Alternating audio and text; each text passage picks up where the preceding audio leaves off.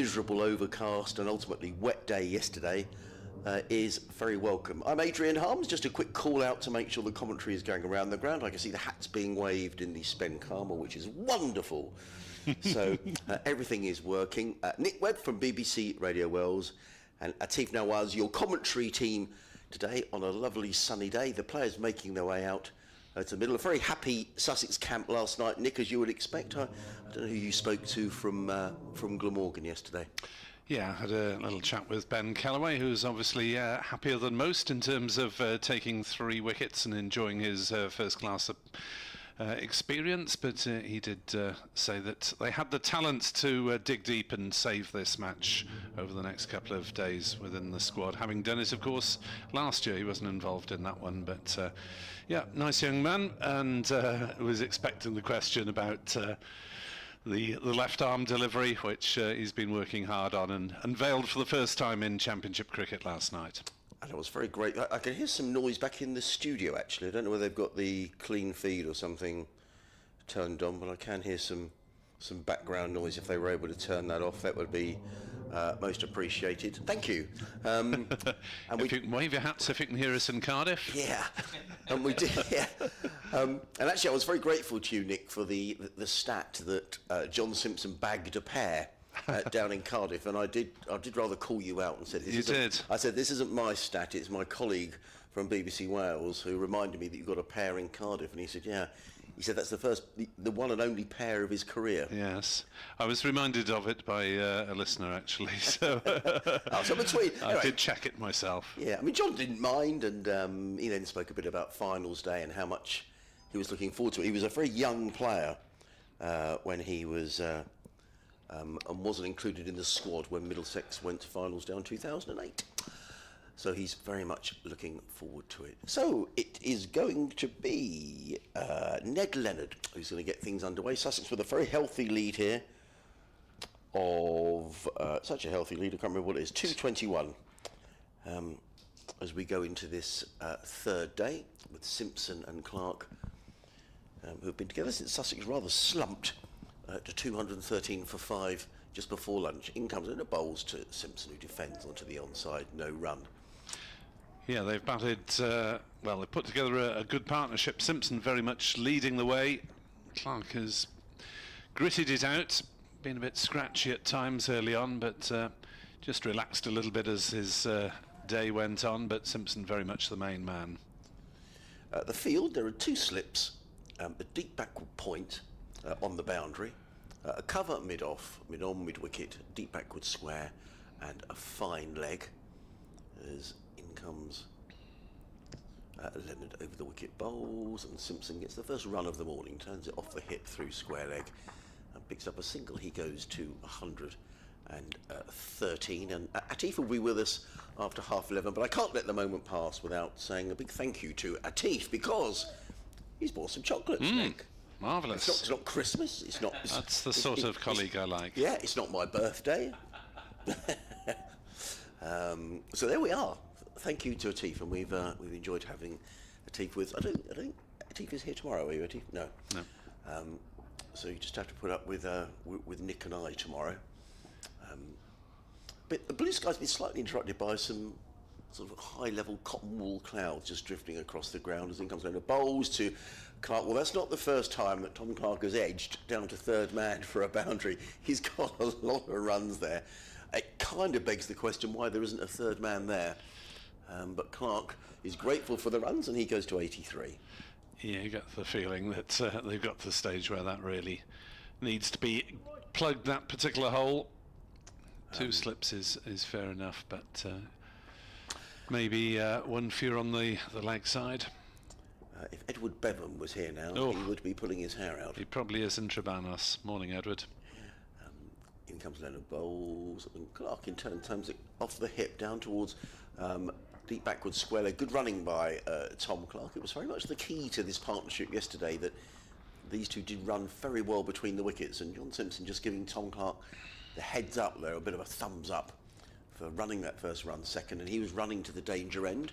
And that's the 200 partnership between these. 201 in 293 balls in 177 minutes, and it's put Sussex in a very strong position. When they came together at 2:13 for 5, didn't look quite so good for Sussex, but in comes Leonard Bowles. Clark shoulders arms, lets that go through to keeper Cook, and there is no run. Yeah, there are questions to be asked for the Glamorgan attack, but Leonard, I don't think, has had a lot of fortune. A couple of listeners on X Twitter making that point. Emma says pretty impressed with Leonard, luckless, and has seen a few chances dropped off his bowling. Morgan Barrell agrees, impressive, hopefully available to sign a permanent deal. I think he's bowled with good pace. He hasn't had a lot of luck. He's in again, bowls to Clark, who defends solidly to mid-off. There is no run. It's the end of the opening over of the day. Sussex have added 7 to their overnight score and are 414 for 5. Yeah, Colin on Twitter says, it looks fantastic this morning. My holidays ended yesterday, or I would be there. Yes, it is a sharp contrast at the moment to the weather for the first 2 days, albeit there are chances of showers around this afternoon, but I think it's going to be generally brighter, and we have got scheduled 104 overs today. Now the chances of achieving that, I'm not sure, whether if it clouds over after tea, probably not. But Ben Kellaway is to continue his labours, 36th over. Mentioned the heroic rearguard action last year from Glamorgan. Stephen Hedges gloomily saying lightning never strikes twice. So Glamorgan will face an uphill struggle as Kellaway swings his arms to get loose, and will be bowling to Simpson on 113 not out, and Kellaway bowls, and that's played away off the back foot through the offside for just the single. 415 for 5, and yeah, this partnership really has determined the game, hasn't it? Taking it away from Glamorgan after they showed just a sign of getting back into things. Kellaway bowls, and that's steered through the offside. In fact, it's more than steered, it's nicely timed by Clark, and it's eluded the man running round the cover boundary, Andrew Gorvin, as he goes full length in front of the hospitality suites, but in vain, and one of Clark's best timed shots as he moves on to 89, and a total of 419 for 5. And it'll be up really to Simpson to ponder his declaration, because I think he will be in a position to do that. Oh, but that ball spins sharply from Kellaway, who said yes, it was turning off the main body of pitch and not just the footholds, as that is driven back to him by Clark. Yeah, I think Jack Carson might enjoy this. He's been in good form, the Sussex off-spinner. Kellaway bowls, played back to him again, and there is no run. Chris Stone saying the One Day Cup is a small highlight in another dreadful season for the county. Management needs to be accountable. In the end, the players just aren't good enough. Woof. Stern stuff. As that's played away off the back foot by Clark. Comfortable singles available, that's the problem at the moment for Kellaway. They seem to be able to knock him through the covers and take the single out to the sweeper Andy Gorvin. 420 for 5 at the end of the Kellaway over. I mean, it's interesting, the 50 over cup, because you know, I was delighted to see that Leicestershire won it last year, and I wonder if that can be a springboard to more success. And I think in you know, Leicestershire have had a decent season in the Championship. For, I mean, 3 or 4 years ago they were very much sort of the whipping boys, weren't they, of Division 2, but they've recovered from that. They had a half decent season in T20 cricket. They got, I believe, to the semi-finals this year of the 50 over cup. Yeah, they were certainly in the knockout stages somewhere. somewhere. So it really can be a platform, and I don't think it should be dismissed as a, you know, to win that. There's only three trophies available in a cricket season, so to win one of them. But I do know it's probably a bit like being a Premier League side who, you know, has an awful season but wins the League Cup, that sort of thing. Yeah, it's decent, but it is the third of the three trophies. It is. Leonard is in, down the hill, bowls to Clark, who's back on his stumps and defends to mid-off when there is no run. But Glamorgan won it in 2021, right, so okay. 3 years ago. Unfortunately, for various reasons, the players from that side didn't, as a whole, go on to make breakthroughs. The younger players. It was strange. It wasn't a particularly young side. Leonard in again, bowls. Clark again defends the ball just short of a length, punched into the offside, no run. Looking back on those players, Michael Hogan retired. Andrew Salter retired slightly prematurely last summer to pursue business interests because he wasn't getting picked as regularly as previously. Decided it was time to move on. He was man of the match. Kieran Carlson was the captain of that side and is again. Sun has gone in as Leonard is in, bowls, and Clark is hit on the pad. The ball bounces away back to the square on the leg side. It's another single, 421 for 5. Hamish Rutherford was the overseas player, but we didn't see him again. Nick Selman moved back to Australia. His career didn't quite take off, maybe. Lucas Carey, career sadly faded. So Andrew Gorvin has come through in the last couple of years since that.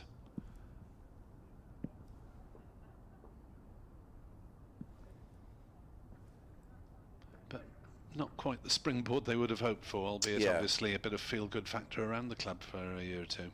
Yeah. In comes Leonard bowls to Simpson, who shoulders arms this out and go down the leg side, no run. And I guess that's the thing, isn't it? That Leicestershire do seem to have built upon that success, and you know they're having a rough time in this game against Yorkshire. But on the whole, I think it's been good for the club, and it gives some sort of a foundation. Yeah, I mean the One Day Cup, Callaway got a bit more experiences now in the Championship side. Asa Tribe, likewise. Will Smale kept wickets throughout. Leonard again. The Sun is back with us. Bowls wide outside the off stump, taken low down by Cook, no run. Because I mean, I look at this side, Nick, and I think, Chris Cook, one of the best, batter wicket keepers around. Colin Ingram, who's, over 1,000 runs for the season, leading run scorer in Division 2. Sam Northeast in the side. Kieran Carlson. I mean, there's a basis and a nucleus there of a good side. Absolutely. What there isn't at the moment is any specialist opening batters. Right. In comes Leonard again, bowls, and Simpson steers this down to deep backward point, picks up a single. He goes to 115 and pinches the strike, 422 for 5. I guess Eddie Byram would have been, Yes. and he's injured at the moment. He's a good player. Byram, yes, averaging around about 30 this season in the Championship. Decent enough in the Championship. I'm sure he'd look to improve that in future seasons, but he seems to have terrible luck with injuries.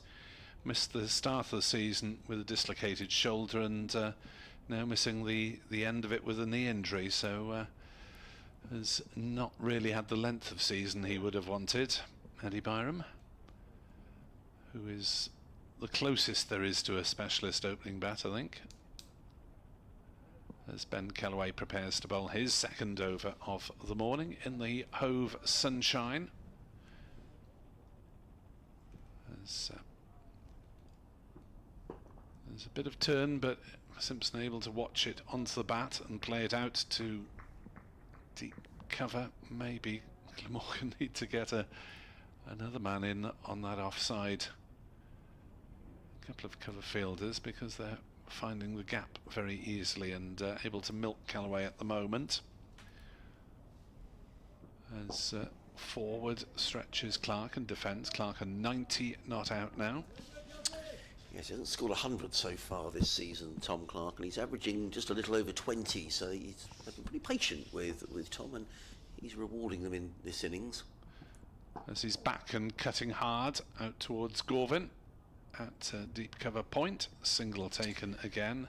Oh, Well, I think he would say, and John Simpson referenced it in the interview last night when he said, he's had at times it's been a bit of a struggle this season, but he said ultimately he's a good player and there's a bit of good fortune in this match, but maybe he's earned that. As Simpson drives out into the offside, well, it is repeat, isn't it? Singles being taken out to Gorvin in the last couple of overs as James Harris in front of us at deepish mid-off tries to energise his side with a bit of applause, and Callaway bowls and Clark defends. He's not going to give a century up easily at this stage. No. It would be his third if he got there. Third first class. As he sweeps this one down towards backward fine leg. There's a fielder there, and he takes a single. So 4 singles off the over, 426 for 5. Simpson has 117. Clark has 92, and the lead is 240. And it's rather easy pickings at the moment. Yes, it is. In terms of the Glamorgan squad, yeah, they could do with at least one more opening bat in the squad, really, because they've got a lot of batters. None of them is specialist openers, and really the seam attack, I think, is generally recognised. It has been short-handed this season. Van der Hoogten has had too much work to do, and James Harris has been out for a couple of months up until this match.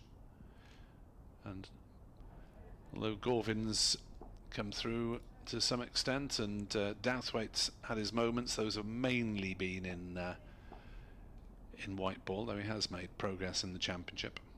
But it's going to be Ned Leonard who's going to carry on from the Cromwell Road end of the ground. The sun has disappeared from view momentarily. He's in on bowls, and Clark is solidly forward, plays to mid-on, and there is no run. Looks like there's playing every game in the county championship today. Already Leicestershire 42 for 2. They'd lost 2 wickets last night. They haven't lost any more this morning. Gloucestershire have lost a wicket. They're 162 for 6. Lords against Yorkshire. We mentioned those games because Middlesex and Yorkshire certainly won't give up the race to get in the top 2 in this division. Leonard in and bowls. Clark defends into the offside. There is no run. If you've just joined us, a very good morning from a sunny Hove. Adrian Harms, Nick Webb, Atif Nawaz, your commentary team here today. You may be watching the Sussex live stream. Good luck to Harry, who's on the camera for his 3rd day of his operating the camera here at Hove. No complaints so far, Harry, so well done. And you can also listen to us via a smart speaker if you have one. You just have to ask BBC Sounds to play. Just wait, break off for a moment. In comes Leonard bowls. Clark defends to mid-wicket. There is no run. Yeah, just ask BBC Sounds to play Sussex v Glamorgan, day 3. And miraculously, we should appear, fingers crossed. Works on most smart speakers, so we're told. The crowd is pretty much what it's been on the... perhaps a few more in today. It's a slightly nicer day for watching cricket than it was yesterday when it was really cold and overcast. At least there's a bit of sunshine. There was a heavier cloud drifting in all the time as Leonard is in bowls and Clark shoulders arms. Watch that one sail past the off stump taken by Cook, and there is no run. Yeah, there's a few more on the temporary stand up at the Cromwell Road end who would probably have got blown away yesterday. Yeah. And I nipped out to buy a sandwich for supper last night. I barely got along the seafront. It was just a couple of 100 metres to the nearest convenience shop, and I had to put the umbrella down. My hat blew off. It was absolutely horrible. Leonard in bowls. Clark again defends down the onside. No run. Good round of applause down below us from James Harris, applauding at fine leg. It must look slightly better this morning, I guess, Nick. Yes, looks absolutely glorious this morning. Still a little bit windy, but very pleasant view. Just the one slip in place now. They still haven't blocked off that 3rd man. There is a deep point, but Clark has got a number of runs down in that 3rd man region. There is a fine leg. Now 3 men back on the leg side as Leonard is in bowls to Clark, who defends into the offside. That's a good over from Ned Lennon, I've been really impressed by him. That's a maiden over. 21 overs, 5 maidens, no wicket for 68, very respectable figures. And on another day, he might have had a couple of wickets, Nick. Yep, he's beaten the bat plenty. Lots of edges down to third man, as you were suggesting. And of course, that drop early on by Billy Root on the square leg boundary off Daniel Hughes when he was on 8, went on to make 83, so that was an expensive one. So, yeah, there's something to work on with Leonard. Yeah, whether sure. there is enough for him to be a permanent signing, or whether Somerset want to release him, because I think he's still on contract with Somerset for next season. Callaway in, bowls. Oh, there's a big appeal for LBW. Yeah. That's gone. Simpson goes for 119. Ben Callaway had his 4th wicket. It's 426 for 6. Simpson going for 1 big hit too many, looking to smash it away on the leg side. Callaway giving it nice flight, a bit of turn, straightened enough, and Simpson virtually turned and marched off. As the umpire's finger was coming up, he knew he was done there. But what a knock. 160 balls he faced, 15 fours and 2 sixes. Yeah, it really was, and you're absolutely spot on, Nick. The minute it hit the pads, I don't think he was virtually turning round to the pavilion. He knew that he was out, and Sue Redfern confirmed that, raising the finger, and Simpson had to go. But it's an innings that's put Sussex in a very strong position in this game, leading by 240. So the stand exactly double the score, from 213 to 426. Brilliant, thank you, Nick. That saves me doing the maths. And that was between Clark and Simpson, 213. So congratulations to Seren Smale for getting a call-up into the England women squad. It's a 19-year-old batter keeper born in Wrexham. She hasn't made the 11 for the ODI over in Belfast, Ireland, England, but she is also in the squad for the T20 International, so hopefully she will be a rare Welsh woman in England ranks. Like the men, they've been a bit thin on the ground in recent years, but of course we have Phil Salt making a bit of history tomorrow, leading England, the first Welshman to lead England in Wales. Yeah, and I think the first one is today, isn't it? The one in Southampton, then it's Cardiff. No, in Wales. Yeah, there's one tonight, but yeah. I mean, Friday night. Friday night's the one in Cardiff, yeah. Full house, Nick? Yep, Right. so sold out. Good. Around about 15,000. Yeah. We're laughing. We had a little quiz on that. I think the crowd is in the 14,000s at the moment as the capacity, despite what certain reference websites might say. So Finn Hudson-Prentice is the new batter, and he's got a short leg to keep him company, and he turns it into a full toss from Callaway coming down the wicket and driving to mid-on to Harris to get off the mark. I think here that probably, I mean, obviously Tom Clark will be very keen to go through his 100, but I think Sussex will be keen to push on here, and Hudson-Prentice just getting down the wicket to his first ball rather makes that point, I think. So England-Australia men tonight, 6:30 at Southampton, as Clark defends back to the bowler, and you can follow that on 5 Sports Extra and on the BBC website, and there's a highlights show later this evening, 11ish I believe, on BBC television, as Callaway in to bowl to Clark, who steps back and cuts but doesn't time it. Carlson fields at cover. There are now 2 slips in, as Callaway looks to profit from the breakthrough, but Clark coming up to 200 balls faced as he drives number 199 to Carlson at cover, and there's no run. There's a delay in Belfast for that Women's International, by the way. Oh dear. England, well, they had a toss and they've named the teams. England chose to bat. as that's worked away through the leg side by Clark, fielded at deep mid-wicket. Root is the fielder.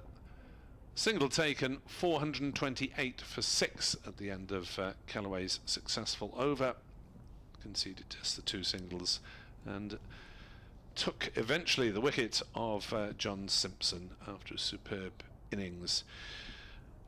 Sussex's rivals Yorkshire are in action at Leicester, who are 49 for 2, still 232 runs behind, and Middlesex are also on top. Gloucestershire 165 for 6, still 212 behind on first innings, so you'd imagine Middlesex would be pressing hard to try to enforce the follow on in that match, but Sussex very well placed here. Yeah, I mean, it's highly unlikely that Sussex will lose this game. They may not win it, but it's highly likely they're going to lose it. Come back to that in a moment. As in comes Leonard over the wicket bowls to Clark, who defends onto the onside. There is no run. So even if it was a draw, Sussex will take 16 points from the game. With the other 2 15, I think. Sorry, 15, you're right. Sorry. Just the one short. Sorry, yeah. And with the other 2, with Yorkshire and Middlesex, I think if they win, they would get 22. So they would close the gap by 7 points. So Sussex will still have a decent lead going into the final 2 rounds of matches. Very much in their own hands, isn't it? Oh, definitely, and especially with Middlesex coming here for the last game of the season.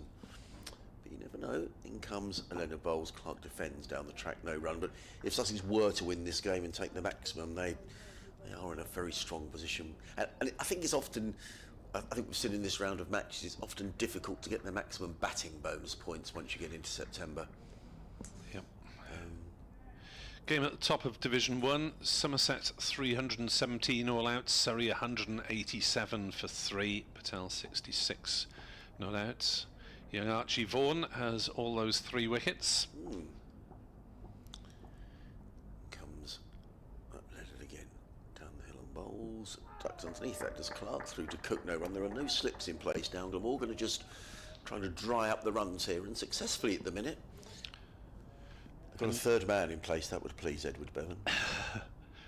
In that top of the table clash in Division 1, I think it's very much up to Surrey to not lose. I don't think they'll be taking any risks, and 130 behind, 7 wickets still in hands, chance of a lead. They're not going to be pushing that game very hard. No. Leonard in again, bowls to Clark, who drives into the covers, fielded on the bounce by Kieran Carlson, no run. No, I think you're absolutely right. I mean, it's for Somerset to try and force something there, isn't it? I wonder whether we might get, you know, who knows? There's still 2 days to go. If the weather holds, maybe they'll try and score runs quickly and set Surrey a target, but Surrey probably won't take the bait, I would imagine. They don't need to. Why would you? Yeah. People are going to remember titles, not individual matches. Leicestershire have lost a 3rd against Yorkshire. Right, that looks odds on to finish today, doesn't it? Does why does Archie Vaughan not play for Yorkshire? I mean, that was his father's county, wasn't it? Perhaps he didn't want him to play at his county. In comes Leonard bowls, Clark shoulders, arms, through to Cook, no run. Has he been at school in Somerset, possibly? Most of them have, haven't they? That's a very good call, actually. And maybe it's a little difficult following in your father's footsteps. That being said, Rocky Flintoff is doing it at Lancashire. Indeed. Who are in danger of getting relegated from the First Division. This week they are playing at Durham, and they're very much behind in that game. Durham 384 for 4, leading Lancashire by 156. Leonard in bowls, Clark drives but straight to Carlson, and he's just a hint that he's getting a little frustrated, Tom Clark. He's 7 short of his 100, but he'll be aware that he will just want. There's loads of time left in the game, but he'll just be mindful of not getting too bogged down. 428 for 6, Hudson Prentice on 1, Tom Clark on 93. Yeah, with regard to young Archie Vaughan, 18 years old, born in Sheffield, son of ex-England captain Michael, but played age group cricket for Cheshire and also for Somerset most of the way through.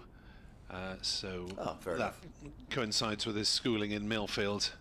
So Somerset basically get first dibs on Millfield and other public schools in the area with excellent cricket facilities. What did he bowl? Off spin, I think, isn't Right, it? okay. Yeah. Speaking of which, here is Ben Kellaway bowling mostly off spin, and that is swept away towards square leg by Hudson Prentice for a single. Bowled 4 balls left arm to John Simpson, but won't have any further opportunities to do that, having trapped him with an off break today. There's 2 slips in still for Clark. Unusual, maybe putting a bit of psychological pressure on him as he approaches 100, steps back, cuts the ball, turns, but he gets decent enough contact and takes yet another single out to Andrew Gorvin, who's throwing on, must be getting a little weary. He's fielded about 50% of Kellaway's deliveries this morning. He's got one of the Glamorgan coaches down there now, probably. David Harrison giving him a bit of moral support. Oh, that's poor delivery from Kellaway to Hudson Prentice, who pulls furiously at it and misses out, really. Should have gone out the ground, shouldn't it? Wouldn't fancy being short leg, my word, you get a long hop like that. I don't blame short leg for turning his back. Kellaway has got Gorvin still on that boundary side of the ground, and now he has moving his shortish fine leg Douthwaite down to deep backward square close to the boundary, in case Hudson Prentice, who likes hitting the ball hard, has a go, and he comes down the wicket and is hit on the thigh, otherwise he would have been stumped by a mile there. His intentions are very clear. I think that's the instruction from the dressing room. I think that yeah, Sussex want to get on with it here. Yeah, I smell a declaration sooner rather than later. Yeah. Maybe some time before lunch, as that's worked away down towards backward square by Hudson Prentice. Single. 4-3-1 for 6. I sort of wondered in my own mind whether Sussex might get a lead of 300 and declare, or get to sort of half an hour before lunch and have sort of 2 cracks with the new ball. Yeah, 300, was it 244 at the moment? I mean, if Hudson Prentice middles a few, they could get there in 30-40 minutes or so, and have a decent 40 minutes maybe at Glamorgan before lunch. Give themselves 5+ sessions. As that's turned, there's an appeal for caught behind, not given, as Clark pushed forward, didn't make contact, turned past the edge of the bat. 4:31 for 6. Cloud coming over hard here. We shouldn't spoke too soon about the glorious day. It was absolutely cloud free as I walked up to the ground this morning from the seafront, which was looking a considerable way away from last night, as Atif Nawaz, the man who came bearing chocolates this morning. Thank you very much indeed. He's in the commentary seat for the first time, and we'll be describing Ned Leonard continuing from the Cromwell Road end. Thank you. That's a wonderful setup there. Thanks, Nick. Sometimes it's confusing when you pick up who's going to bowl, who's going to do the next over, but when you're with a professional like Nick Webb, he sets you up nice and comfortably. Here we go. Cromwell Road end. Ned Leonard with the ball in his hand, about to bowl his 23rd over. But very unlucky, I think, in this innings not to have picked up a couple of wickets. And he comes now to Hudson Prentice and bowls, as that ball's just been flicked down towards fine leg. They'll jog through for an easy single. They come back for 2. 1 for the arm. And, score will tick on to 433 for 6. That lead getting healthier and healthier. I mentioned before, off air, to you, Nick, that I spoke to some of the staff here at Sussex a little bit earlier, and we sort of talked about where they saw a declaration coming and things like that. And in my mind, it was sort of pretty obvious. Surely there's a declaration before lunch, or maybe at lunch at the very latest. They said absolutely not. They will bat until there's a 500-run lead, because they want to ensure the victory. Here's Leonard in again, as that ball's flicked almost in identical fashion, but more directly to fine leg for a single. 4-3-3 for 6.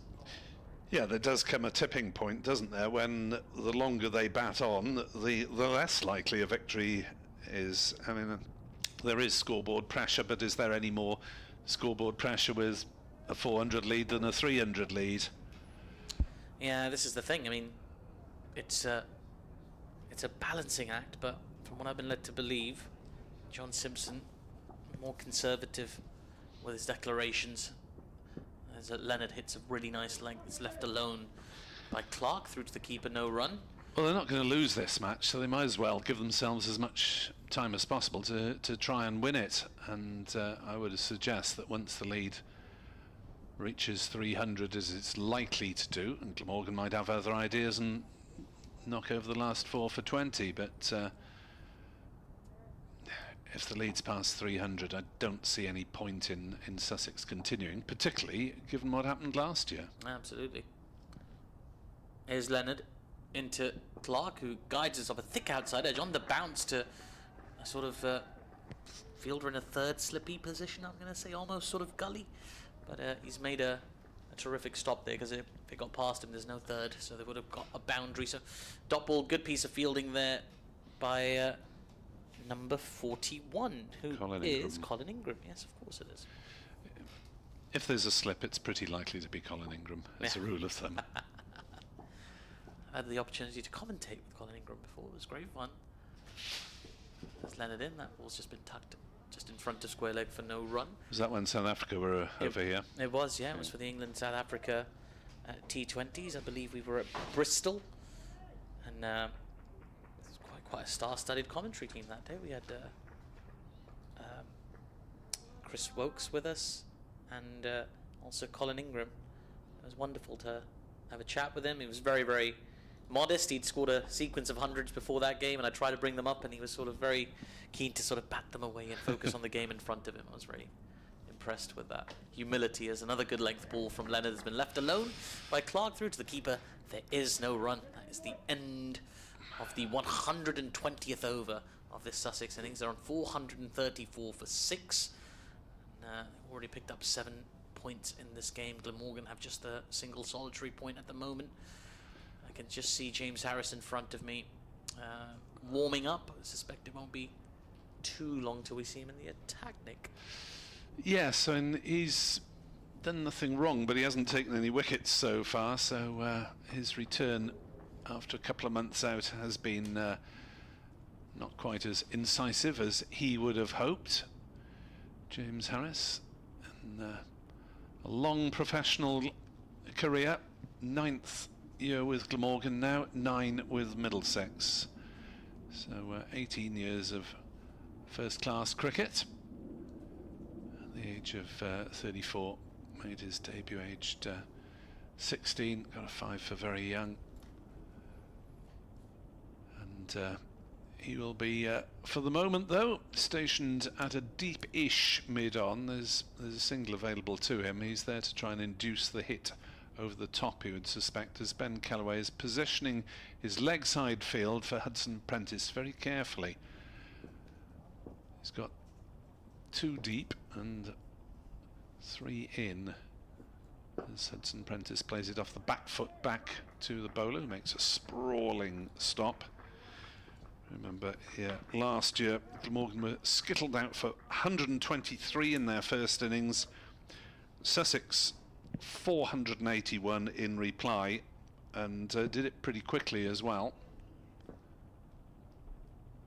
As Callaway bowls, reverse sweep comes out. He's middled it, but he's hit it straight to one of just 2 outfielders on the offside.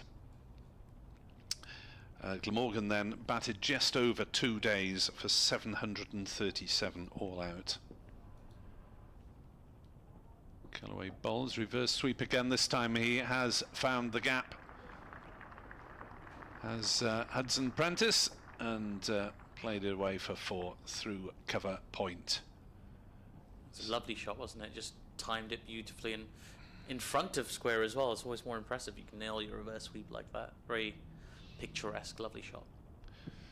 Centurions for Glamorgan in that effort last year were Labuschagne, Carlson, who hit 192, and Michael Nisa and Carlson will be needing to reproduce that, you suspect.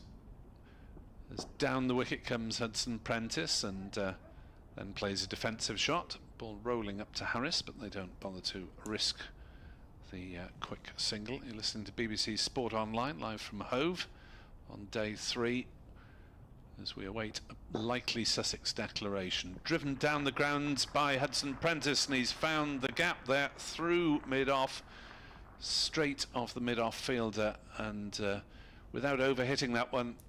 That one was nicely timed, and it's the second boundary of the over. So Kellaway learning all the time as he finishes his 40th over, 4 for 132. They are career best figures. It's the first time he has taken 4 wickets in a match in just his fourth first class appearance, and one of those hardly counted because he was concussed on day 1. 4-4-2 for 6.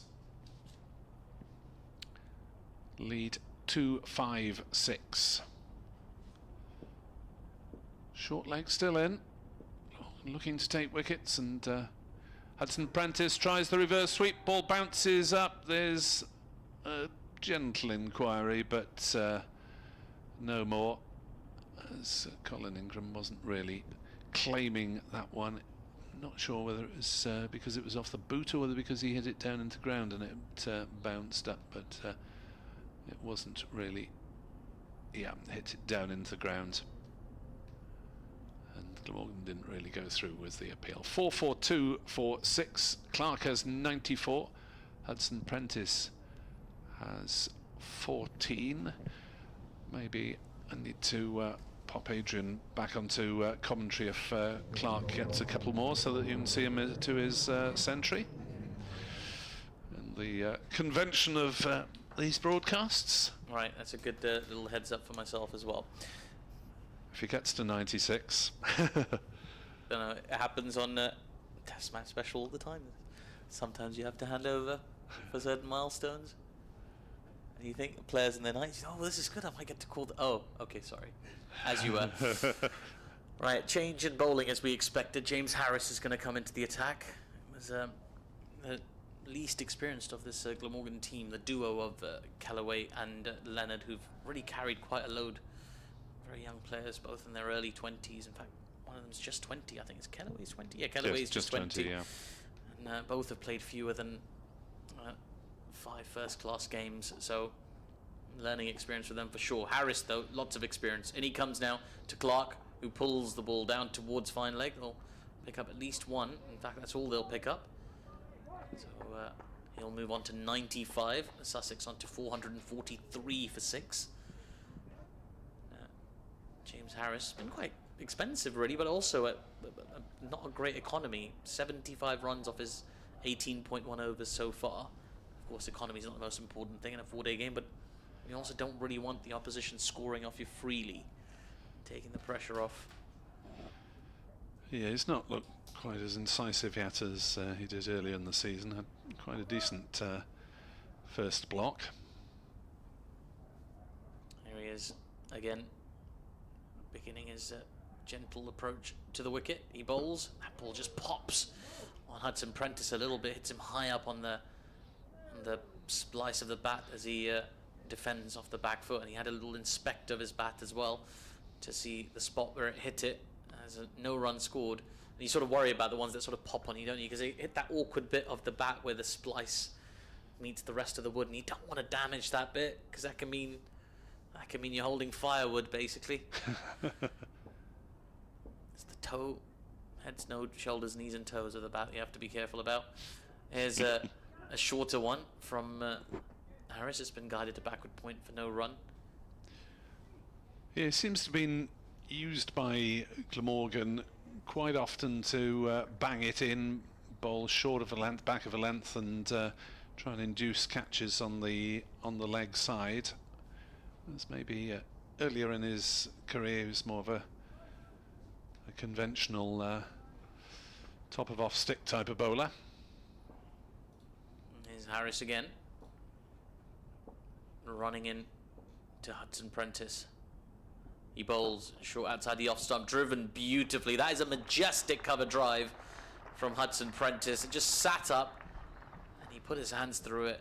It was absolutely glorious. 4 more for Hudson Prentice, who's marching along now. He's on to 18 off 16 balls, and Sussex 447 for 6. It's the ball very firmly indeed, doesn't he? He's come out with real intent, Finn Hudson Prentice. It's probably close to his natural game anyway, but with such a huge lead and intention to declare, he can look to enjoy himself. It's clouded over very quickly. It's now about 80% cloud and 20% blue. Here's Harris into Hudson Prentice, who guides the ball to backward point. There is no run. Yeah, I think you're bang on with your proportions there. Just looking at the cloud, it is a nice fluffy white cloud. It doesn't look too threatening. It's a cirrus cloud, I believe, which doesn't carry too much precipitation with it. It's those sort of fluffy white ones that you lay in the hay fields and stare at in the sky and work out what they look like, then write some poetry. All right, so we got Adrian going with cumulonimbus. I reckon this cirrus clouds. Here we go, and he comes again, just over the bowler on his follow through. It might go for 4. I don't think he's got a lot of middle on it, but he'll get back for 2. It was a shot with plenty of jeopardy attached because he's trying to play a lofted straight drive, didn't time it, and it just hung in the air for a while, which induced the yelps here in the commentary box. But in the end, they get a couple of runs. Hudson Prentice on to 20. 122 overs gone. Sussex 449 for 6. And Kellaway's going to come back in, looking for his first ever 5-wicket haul. It's funny you should mention that, Atif, because I've just been sent a list by Dr. Hignell of Glamorgan's youngest 5-for bowlers. James Harris is the youngest, 17 years and 2 days when he got his first 5-wicket haul. Not going to beat that. W.E. Jones, 1929. Darren Thomas, 1992. Kieran Carlson, on first-class debut, aged 18. Jeff Jones, aged 19. G.B. Shaw, 1952, not aware of his work. And Robert Croft in 1991. That a list of players who've taken 5-for age under 21, and Carlson is just a little bit younger than Crofty, so he would be the 7th youngest if he takes a further wicket. 449 for 6. Clark on strike on 95.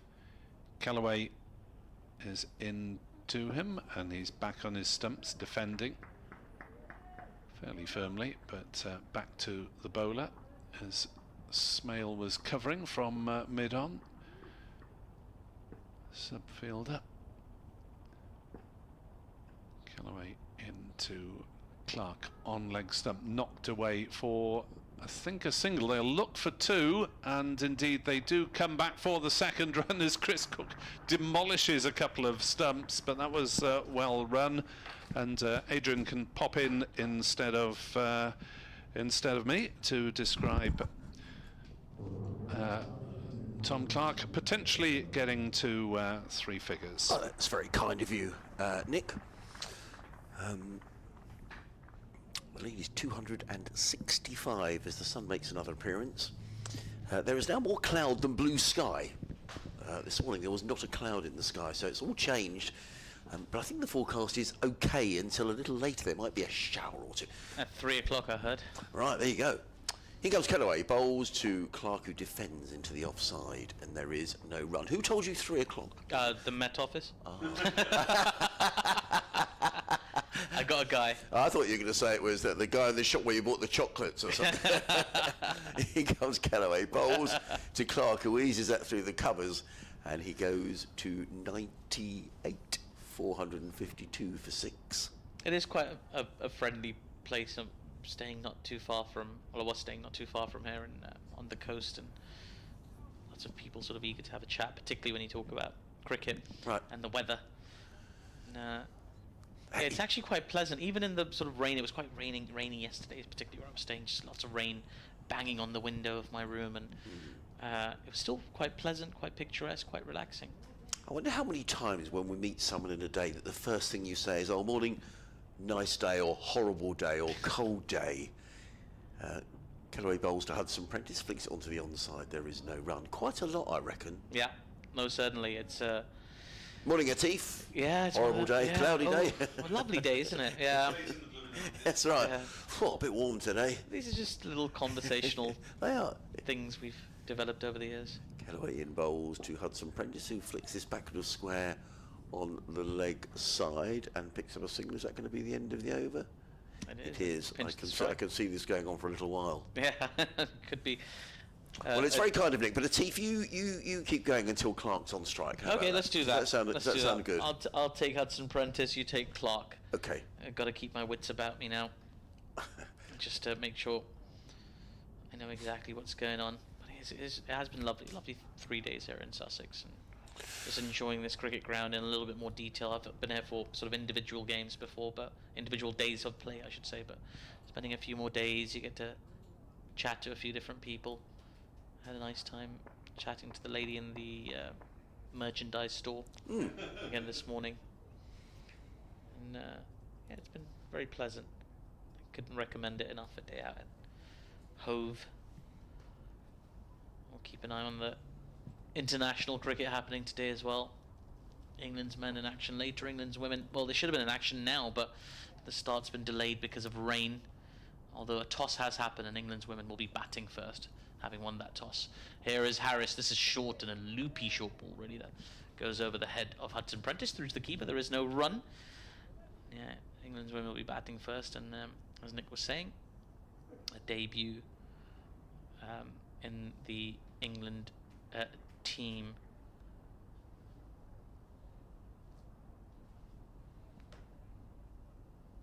Did you say Seren Smale was going to debut? She's in the squad. Oh, she's in the squad. She's not debuting. She's on the bench. Oh dear. Okay. Here is Harris in again. That ball's been pushed as far as cover. There is no run. And lots of international cricket, lots of cricket really in September. It's something I'm still sort of getting used to. I'll be on commentary, I think the last international day of the summer when England play Australia in Bristol in a one-day international. Right. I think that's on the 28th or the 29th of September. So I wonder what the weather's going to be like. Maybe I need to buy myself a Sussex hoodie before I go from this ground, just to prepare for the weather that awaits me in Bristol. I mean, it can be glorious at that time of year. It can be, but might not be. It's Harris. As that ball beats the outside edge, a bit of a poke outside the off stump from Hudson Prentice there. The ball didn't really carry much to Cook, but even so, just a rare win really with the ball at the moment for Harris. He's managed to bowl 3 dots in a row. I mean, that is the issue, isn't it? That in this country around the schedule, the weather does play a part, because you think of the lockdown April when the weather was unbelievable. Yeah. So you could have unbelievable Aprils, you could have unbelievable Septembers and horrible July and August. Yeah, it's really bizarre, really, isn't it? It's very hard to predict. Here is Harris again.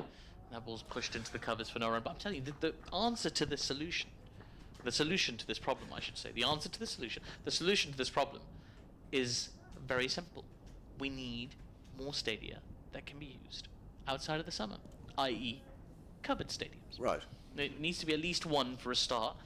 And I know I've heard loads of ideas mooted about this, about sort of playing part of the English summer abroad, which is peculiar, but you know, some teams do their warm-up tours, don't they? They go to like Abu Dhabi or to Dubai or places like that for their pre-season and stuff, and some fans do travel to see them, but I suspect if you're struggling to pack them out at home, you might struggle further away from these shores. As in comes Harris. That ball's been driven beautifully by Hudson Prentice between point and cover, and it runs away to the boundary for 4. Really lovely shot. The second extremely pleasant cover drive he's played today. He's on to 25 off 25. Sussex 4-5-7 for 6. I mean, when you think back in the day, if you'd have said to someone 30 years ago there will be a roof over the centre courts at Wimbledon, they'd have never believed it was totally impossible. But actually, it's proved to be, you know, a fabulous idea, and they've made it all work. And there's a roof over both of them, isn't there? Both show courts now. Yes, there is. Here's Harris into Hudson Prentice again. This is a short ball. He's tried to pull this. Has he got a little feather through? There's a Little token appeal from the keeper, which was abandoned very, very quickly. He's got a sheepish smile on his face because it was nowhere near the bat. In any case, it's the end of the over. Sussex 457 for 6. That lead is continuing to grow. It is now at 271. And well, I reckon once it hits that 3, well, I think there's 2 things that we're waiting on at the moment. It's Tom Clark's 100. Sussex getting past the 300 mark, and then we may well see a declaration. Although, as I say, there's other thoughts on that. Some people think they might try and bat Glamorgan into the ground. Well, I mean, they've got to allow themselves enough time to bowl Glamorgan out, and there is a suggestion, as you said, you know, the Met Office website said it might be a bit of rain at 3 o'clock, so I'm sure that will be at the back of Sussex's mind. They don't want to suddenly find that it does rain and they haven't allowed enough time. So I'm sure there's a bit of natter going on between the coaches and the skipper about what they should do. Anyway, the data now is about Tom Clark, who's 98 not out, and he faces Ben Callaway around the wicket, and Clark is back and plays into the offside. There is no run, fielded by Carlson. One of the problems with having a roof over a cricket ground, I guess, is just the area, the expanse. Have a roof over, you know, that would big be surface area, isn't it? Yeah. In comes Callaway, bowls. Clark is back and plays that to back. Well, or they're going to take a single as a misfield by Dan Douthwaite, and he's very cross with himself because Clark has now gone to 99. 458 for 6. So there was an idea mooted a few years ago about Lords and how to cover Lords, and there was a sort of a suggestion. I don't think it ever made it past the planning stage or the sketching stage, but it was a fascinating idea about a sort of hot air balloon that carried a net over the ground. I don't know if you remember this, but it was sort of like it carried this sort of sheet over the ground via this hot air balloon in the middle, and there'd be other sort of masts to tie them to the edges.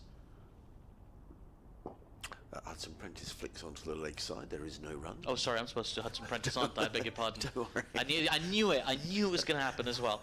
There we go. I was so caught up in my idea about covering cricket grounds. But it doesn't have to be like a solid structure, is my point, as Callaway is in. To Hudson Prentice, who sweeps the ball aggressively out towards fine leg for a single. Over to you, Adrian. 458 for 6. 459 for 6, I beg your pardon. Well, you know, I think anything that means that, you know, it probably sounds a bonkers idea, doesn't it? But, you know, rain is such a problem, isn't it? Well, if you could have organised some kind of droney situation that keeps a sheet over the field of play, like sort of suspended via something. I know it sounds really science fiction-y, but I feel like it's possible these days. Callaway in to Tom Clark, 99 not out, and he sweeps that one down towards fine leg. He's got a bit of bat on that. The ball's going to roll all the way down to the boundary, and Tom Clark goes through for his first century of the season. He gets a warm embrace from Finn Hudson Prentice. The Sussex players all standing on the balcony applauding. He takes his helmet off. He raises his bat around the ground. The third first-class 100 of his career. It's been a struggle at times this season for Tom Clark, but the coaching staff say he's worked so hard on his game, and all that hard work has come to fruition today. 103 not out. Well batted, Tom Clark. Yeah, it's been a really impressive innings. He's really had to dig in as well, because there were long phases of it where he was struggling to find fluency, struggling to find gaps or get the ball off the square, particularly off Callaway yesterday. There was an extended period where he just couldn't get the ball away, and had something like 8 runs off 55 balls, just really struggling to score, and he's managed to build an innings beautifully.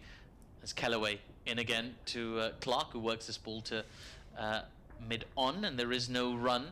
He's shown a lot of grit in this innings and determination, I feel like, to get put to those 3 figures, and in the end a pretty respectable strike rate as well. 103 off 221 is what he's on right now. 463 for 6 the score, and the lead for Sussex is 277. Thank you. I might as well stay on now and do my update. Is that a good idea? And shall I stay on till 12? Till 12, and then Nick comes back and replaces Atif. Does that make sense? Works for me. I feel I've slightly hogged things there, but anyway. I wonder whether you might get a declaration. What's your best guess, Atif, as to when? Because at some stage we are going to see a declaration, and now Clark has got his 100. I wonder whether you might see Sussex really throwing the bat. Well, initially I thought maybe the first hour of the day, but they haven't scored as quickly as I thought they would. So perhaps with a half hour left to lunch or at lunch, one or the other, I would say. That would be the sensible time to declare, and as far as I'm concerned. But again, I'm led to believe that they may well bat up to tea today as well, so who knows. But if it was me, I'd be thinking, I think that gives me the best possible chance of winning the game, winning it quickly. And even if it means that we've got to come out and, it's very unlikely, but they might have to come out and score 50, 60 runs on day 4.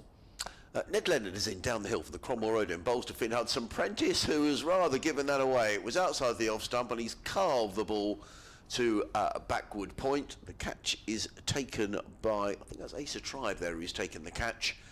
And Hudson Prentice, I think he was trying to loft that one away over cover point, and he made a bit of a, he got himself in a bit of a tangle, did Finn. And that very positive innings of 26 comes to an end. 26 off 29 balls. Sussex 463 for 7, and Hudson Prentice, who does like to get on with it, is on his way back to the pavilion. Yeah, it's a shame from a Sussex perspective, but also a very entertaining little cameo there from Hudson Prentice. 4 boundaries in it, and 2 of them were absolutely glorious through the covers. Some beautiful shots this morning, and he sort of helped press on, and I think that was the desire that was sort of evident from the shot he just played to get out. He was trying to get on with things, play some shots, but of course with that you bring the bowlers into play, and James Harris picks up his first wicket in his 21st. He's had to work hard really for that wicket. 20 overs and 1 ball, 85 runs, just the one maiden, and finally picks up a wicket. That's got to feel good. Yes, it did. I hadn't spotted they'd changed the bowling, so well done. I did get the catcher right, and it was indeed Asa Tribe who took the catch. So Hudson Prentice on his way. The 7th wicket goes down. I mean, I quite like the idea, Atif, of having sort of, 8 overs before lunch with the new ball, and then the bowlers, so Robinson and Lukaku can then go in and have a cup of tea or something at lunch, and you come back. So you almost get sort of 16 overs then, 8 before, 8 after, with your new ball bowlers. Well, you want to declare in the next 20 minutes if you want that. Or at a half hour at the least, and then you'd get maybe 4 or 5 overs in with the changeover time as well. So, well, it remains to be seen. With them, talking about rain and. You can't predict the climate. It seems to be getting more and more bizarre around the world, doesn't it? But generally speaking, in Pakistan, for example, if they had a test series and it was scheduled for the dry season, or do you still get inclement weather in times? You do. I mean, it's very unpredictable, isn't it, the weather? You do still get rain from time to time. It's very unusual. In Pakistan, particularly in their home season, you get sort of other issues to do with light and sort of dustiness and sometimes fog, so fog plays a big issue. So yeah, particularly in December in Lahore, it gets very, very foggy. They tend to start their test cricket earlier in the day and finish a little bit sooner, but still it's quite common to see play curtailed by fog in Lahore. They actually try and avoid scheduling test matches there in the sort of the English winter now. And it's a beautiful stadium. And it's getting renovated as we speak in time for the Champions Trophy next year. Right. Harris, the sun is making a fleeting appearance across the ground. He's in and bowls to Carson. That get a bit low, and Carson had to rather dig that out, place it to backward point. There is no run. If you'd like to send us an email, it'd be lovely to hear from you. sussexcricket@bbc.co.uk on, well, whatever you want to talk about, really. Yeah. I'm going to note that one down and email you next time I'm listening. Yeah. Although the truth is I'm usually listening in the car, so it's very difficult to send emails. Yes. And then when you make that service station stop, you've got other things on your mind. You have. Usually finding the nearest loo. Yeah. And most of the emails, it's quite interesting getting emails when you're live on air. As in comes Harris and bowls, and Carson defends into the covers, no run. Because you tend to read them as you see them, but you should always have a quick scan through if there's time. And I have had a couple of times when I've been caught out with names which are joke names. Yeah. There was one from the dressing room earlier on this season. Well, that's not so bad. I mean, it could be a lot worse than that. So you can get caught out, but in general, we get some really good correspondence. So please join our conversation. sussexcricket@bbc.co.uk as in comes Harris in and bowls, and Carson defends to mid-on, and there is no run. Poor old Jack Carson missed out on a maiden first-class century in the last game here against Derbyshire when he made 97. But he is the 3rd highest wicket taker in the country, is Jack, with his off-spin. And I think he just might be looking forward to bowling here on the days 3 and 4, if indeed, well, I'm sure we will go to the 4th day. I know Ed Bevan, who's one of the BBC Wales commentators alongside Nick, is a big fan of Carson. In comes Harris and clipped nicely by Carson through mid-wicket, and he picks up a single. His first run, 464 for 7. And we've had an hour's play, and we'll probably get an update in a minute, actually, so I better make sure that my headphones are securely plugged in so I don't miss... Right on cue, I need to look up the other scores rapidly, so I look like I know what I'm doing, Atif. Oh, sorry, I've lost a wicket.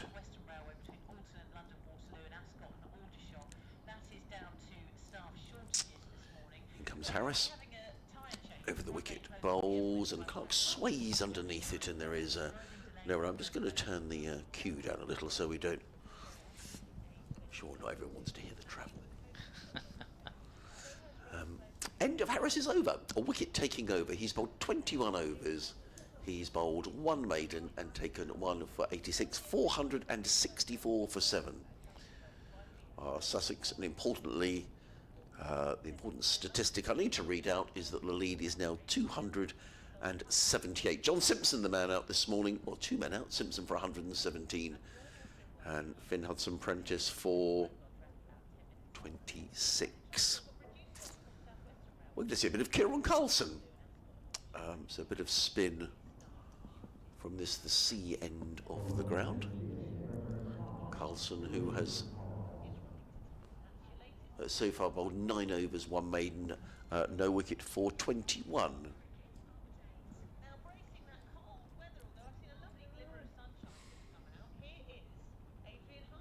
Yes, hello Sarah. There is a bit of sunshine here at the county ground. That being said, there's also quite a bit of cloud, so fingers crossed the cloud goes away and the sunshine remains. Sussex going along very nicely there, 464 for 7. It means they lead Glamorgan by 278 on this 3rd day, and it would seem like a declaration is probably imminent, and in fact that could have been speeded up because Jack Carson has just been bowled as I'm talking to you, Sarah, by Kieran Carlson for a single. So Sussex now 464 for 8. John Simpson out this morning, the skipper, for 117, wonderful innings, and Finn Hudson-Prentice, the other man, to fall for 26. Meanwhile, the big clash down at Taunton. Surrey have lost a couple of wickets this morning. They're now 216 for 5. They're still trailing Somerset by 101 on first innings.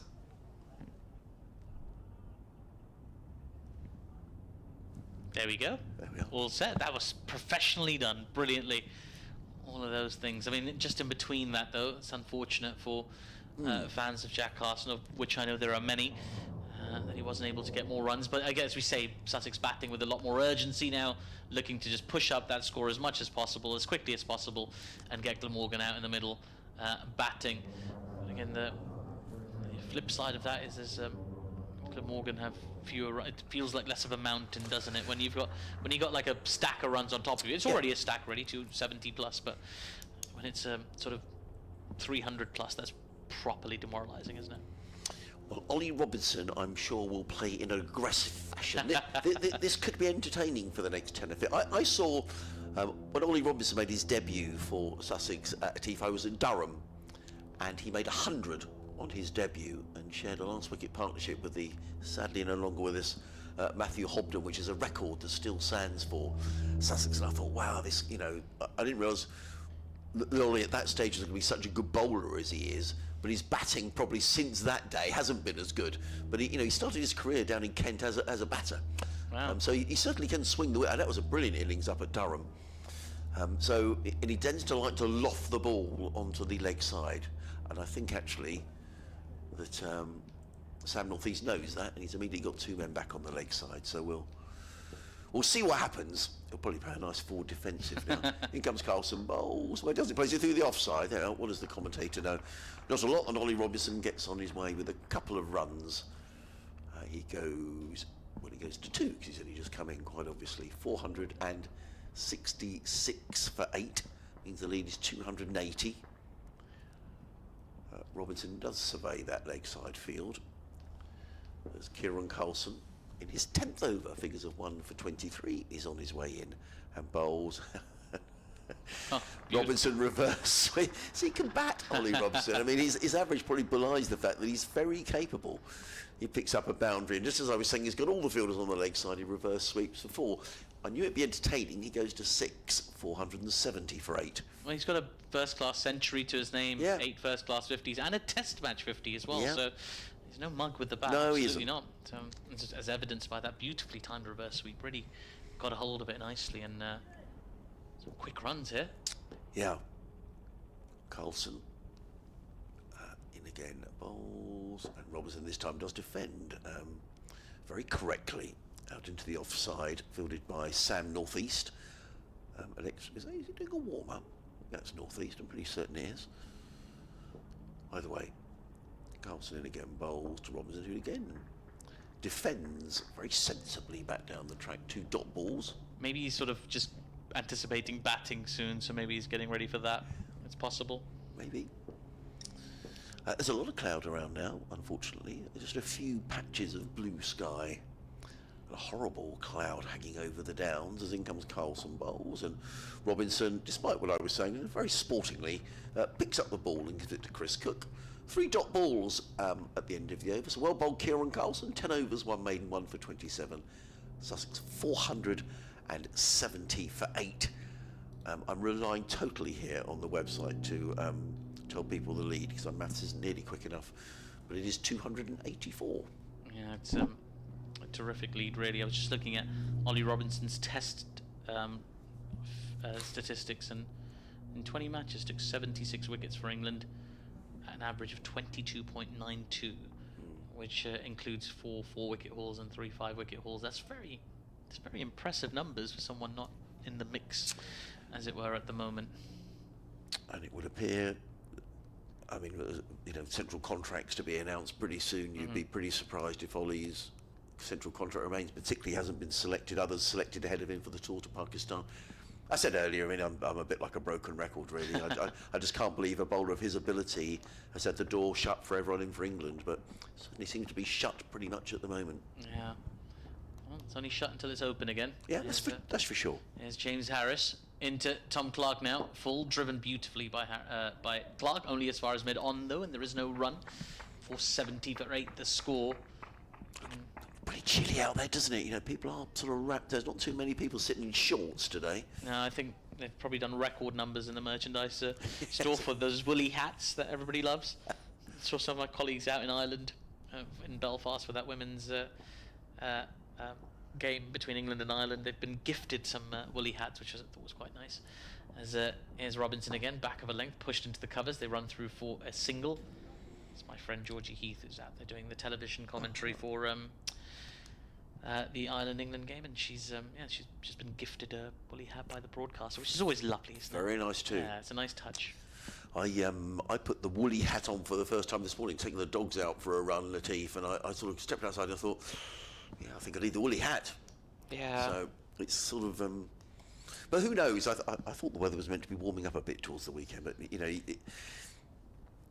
we are definitely in autumn now, aren't we? Yeah, we are. I'm not really a hat guy. I do have a few beanie hats. I think beanie is my hat of choice. Okay. I mean, I like baseball caps every now and again, but that's usually because I haven't done anything to my hair, or just want to hide that it's receding rapidly. Here's Harris into Robinson, who defends the front foot. There is no run. Craig has been in touch on Sussex Craig. Cricket at bbc.co.uk, and he says, just wanted to say that I've really enjoyed the Glamorgan commentators joining Adrian this week. So that would be Nick and you, Atif. Atif is, for some matches, not every match, Craig, we get assigned what we call a third voice. Third voice. So Atif, you've probably heard on TMS and various other outlets, is our third voice, and it's been good to welcome him here this week. Here's Robinson, and again, just sliding down the leg side, Harris. Ooh. That time. In fact, it might run away to the boundary for 4. Well, that's really unfortunate from a Glamorgan perspective, and Cook couldn't take it because it was a long way down the leg side, but he's managed to ricochet it the other side and completely wrong-footed the fine leg and the deep third fielder. And it's run away to the boundary for 4 leg buys, 475 for 8. Goodness, that's got to be frustrating for Glamorgan. And well, Harris is down on his knees at the moment. I think he's just tying his shoelace.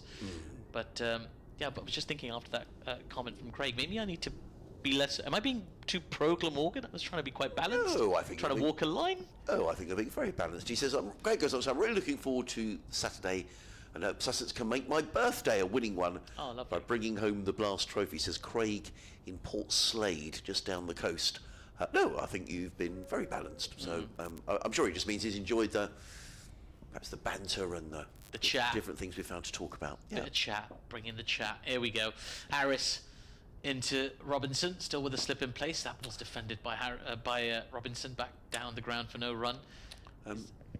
Sorry, no, please. I was just going to say, tall man, Robinson. Yeah, just on the subject, Andy Beale's been in touch at Eve, and he says also worth noting the opposition Robinson has taken his wickets against, not many against the weaker nations. He's played India, Australia, New Zealand, South Africa, and Pakistan. Yeah, that's a great point. It's a very, very good point.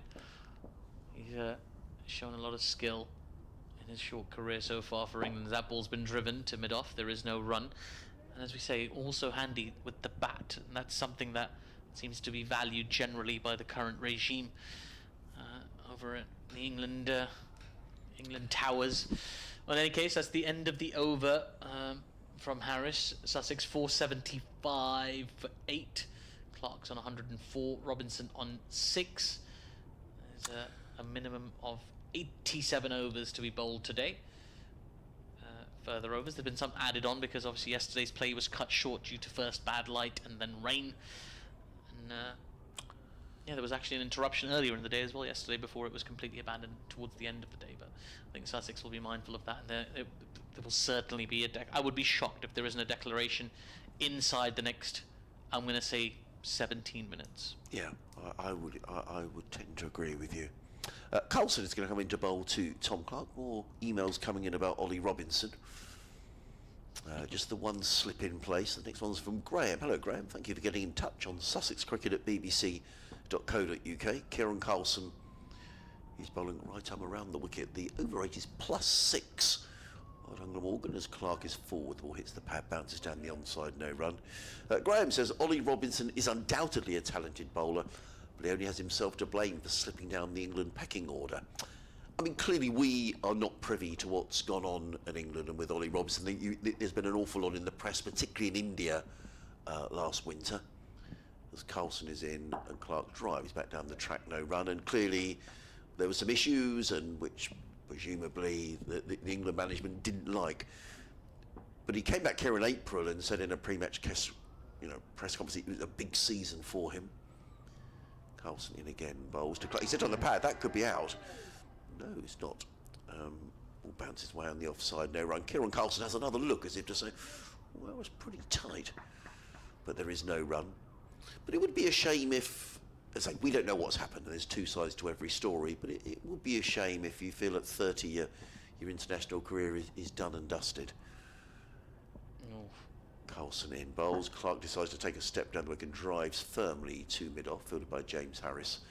One more to the total, 475 for 8, and particularly I think Atif, because with Jimmy Anderson and Stuart Broad having retired, yeah. They're not express pace 90 mile an hour, which England seem to be looking for. And Robinson does have skills. I'm not saying he's anything like in the league of an Anderson, but he's got those sort of skills. Anyway, we'll have to wait and see what the future brings. But at the minute, he's got the bat in hand. He's 6 not out, and he drills that one down the ground, and with bat in hand, he's going to get 4 runs. Clubs that through long on for 4 runs. He goes to 10, 480 for 8. Yeah, it was a terrific shot, that, just down the ground. Plays some really good cricket. Obviously, the pressure is off at the moment for Robinson and these lower order batters for Sussex. They know they've got pretty much an insurmountable lead at the moment, so they can go out there and express themselves, play some shots, but he's still got to hit them, and he's hitting them nicely at the moment, is Ollie Robinson. I was just looking at the replay of that LBW appeal. It looked really close. Carlson in again. Robinson down the wicket, and he pulls it away. Well, that's one of his favourite shots. 1 bounce, 4 clubs away over cow corner. Robinson is showing his intent. He goes to 14, 484 for 8. The lead 298. And talking about runs, Bob Pook in Hastings. Hello, Bob. Lovely to hear from you. Hello, Bob. Who's also a member of the Atif Nawaz fan club. More in a moment. Bob says, good morning, Adrian. Sussex are very close to 5,000 first innings runs this season. Wow. At an average of 417. Quite remarkable. Hopefully enough to secure promotion. And Bob goes on to say, I'm enjoying Atif's commentary and looking forward to hearing more of his amusing anecdotes throughout the day. Well, we've enjoyed having here, Bob. And as I said earlier, Atif has bought us boxes of chocolates today, which are those sort of boxes of chocolates you get at Christmas time. It was slim pickings where I was wandering around yesterday, and I wanted to find something, and and I just wanted to thank you and yourself and Nick for your hospitality and your warmth and your glorious company the last few days, which I very much enjoyed. So I thought it was the least I could do. Well, it's kind. Ian Shin has been in touch. Hello, Ian. And he says, hi guys, very happy with the Sussex performance and delighted for Tom Clark. Optimistic about a Sussex win, and so far so good. Was watching the live stream and listening to the commentary on my smart speaker. Would have stopped the experiment of the commentary on the smart speaker is about 2 seconds behind the stream. Well, that's good feedback. Thank you, Ian. You'll be pleased to hear that the smart speaker commentary is loud and clear. Thank you, Ian. We're never quite sure when we say, commentary available on the smart speaker, and you just sit there and go, I hope it does. It's a new directive this year. It is. I'm told to encourage people to use it. It's a new service, so why not? We should let people know it's available, but I've never used it myself personally, if I'm honest. As Harris is in, and that ball's been defended into the covers. There is no run. I'm sorry about that. I was thinking about smart speakers for a second. I think maybe I should be investing in one, because I'm usually quite up to date with my technological stuff, but smart speakers, I don't know, like in my house. I was very pleased with this. I did install some sort of clapper lights in my room. Oh. So they're quite good. You sort of clap and I see. And the lights come on, and you clap again, and the lights go off. Oh, right. That sounds a bit high tech. It's pretty good, unless you're doing stand-up comedy in your room. Then it turns into a disco.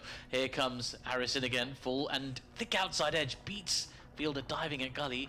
There's a bit of a chase on for Ingram at deep third, and they'll get back for 2 runs. Yes, they will. 486 for 8 now, the score. Right. Do you sort of find yourself there walking into a room and looking for the light switch? Oh, what's the applause for? That's the lead for the 300, sorry. There we go, 300 run lead for Sussex now, and just having a look at the balcony. Nope, no one in sight, not just yet.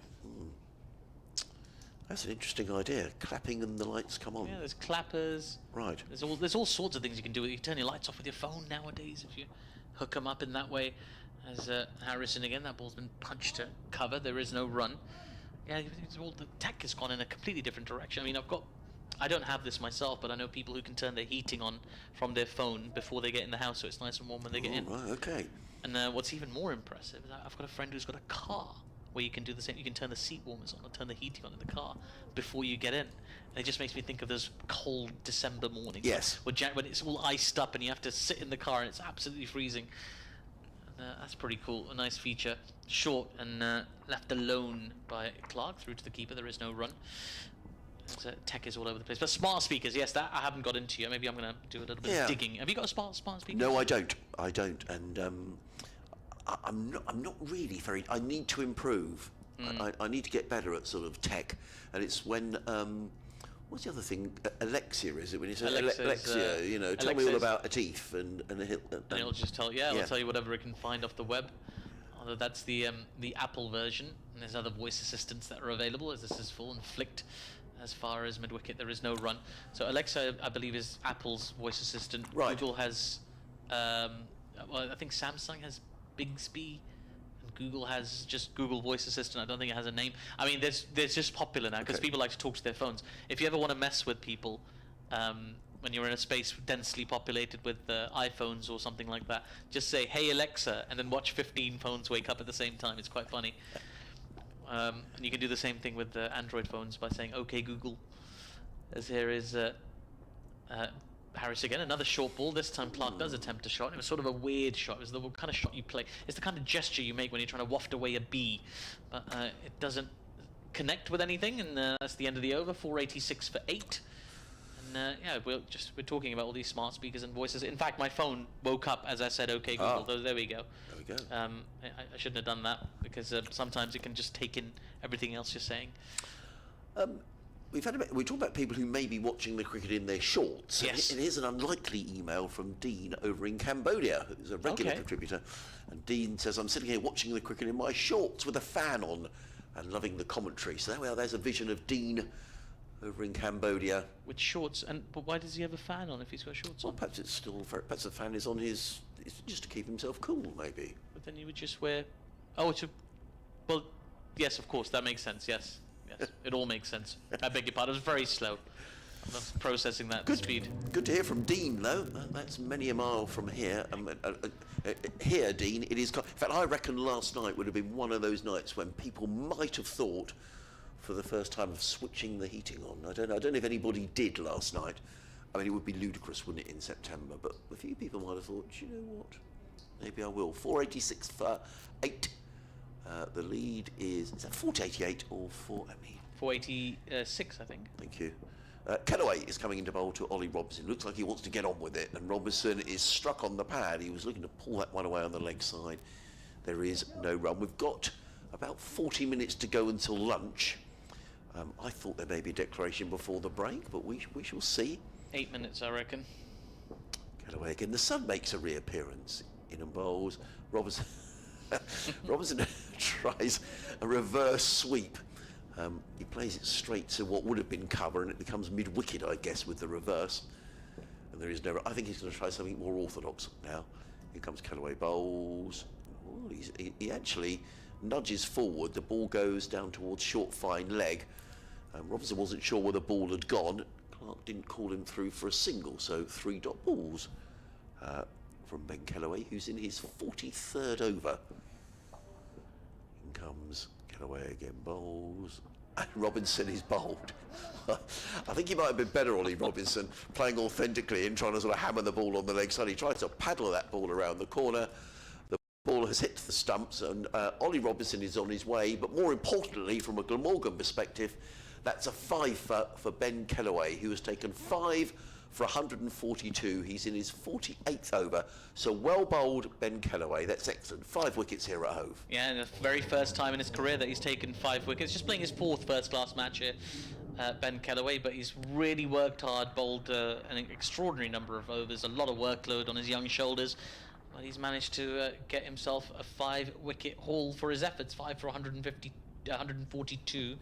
So it's not the greatest average, but it's still under 30, which is what you want, and I think it's a very much a justified reward for him. Not the best shot in the world from Robinson, absolutely, but Kellaway will be pleased. It's the visual that he'll remember forever. His first-class fifer, knocking over an England Test player's middle stump. That's always nice, isn't it? Yeah, absolutely is. Makes you wonder sometimes, doesn't it, when players are trying to play some of the new shots, whether sometimes there is a time when you just think, I'm going to take a step down the wicket. Ollie did it in the previous over, didn't he? He clubbed the ball over long on. But anyway, J. Devon-Woodcat comes out, so Sussex clearly not holding back their quicker bowlers for too much of a blast here, because Woodcat is on his way. Just to say, it's raining in Leicester, which will be very frustrating for Yorkshire. Good news for Sussex, we've got a bit of interference on the line, which is a little annoying. No, I don't think it's that. I think we've had a bit of dodgy connections here over the with our. I put a new lead in this morning, Atif. And, I see. And that seemed to have worked, so we'll see. What on earth was I saying? Yes, sorry. Leicestershire are 88 for 3, but raining at Grace Road. Gloucester 199 for 7 against Middlesex at Lords, and I think Surrey are losing quite a few wickets. They're 228 for 6 down at Taunton. That's annoying, that buzz, isn't it? Let me see if I can sort that out. I wonder if it's my cable or yours. That seems like it might have gone. It might have. Yeah, I feel like it has gone. Also, I'm being exceptionally still right now, so. As Kellaway comes in bowls to Woodcat, who drives handsomely into the offside. There is no run. He was awarded his county cap yesterday, J. Devon-Woodcat, and I went to interview him at lunchtime, and what a lovely man he is. How many games has he played for Sussex now? He would have played, just break off as Kellaway's in bowls, and Woodcat defends down the offside, no run. So he played 3 at the end of last season from memory, and this will be his 3rd this season. But as Kellaway gets a nice round of applause from the Sussex crowd, very sporting, well bowled. Kellaway, 40. Is that 43? Why is that shocking? 43 overs, 8 maidens, 5 for 142. That's right. Generally, when overseas players arrive, they're always automatically capped, but they feel they should sort of at least do something to warrant their cap. So, hasn't played a huge amount. Yeah. But he is number 163, and he was very proud to be 163. Played a couple more games than Shakib Al Hasan, I suppose. So he got a cap. Yeah. Yeah, I guess Sussex do the same. I guess Surrey do the same thing. They just kind of hand them out, don't they? Yeah. Actually, Surrey now lost another wicket. 228 for 7. And I think it is Shakib Al Hasan who just got out. And Archie Vaughan's taken a 5 for. Oh, wow. He could be bowling Somerset into contention in the county champion. Looks like it might be spinning down in Taunton. A lead of 100 or so might be useful. He's made a sort of eye-catching start. I saw a lot of high-profile personalities in cricket tweeting about him yesterday. So I think, as you might imagine, with being second generation, here's Gorwin into Clark, who drives the ball aggressively out towards the deep extra cover boundary and then turns down the single. So there we go. There's an indication on what they're expecting here. Yeah. They want some lusty blows from Tom Clark, and he hasn't really provided them really thus far in his innings. It's all been quite finesse and sort of a dogged determination type knock. It's not been the kind of knock where you he wants a new bat. He wants a new bat. I think maybe he's got a mongoose bat hanging out back there somewhere. Do you remember the mongoose bats? No. You don't remember the mongoose? It was sort of had a longer handle, right, and just a lower chunk of actual bat, which was all middle supposedly. Right. I've only ever had one bat in my life, Atif. You're kidding? No, one bat, and it was. I used to work when I was a school kid. I used to work in the local off licence, filling up the shelves with bottles of beer and various things. And anyway, the off licence was about to close, and the owner said they knew I played cricket and they'd like to buy me a cricket bat. How nice! And they bought me. It was an SP, and St Peter was it? It was the one that Tony Gregg used to use. Oh, wow. And that's why I wanted it, because he was England captain at the time. And I've still got the bat. Hasn't been used for years, but it's sitting at home in a cupboard somewhere, taking up room. That's very cool, though. Yeah, well, you've held on to it all these years. I have, yeah. I probably have a cricket ball hit it. It will probably sort of splinter and in half. But it's so I've had it. What crumbs now? That is probably for about I don't know, 45 years or something. Atif. I try to hold on to most of my early bats, but then I came across this organisation that sort of takes sort of spoiled bats and then sort of fixes them and then gives them to underprivileged people. Oh, great idea. So I thought well done you. I'd support that. As Gorvin is in, big swing outside the off stump, and there's no connection though. It's a dot ball. Yeah, there's a few organisations you can sort of find them online. I'm sure if you want to sort of donate old cricket bats with little cracks and things in them. I know for a lot of people they just sort of collect dust, and if they can be useful to someone else, I think that's a nice way to do it. And also it's an excuse to buy a new bat, which is always nice. I was gifted one by my club captain a couple of seasons ago. As this is full big swing from Clark. I think he might have found the gap this time. He has. Mid-wicket boundary. Bang, it goes into the advertising hoarding. And that's a welcome boundary for Sussex as they try and push on. Clark onto 111. And Sussex 490 for 9. Just a minute to go to midday here at Hove. Talking about bats, Atif, did you see that Essex got deducted points yesterday for a bat that was too big? Really? Yeah. Well, that's unusual. Here's Gorwin in again as this ball's been worked out towards mid-wicket. He'll take a single. Do tell. Yeah, I think Essex got deducted. I think it was Feroz Kushi was playing in a championship match and they tried to put the bat through the gauge. There's a bat gauge? Yeah, the umpires have a bat gauge to make sure that the bat's not too big and it complies with the How many regulations. things are modern umpires carrying these days? You've got a ball gauge, a bat gauge, 6 stones in your pocket. 6 stones, maybe the little clicker thingy if you're lucky, a light meter, a walkie-talkie. Yeah. And it was filmed to be slightly too big, and I think Essex's defence was, well, as far as they were aware from the bat maker, that it was within the regulations, and I believe they've been deducted 10 points. They're not happy about it at all. I'm just having a look online for cricket bat gauges, just so I can see what one looks like and how much space it would take up in a pocket.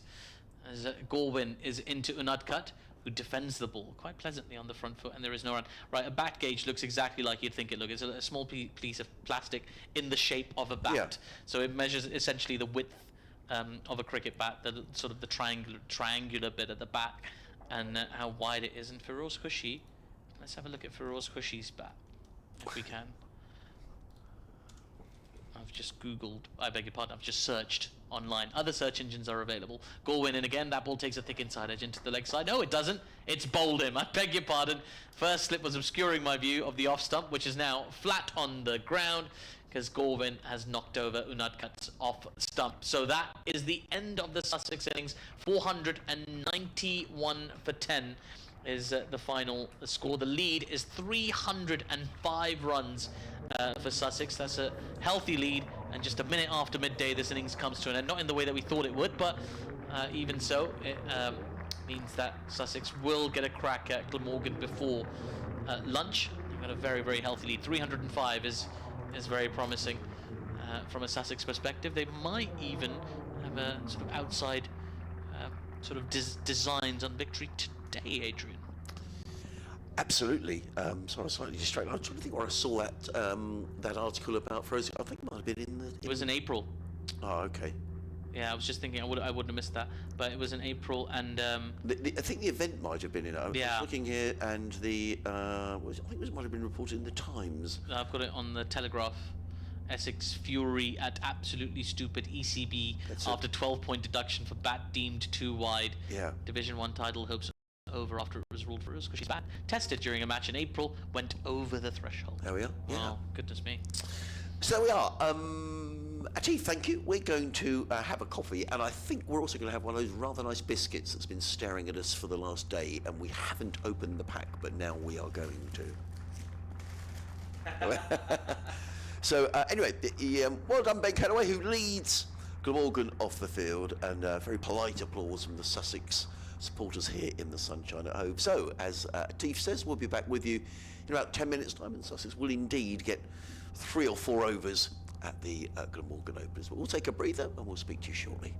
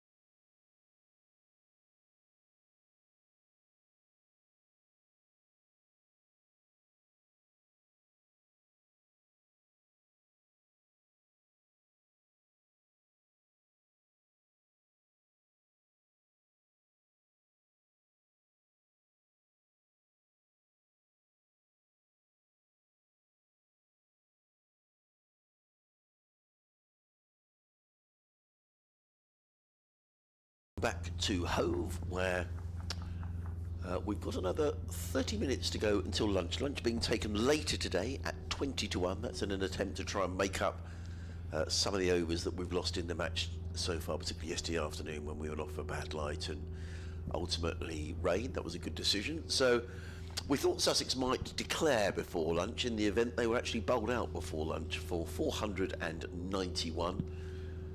John Simpson top scoring with 117, Tom Clark with 112, and Ben Kellaway, wonderful effort from him, 43 overs, 8 maidens, 5 for 142, and Nick Webb sitting next to me from BBC Wales, a nice moment as he led the side off. Yes, I managed to get a quick snap or two for social media purposes. This will be on the BBC Sport Wales account as well as my own, and Nick Webb 2017.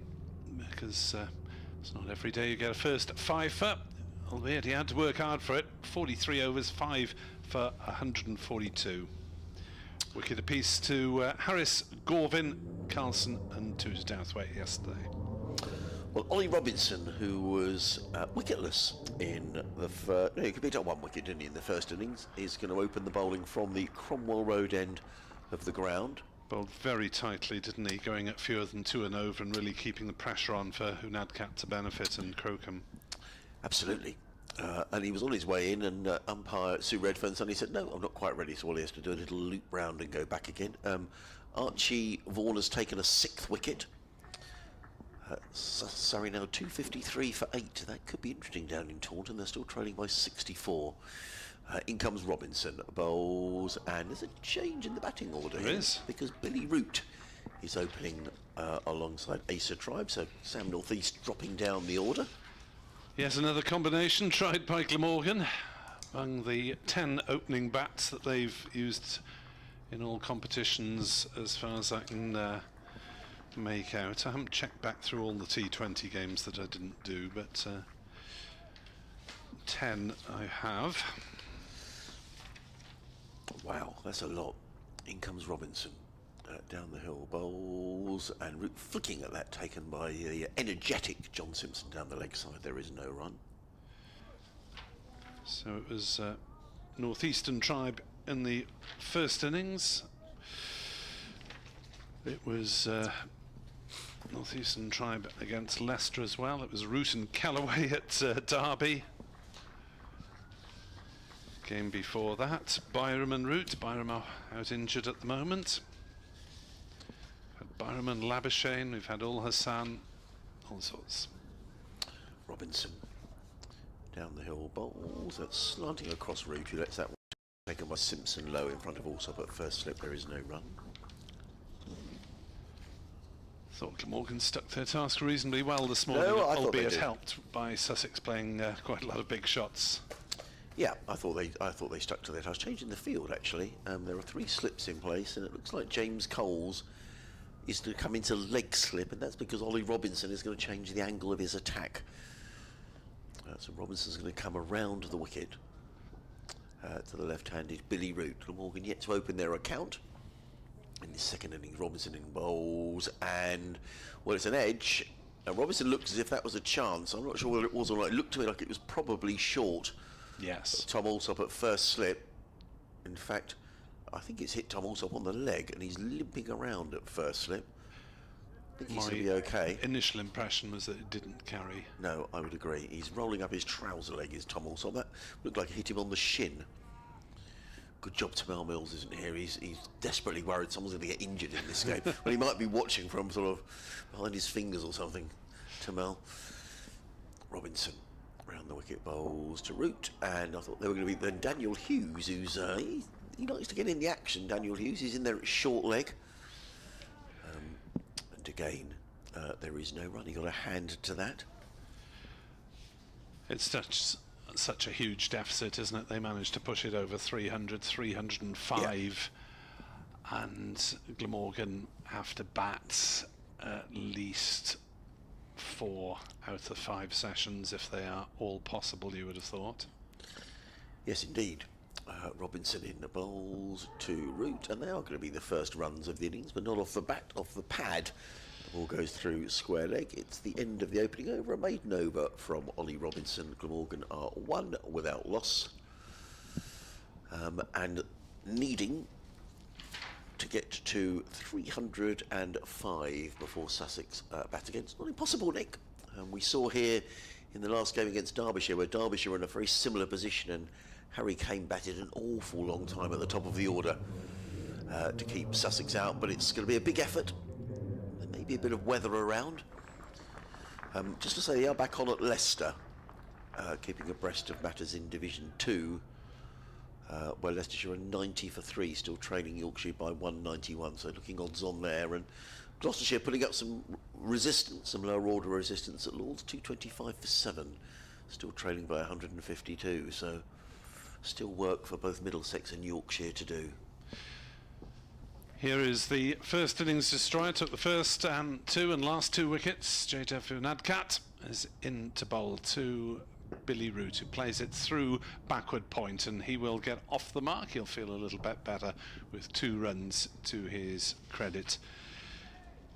Billy Root, who has had a lot of championship starts in the first block in particular, has not really done anything since the resumption of championship cricket, but a whole host of 20s, 30s, 40s, highest score of 67, which he will be very keen to improve on as Unadkat bowls, and Root pulls him through mid-wicket and has timed that sweetly, and it will run down the hill towards the stand away to our left, with the Sharks letters picked out in blue seating, mostly white seats.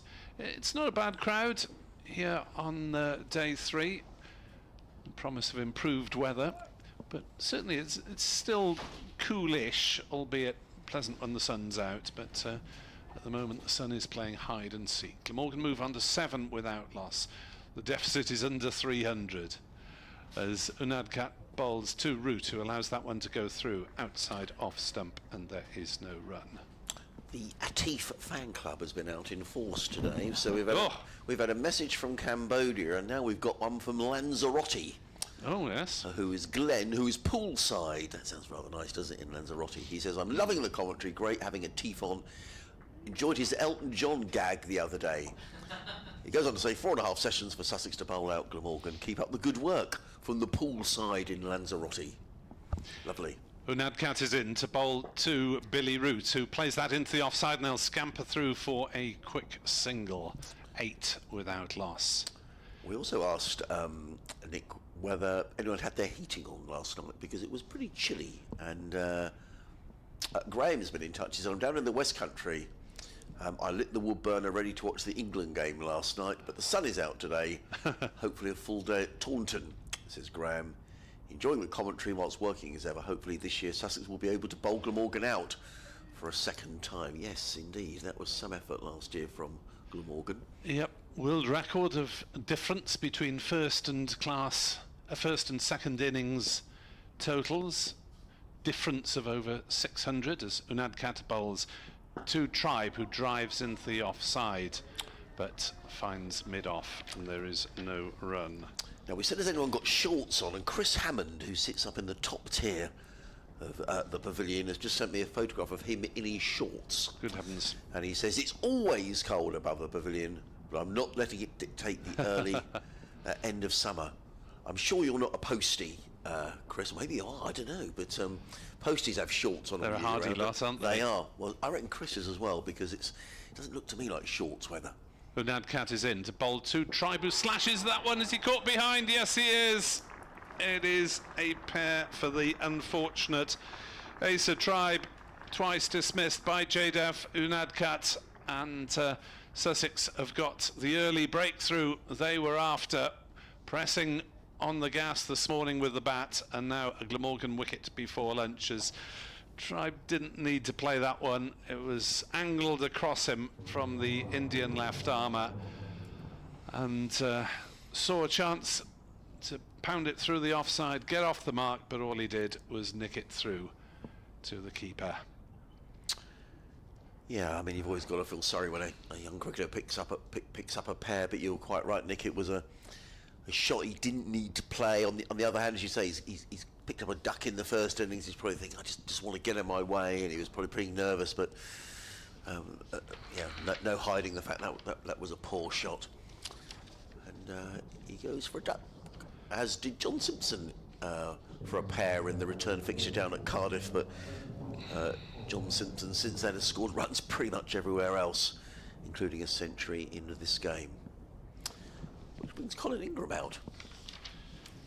Indeed, Glamorgan have played a bit with their batting order, but Ingram back up to 3 at the moment, having started the championship season at 5, and they haven't quite got the mixture right in this top 3. But Ingram, a very, very important man if Glamorgan are to save this. Indeed, and he's facing Ollie Robinson coming down the hill, comes in and bowls to Billy Root. Ingram at the non-strikers end. Root with 2 left-handers in, defends into the offside, and there is no run. Leading run scorer in the division, Colin Ingram. I'm a fine player, but as Nick says, it will need something pretty special here with the amount of time left in the game, although Sussex will be keeping everything crossed that the weather doesn't intervene. At the minute, there's some pretty threatening cloud around Hove, but quite a breeze that's blowing that cloud along at a brisk rate as Robinson is in, bowls to Root, who defends, and Robinson fields off his own bowling. There is no run. It's not total cloud cover. There are some patches of blue, but not that many. And you just hope for Acer Tribe's sake that he gets a chance somewhere in the middle order in the next couple of games. Yeah. I mean, it's pretty tough, isn't it? I mean, how old is he, Nick? 20. Right. I mean, you know, you're in a championship match here against 2 bowlers who have played international cricket. You've been out in the field for a long time, and let's hope better times lay ahead. As in comes Robinson around the wicket, bowls, and Root's beaten outside the off stump. Good delivery by Robinson, who's beaten the outside edge a lot in this game. He's only got the 1 wicket to show for it. 8 for 1, Root on 7, Ingram yet to score. Yeah, you get the feeling though that Robinson did very much play his part in bowling out Glamorgan cheaply in the first innings, even though he just got the 1 wicket out of Chris Cook, trimmed his off bail, which is the 7th wicket to go. But Robinson really did keep up the pressure and allow the other seamers to benefit. 3 slips and a leg slip in place, but Robinson around the wicket, down the hill, bowls to Root, who covers up a ball that would have hit his stumps, played to mid-on. There is no run. Glamorgan will just be desperate here to get through to lunch without losing any more wickets. Yeah, he's quite jumpy looking at the crease, Billy Root, but it is his normal demeanour. Is he the sort of guy who would volunteer and say, yeah, I'll do it, Skip? Or do you think he was asked? I'm not sure of the processes, to be honest. Robinson around the wicket again, bowls to Root, who's forward and nudges that one through the slip cord, and the ball is racing towards the boundary. Hudson Prentice in hot pursuit. A good sliding stop by Hudson Prentice, but not before Billy Root comes back for a couple of runs, and Glamorgan into double figures. 10 for 1, 9 of those to Billy Root. Now there must have been an extra which I missed somewhere along the line. The first one was a leg by, wasn't it? Ah, thank you. Yes, it was. Yes, it was a leg by. The sun is back with us, which is good news, and overlooks a picture as Robinson makes his way around the wicket, bowls to Root right up in the block hole, and Root defends down to mid-on. There is no run. End of Ollie Robinson's 2nd over. He has bowled 2 overs, 1 maiden, no wicket for 2. Glamorgan are 10 for 1. Billy Root on 9. Ingram yet to score. Glamorgan needing to score 305 if they're going to make Sussex bat again. Yes, it really is a formidable total, isn't it? Just looking here at some of these other scores. Surrey now 276 for 8, trailing by 41 in that big game at the top of the championship. Gloucestershire still only 7 down, 235 for 7 at Lords. Leicestershire haven't lost any more wickets, 90 for 3, trailing Yorkshire by 191. As Unadkat is on his way in from this sea end with 3 slips in a gully, full length ball that is defended by Ingram on the offside. A horrible little period for Glamorgan this, albeit it came courtesy of them bowling Sussex out. I think I might have been tempted if I was Sam Northeast to tell bowlers to bowl a little bit wide for a few overs and just keep Sussex at the wicket without scoring. Unadkat bowls, worked to short leg by Ingram. No run. So as well, the short leg, there's 3 slips and a gully come 5th slip. There's a point, there's a mid-off. Tall figure of Ollie Robinson polishing away on the ball at mid-on. Short leg and deep fine leg, grazing in front of the dressing room area. And first to lunch.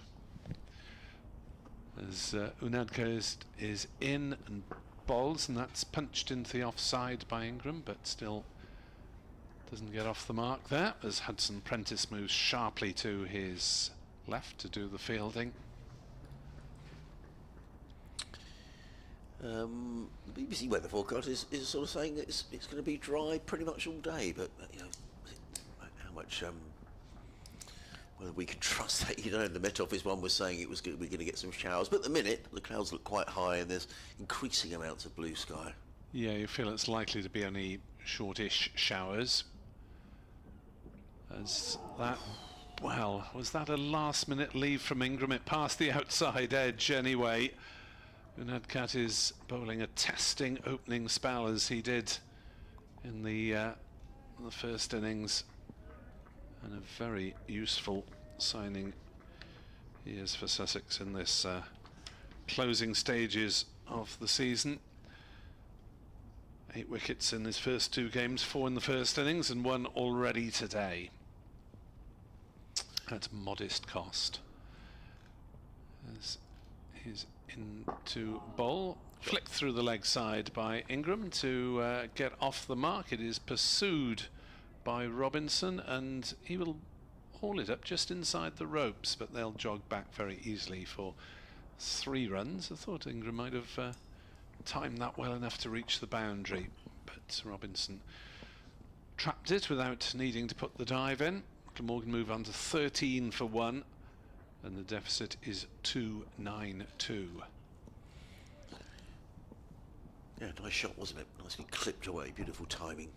Be interesting to see when Carson is introduced into the attack. Yes. As Root defends to mid-on, no run, end the over 13 for 1. A marathon operation for Ben Callaway, 43 overs, 5 for 142, with his off-spin, apart from 4 balls of left-arm spin last night. Also saw 11 overs of Carlson, who got the wicket of Carson. As I put on social media, I'm glad I wasn't on commentary for that particular duel. Yeah. Although, of course, we're quite likely to see it the other way round in the course of this innings. Well, certainly Jack Carson, when he took his 11 wickets in the match against Derbyshire, bowled predominantly from this end of the ground, from the sea end, and I think he'll probably have a long stint today as well. They're going with the seamers initially. We've got an update to do in a minute, so I just better push my headphones back in so I don't miss my cue. As Robinson is on his way down the hill, bowls to Ingram. That's an absolute snorter from Robinson. Ingram did well not to get a touch on that. It went right through his defences. Very lucky not to get a little nick taken by Simpson, and there is no run. And I mean, clearly there's still Northeast and Carlson to come, but this would be a prize wicket. Very much Colin so. Ingram, who's been in, he's an exceptional player, been in excellent form this season.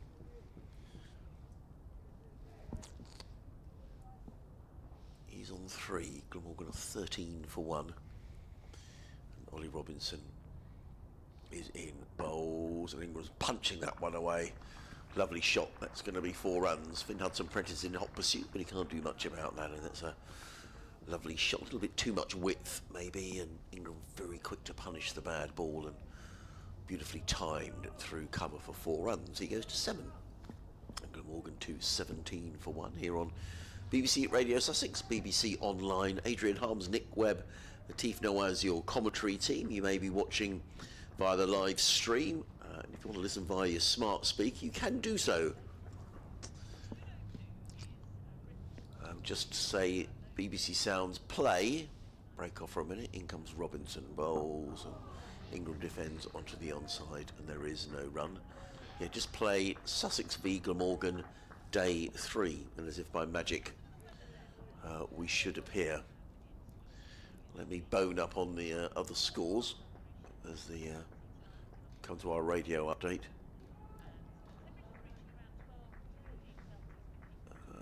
Right.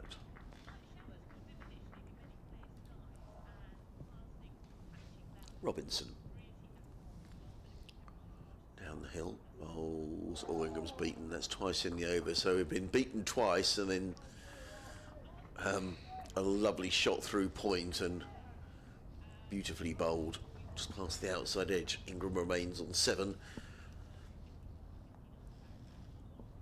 3 slips awaiting. 3 slips in a gully. Point mid-off. Mid-on. Short leg. And a fine leg.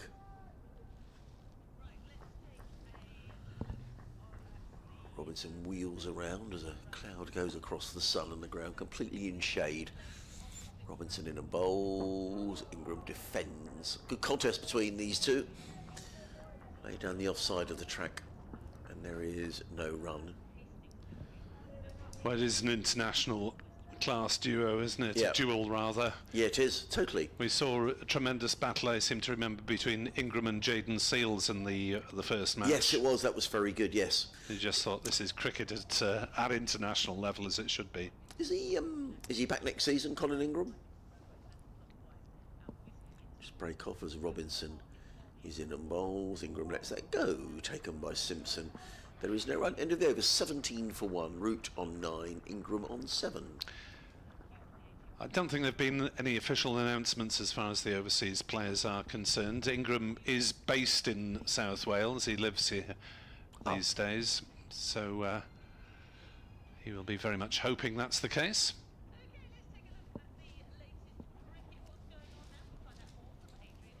Well, the good news is the sun is out here at Hove, and the other good news is that Sussex are doing very well. They were eventually bowled out for 491 this morning. John Simpson top scoring with 117. Tom Clark undefeated on 112. Then in reply, Glamorgan are 17 for 1. A wicket already for J-Dev and Nudcat. Billy Root is on 9. Colin Ingram is on 7. Glamorgan needing 305 if they're going to make Sussex bat again in this game. Meanwhile, in the top of the table clash down at Taunton, Surrey have lost wickets regularly throughout the morning. They're now 282 for 9. Tom Curran undefeated on 52, and they trail Somerset now by just 35 runs. And there was a lovely shot by Billy Root, clipping away through mid-wicket for a boundary. 21 for 1. The deficit 288, and equally importantly to Glamorgan, 7 minutes to survive until the lunch interval as Unadkat is in the ball. Big appeal for LBW, dies away. Unadkat has his head in his hands. Umpire Long was not convinced, and Root survives. So have another look at that on the monitor. Going down leg, I believe. It looked as though the angle was a bit too much. Unadkat bowling left arm over the wicket to these 2 left-handers. We've had a plethora of lefties in the top order, particularly from Sussex, of course, as Root is squared up by that one, jabs down on us and plays it out on the offside, and there is no run. So, the course of the morning, Sussex resuming on 407 for 5, bowled out for 491. Ben Callaway ending with a 5-wicket haul, has won a piece this morning for Harris Gorvin and Carlson.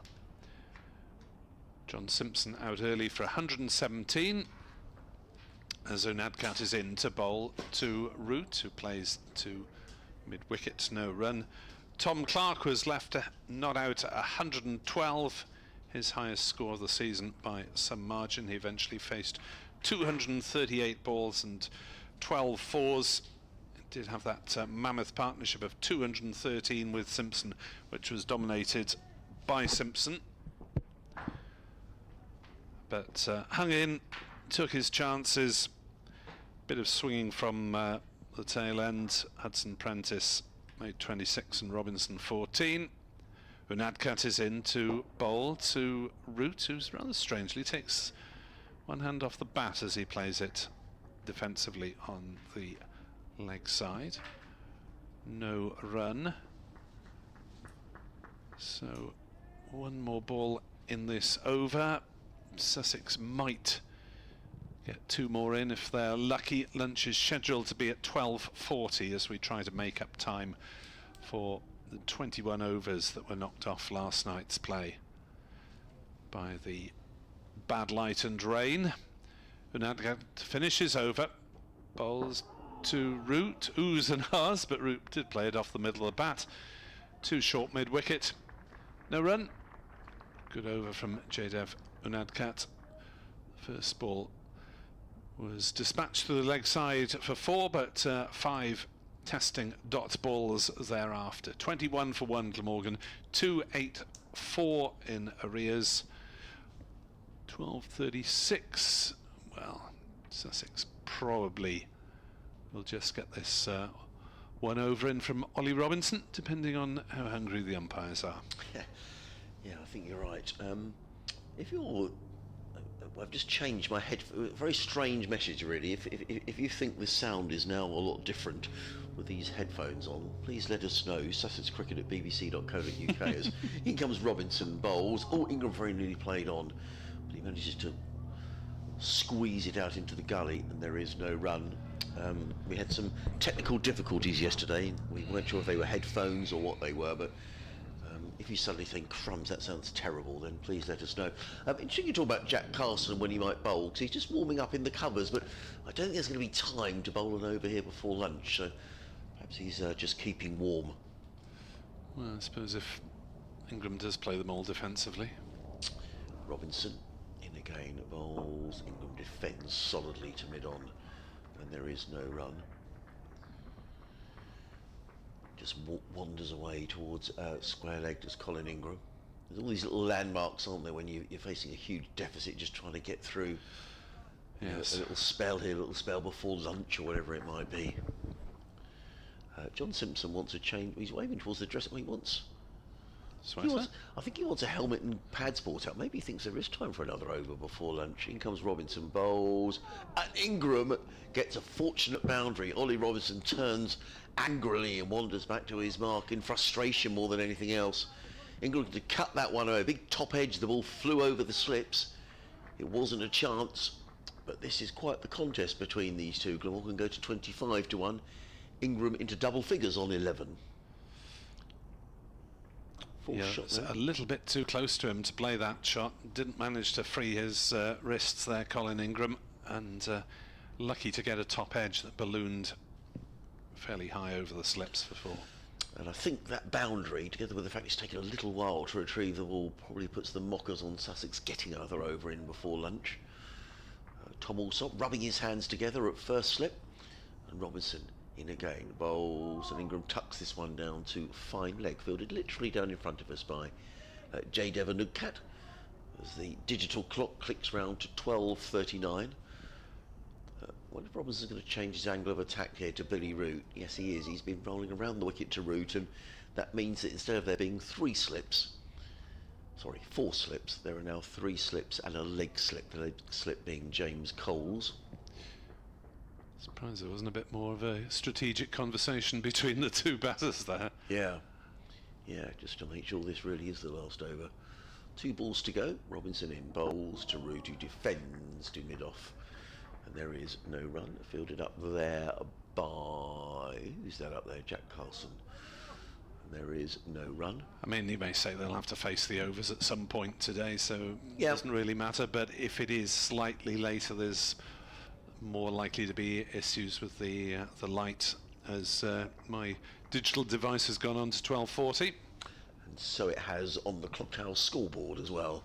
So we're all aligned with our times. This will be the last ball before lunch as Robinson is in and bowls and Root defends a ball that would have hit his stumps, played to mid off.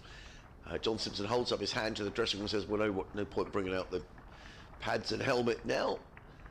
I think we were going to get a change in bowling maybe for the last over before lunch. Ollie Robinson gets a pat on the back, but well done to Billy Root and Colin Ingram, who have survived until lunch. Glamorgan 26 for 1, as I say, 305 needed if they're going to make Sussex bat again. Ingram on 12, Root on 13. It's time for Nick and I to go and grab a sandwich or whatever we can find in the cafe, and we'll be back with you in about 40 minutes' time.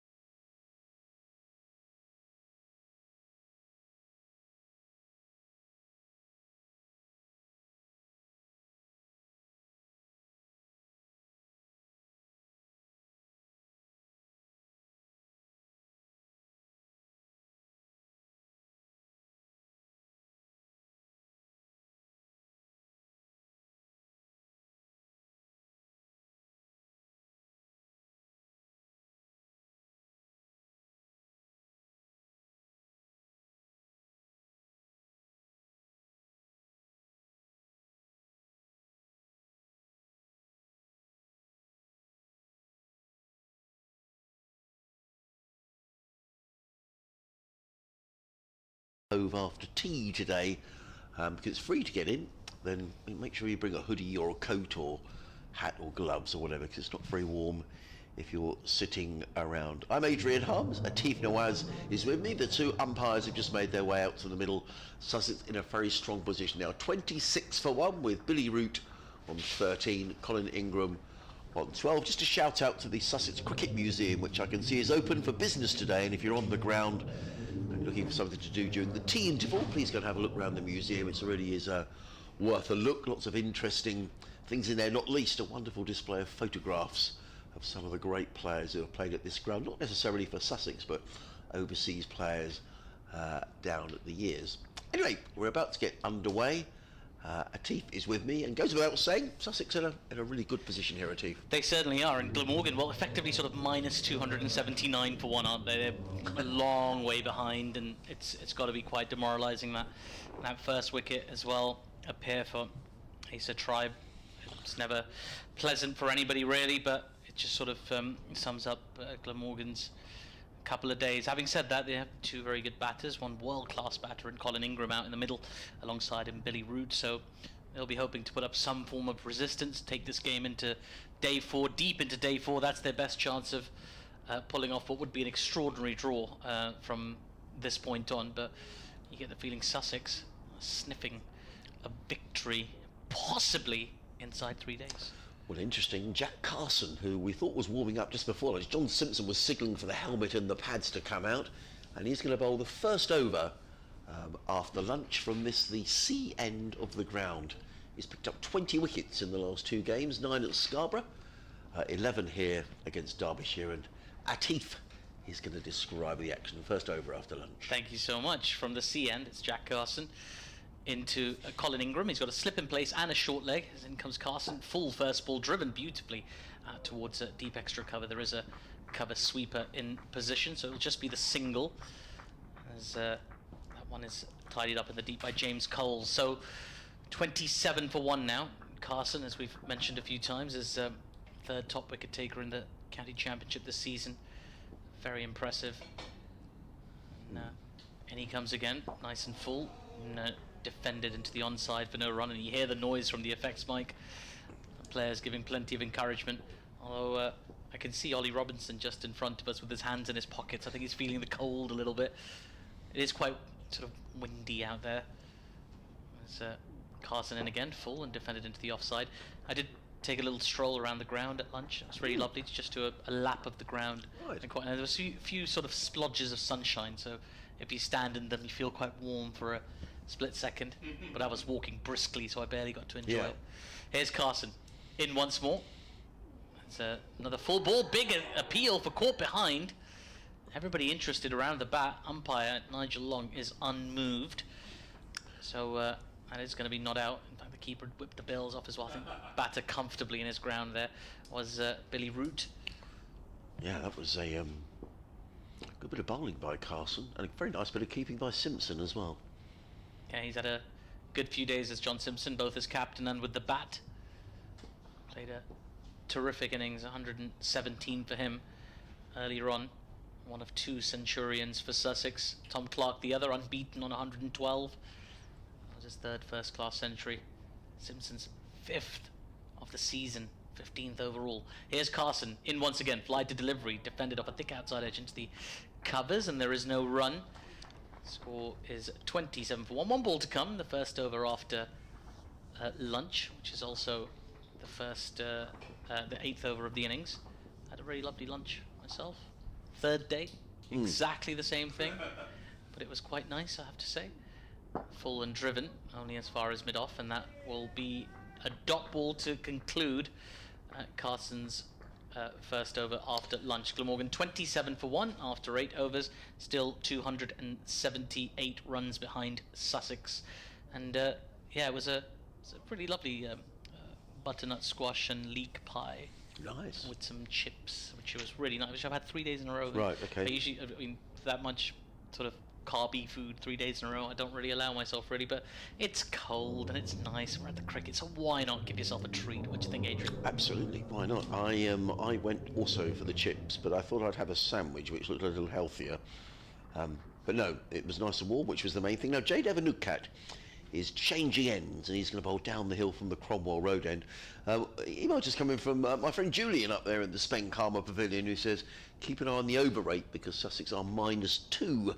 We don't want any points deductions. No, I'm sure they'll have that under control. But they have lost, I believe, 3 points this season for a slow over rate. There seems to be some debate if it's 2 or 3. But one of our correspondents, Steve Oxford, got in touch and said, no, it's definitely 3 points they've lost. And you have to work so hard for bonus points, it seems a bit silly to toss them away with a slow over rate. Anyway, in comes a Nugcat running in down the hill in the sunshine. Bowls to Colin Ingram, who works this to backward point, fielded by Hudson Prentice, and there is no run. Yeah, every point is kind of crucial, isn't it? The County Championship. I've seen a lot of Surrey fans celebrating that extra bonus point they managed to get before being bowled out. And obviously we've been discussing Feroz Khushi and his slightly too big bat, which has caused a 12-point deduction. I mean, that's massive. And the Essex chair had some... well, he didn't hold back with his comments. No, he didn't. Nugcat in bowls. Ingram is forward, placed a backward point. There is no run. We were talking before lunch about rain and putting roofs on stadiums, that sort of thing. I'm just looking here, there's a test match going on between Afghanistan and New Zealand, and it's day 3 of 5, but I don't think they've bowled a ball yet. No, they haven't even done the toss yet. Right. So, in fact, I believe the teams haven't even arrived at the stadium yet. Wow. So, 3 days into that test, and there's a lot of fury online about why that venue was chosen, with the poor drainage options that it had, and then the Indian Cricket Board have responded, and I'll tell you what they said in a second. Nugcat in bowls, hammered away by Ingram into the covers. Good stop by Jack Carson, no run. Oh, James Coles, I'm sorry, no run. He's doing the yards, isn't he, James Coles? He was cover sweeping the other side, and now he's in the covers the opposite end. So from what I gathered, the Indian Cricket Board had offered, the BCCI had offered the Afghanistan team a choice of 3 venues, and they chose Greater Noida because of its proximity to both Delhi and Kabul. So it felt as close to a sort of home-ish fixture. Of course, Afghanistan don't play any international cricket at home. Nugcat in bowls, defended by Ingram down the offside of the track, no run. And so, there's still plenty of fury and inquisitions and things like that, as you would imagine after 3 full days of a test match have been, there was sort of rain, but then you look at the covers and they've not really covered much of the outfield and things like that. And apparently there was a ground curator from a different cricket ground who was drafted in, a senior curator, to come and tidy things up, but yeah, it really is a shambles over there at the moment. Nugcat in over the wicket bowls. Ingram defends, just takes his hand off the pad and plays it with just very soft hands into the gully region, and there is no run. Where they are playing is up in the northeast, where Lancashire are in real trouble and in danger of relegation from the First Division, because Durham 518 for 4, a double 100 there from David Bellingham, who's been in terrific form this season. I believe he's the highest run scorer in the Championship, and Durham leading Lancashire by 290. I saw Luke Wells, formerly of Sussex, during the T20 game here last week against Lancashire, and he was saying how important it was Lancashire should win a couple of games. In comes the Nugcat bowls. Ingram lets that go outside the off stump. Suggestion from a Nugcat, that didn't miss the off stump by very much. Nonetheless, good leave by Ingram, a maiden over. And Glamorgan are 27 for 1, with both Root and Ingram on 13 apiece. Yeah, you mentioned David Bellingham. He's got nearly 1,200 runs so far this season at an average of 90.53, so he really is flying, and those tables, sort of the stats tables, tend to be dominated by Warwickshire and Surrey, really, but a Durham man right at the top wicket taker in Division 1, Ollie Hannon-Dalby with 46, and closely followed by Jamie Porter of Essex with 45, and Alex Davies in the runs for Warwickshire, Rory Burns for Surrey. A lot of familiar names in those top lists for Division 1. Here's Carson into Billy Root, fly to delivery, which Root gets forward to and defends to mid-off, and there is no run. Ollie Robinson's got the ball in his hands, giving it good old polish for chucking it back to Carson. And he's got his sunglasses on, he's bowling with his shades on, which you understand. His shirt is fluttering away in the wind. So he comes again. This is shorter. It's been hammered out towards deep extra cover. They might come back for a second run here. No, they opt not to take on the arm of James Coles. Deep extra cover. Just a single taken. 28 for 1 the score. Yes, really quite wise. He's got a good arm as Coles. Don't want to run out, do they? It's the last thing Glamorgan would need. Yeah. They just want to dig in really for some resistance as the next ball's defended into the onside for no run. Yeah, it's been a busy old September, as we've been saying. Lots of cricket. Still 2 matches each to come for both these teams after this one in the championship this season. It could be quite a thrilling climax. Here's Carson again, a turning delivery which has been left alone by Ingram. He sort of left it on line and expected it to turn, which it did, but perhaps not as sharply as he expected, which induced the yelps of agony from the slip cordon. A little moment there for Carson. He's still got a short leg in place, 2 slips, and the fielder each on the deep on the boundaries either side of the square, full and driven out towards that fielder at deep extra cover. In fact, it's going to beat the fielder at deep extra cover. It's going to go to the boundary. Terrific shot from Colin Ingram. Was a little bit fuller, and he unleashed a mighty drive with his full backlift and had enough power on that drive to beat Coles at deep extra cover for 4. Glamorgan onto 32 for 1. Ingram onto 17 off 25. He looked quite good in the first innings as well, Ingram, before he got out. He was sort of 27 off 51 deliveries, played some lovely shots. Coming into this game, of course, with a big double 100 in Glamorgan's previous game, an unbeaten double 100. It's Carson in short again, outside off, and cut this time directly into the path of James Coles at deep extra cover. And there is no, there is a single taken, I beg your pardon. 33 for 1 is the score. 10 overs bowled in this innings for Glamorgan, and still very much in arrears, 275 of them. It is raining in Leicester again. Leicestershire 90 for 3, so it'll be hugely frustrating for Yorkshire because they just need 7 more wickets, a lead of 191 to wrap up victory against Leicestershire. And Gloucestershire with some very good lower order resistance at Lords, 368 for 7. Zafar Gohar going on very nicely. He's 63 not out. Looks like it could be another flat track at Lords. I mean, the game that Sussex had at Lords, I'd say, it was an awful game of cricket. You know, it was flat, and everyone had virtually given up the will to live after 4 days. Yeah. I wonder if it's getting flat there again today. We shall see. Jada Vanukhat is going to come running in from the Cromwell Road in 4 overs, 1 for 14. He's in and bowls. Oh, and Ingram is lured into a cut shot, which goes through to Simpson. There is no run. A rather flashing shot that, wasn't it? It was. From Ingram. It's not really the shot of a man looking to defend out 2 days of play or 5 sessions. But I suppose Ingram bats the way he bats, and he's got a ton of experience, so it's hard to second guess him, really. Yes, that game at Lords earlier on this season, Sussex made 554 for 9 in 164 overs.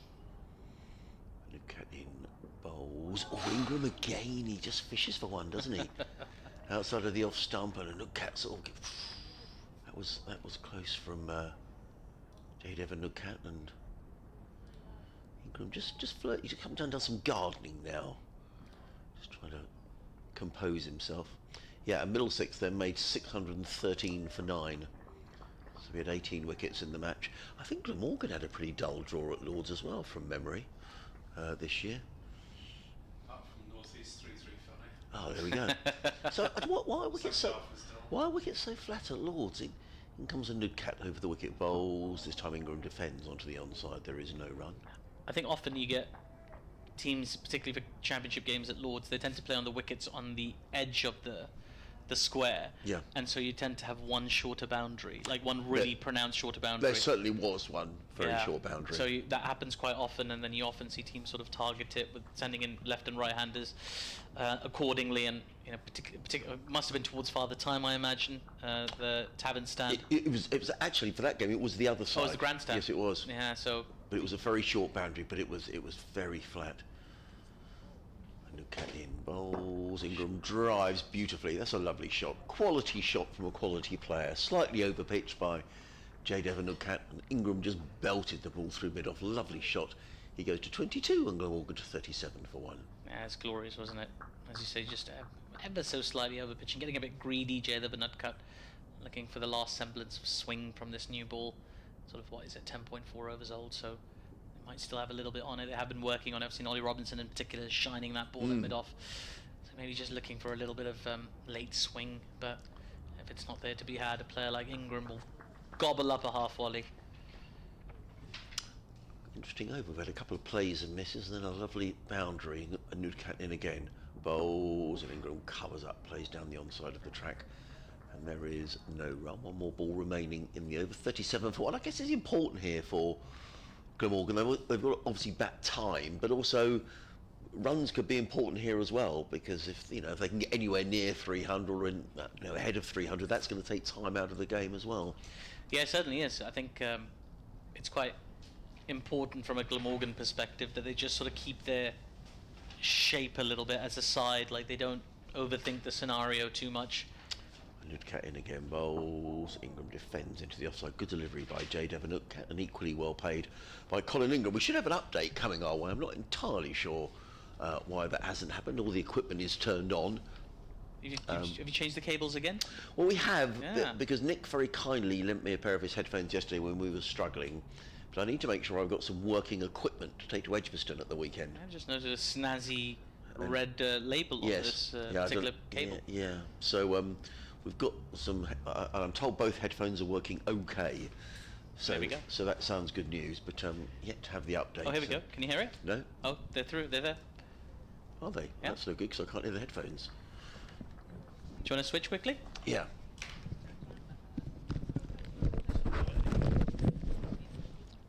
Can't hear anything. Oh, so that's no good, is it? See if you can hear through those.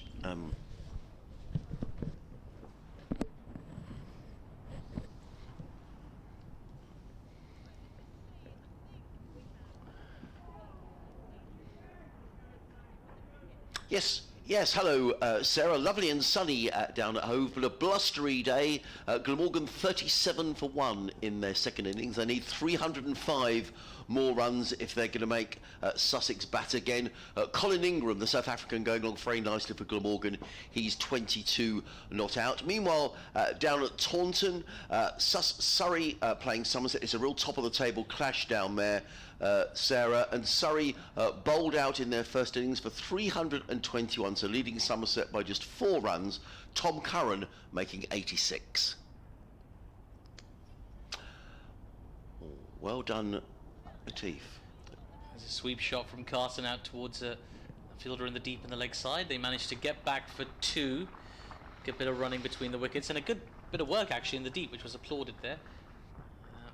Sure who it is out there. I can't see the shirt number from this distance, but It is, I think that's Finn Hudson Prentice out there. Finn Hudson Prentice, number 33. Yeah, all the threes. All the threes, indeed. Here's Carson in again.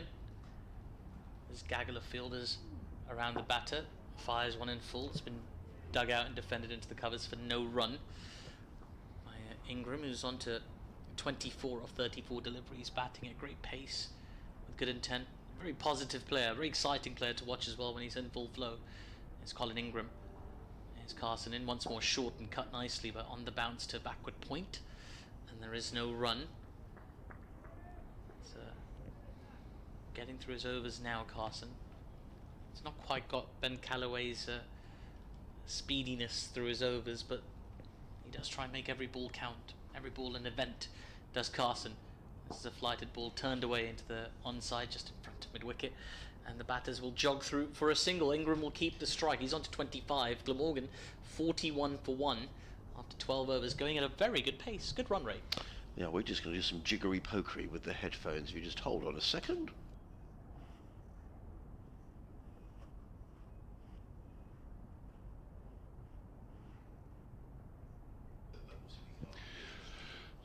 So 41 for 1, deficit 264 for Glamorgan, and potentially 69 overs remaining today, though it would seem unlikely unless we get a really sunny evening, and we have had varying amounts of cloud during the course of the day.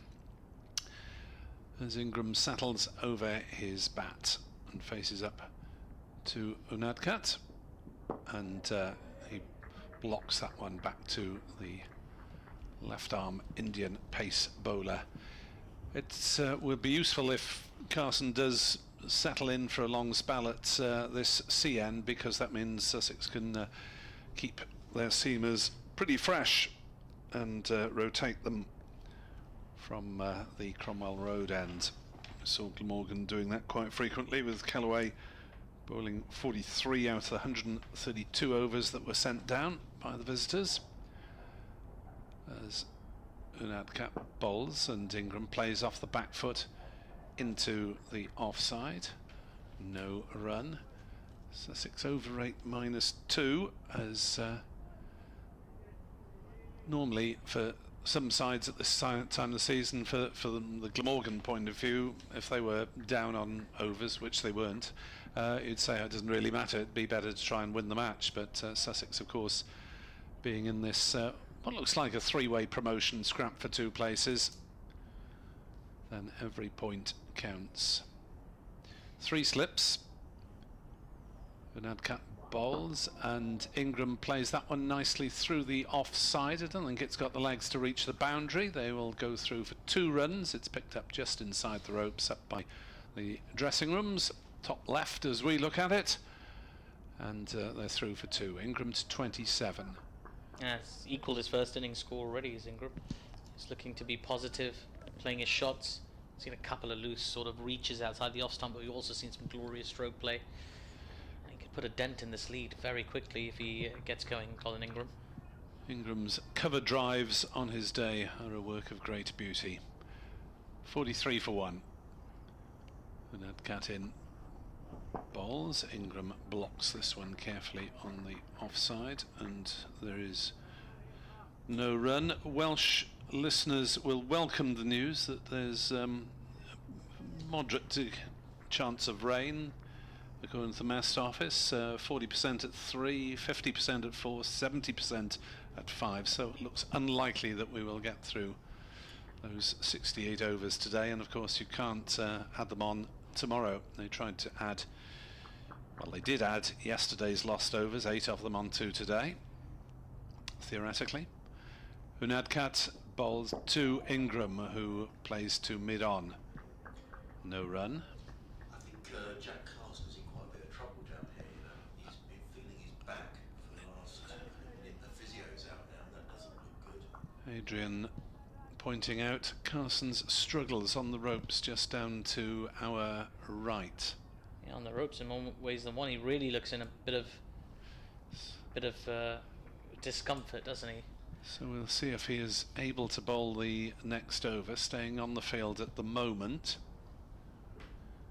Last ball of the Unadkat over from the Cromwell Road end, and Ingram hoiks that one away on the leg side, a little flick, and it went bouncing into the ropes at backward square on the shorter side of the ground. Ingram's strong off his hips, one of his favoured one-day white ball shots, brought out against the red ball. He moves to 31, the total to 47 for 1. The deficit is 258, and good news for Sussex is that Carson is jogging over. No, I thought he was jogging over to bowl, but he isn't. He is jogging, so at least he's not completely struggling with that potential back problem, but he will be replaced in the attack at this C end. In fact, he's going off, isn't he? He's taking a Sheeley off the substitute fielder, and he's going to go jogging off and maybe get a little bit more treatment. I can see the physio walking briskly round the outfield to meet him in the dressing room and do some further inspection. Hopefully nothing too serious. We'll see if Sam Northeast emerges in the next couple of wickets, because he was off the field for a while during the Sussex innings, so we'll see if he did open in the first innings. I just assumed it was a tactical decision, but we'll check if he doesn't appear in the next couple of wickets. There's Henry Crocombe into the attack for the first time in this innings. He bowls, starts bang on target with a good length delivery, left alone, shown that respect by Billy Root as it goes through to the keeper, no run. Yeah, bowled well Henry Crocombe in the first innings, 2 for 52 from his 11 overs. And if you could nip a couple of wickets here, I'm sure Sussex will go into a potential rain delay a little more at ease.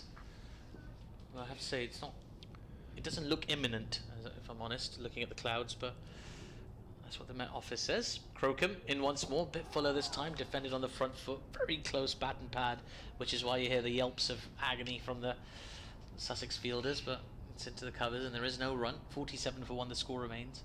I did see that Met Office report earlier in the day where it suggested at 3 o'clock you'd get some rain, and you were sort of nailed on for rain at 4 o'clock. And it would sort of continue through to what would be the end of the day, but I'm hoping it'll just miss the ground or not happen at all. That could happen as well. Here's Henry Crocombe in once more as that ball's turned into the onside by Billy Root, and there is no run.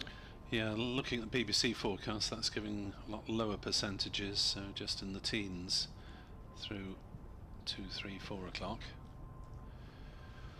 So, pays your money, you takes your choice, and you see what arrives. Excellent. There's been quite a few musical references over the last 3 days, haven't there?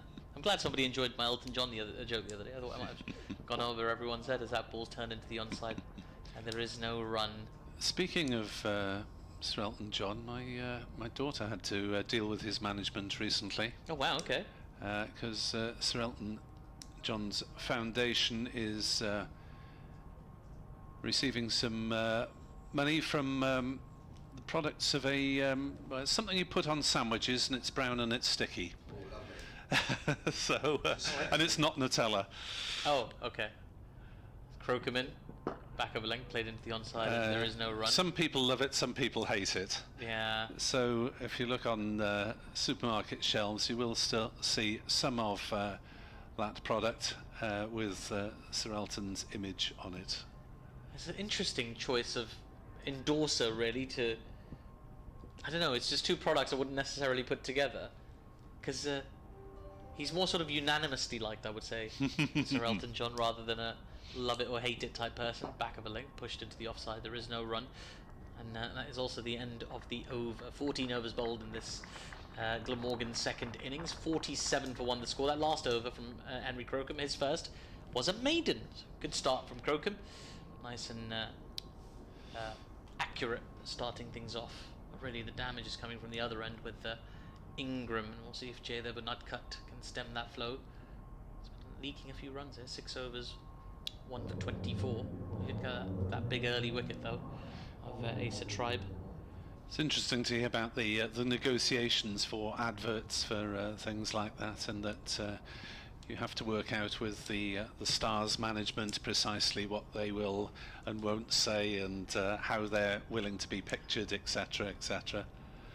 It's ads are very interesting. I've done quite a few of them over the years.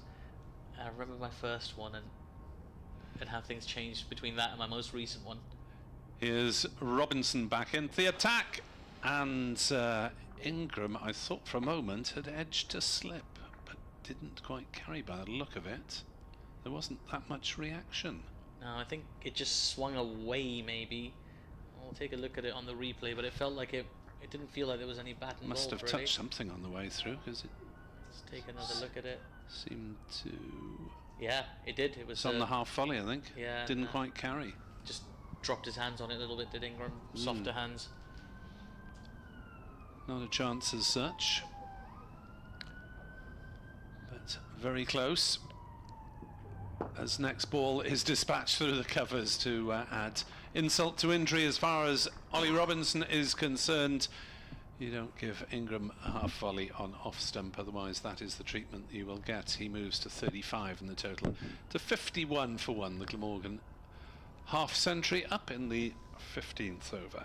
He's batting beautifully as Colin Ingram. It really is a treat to watch. Just watching him execute these shots, so, you know, just beautiful execution every single time.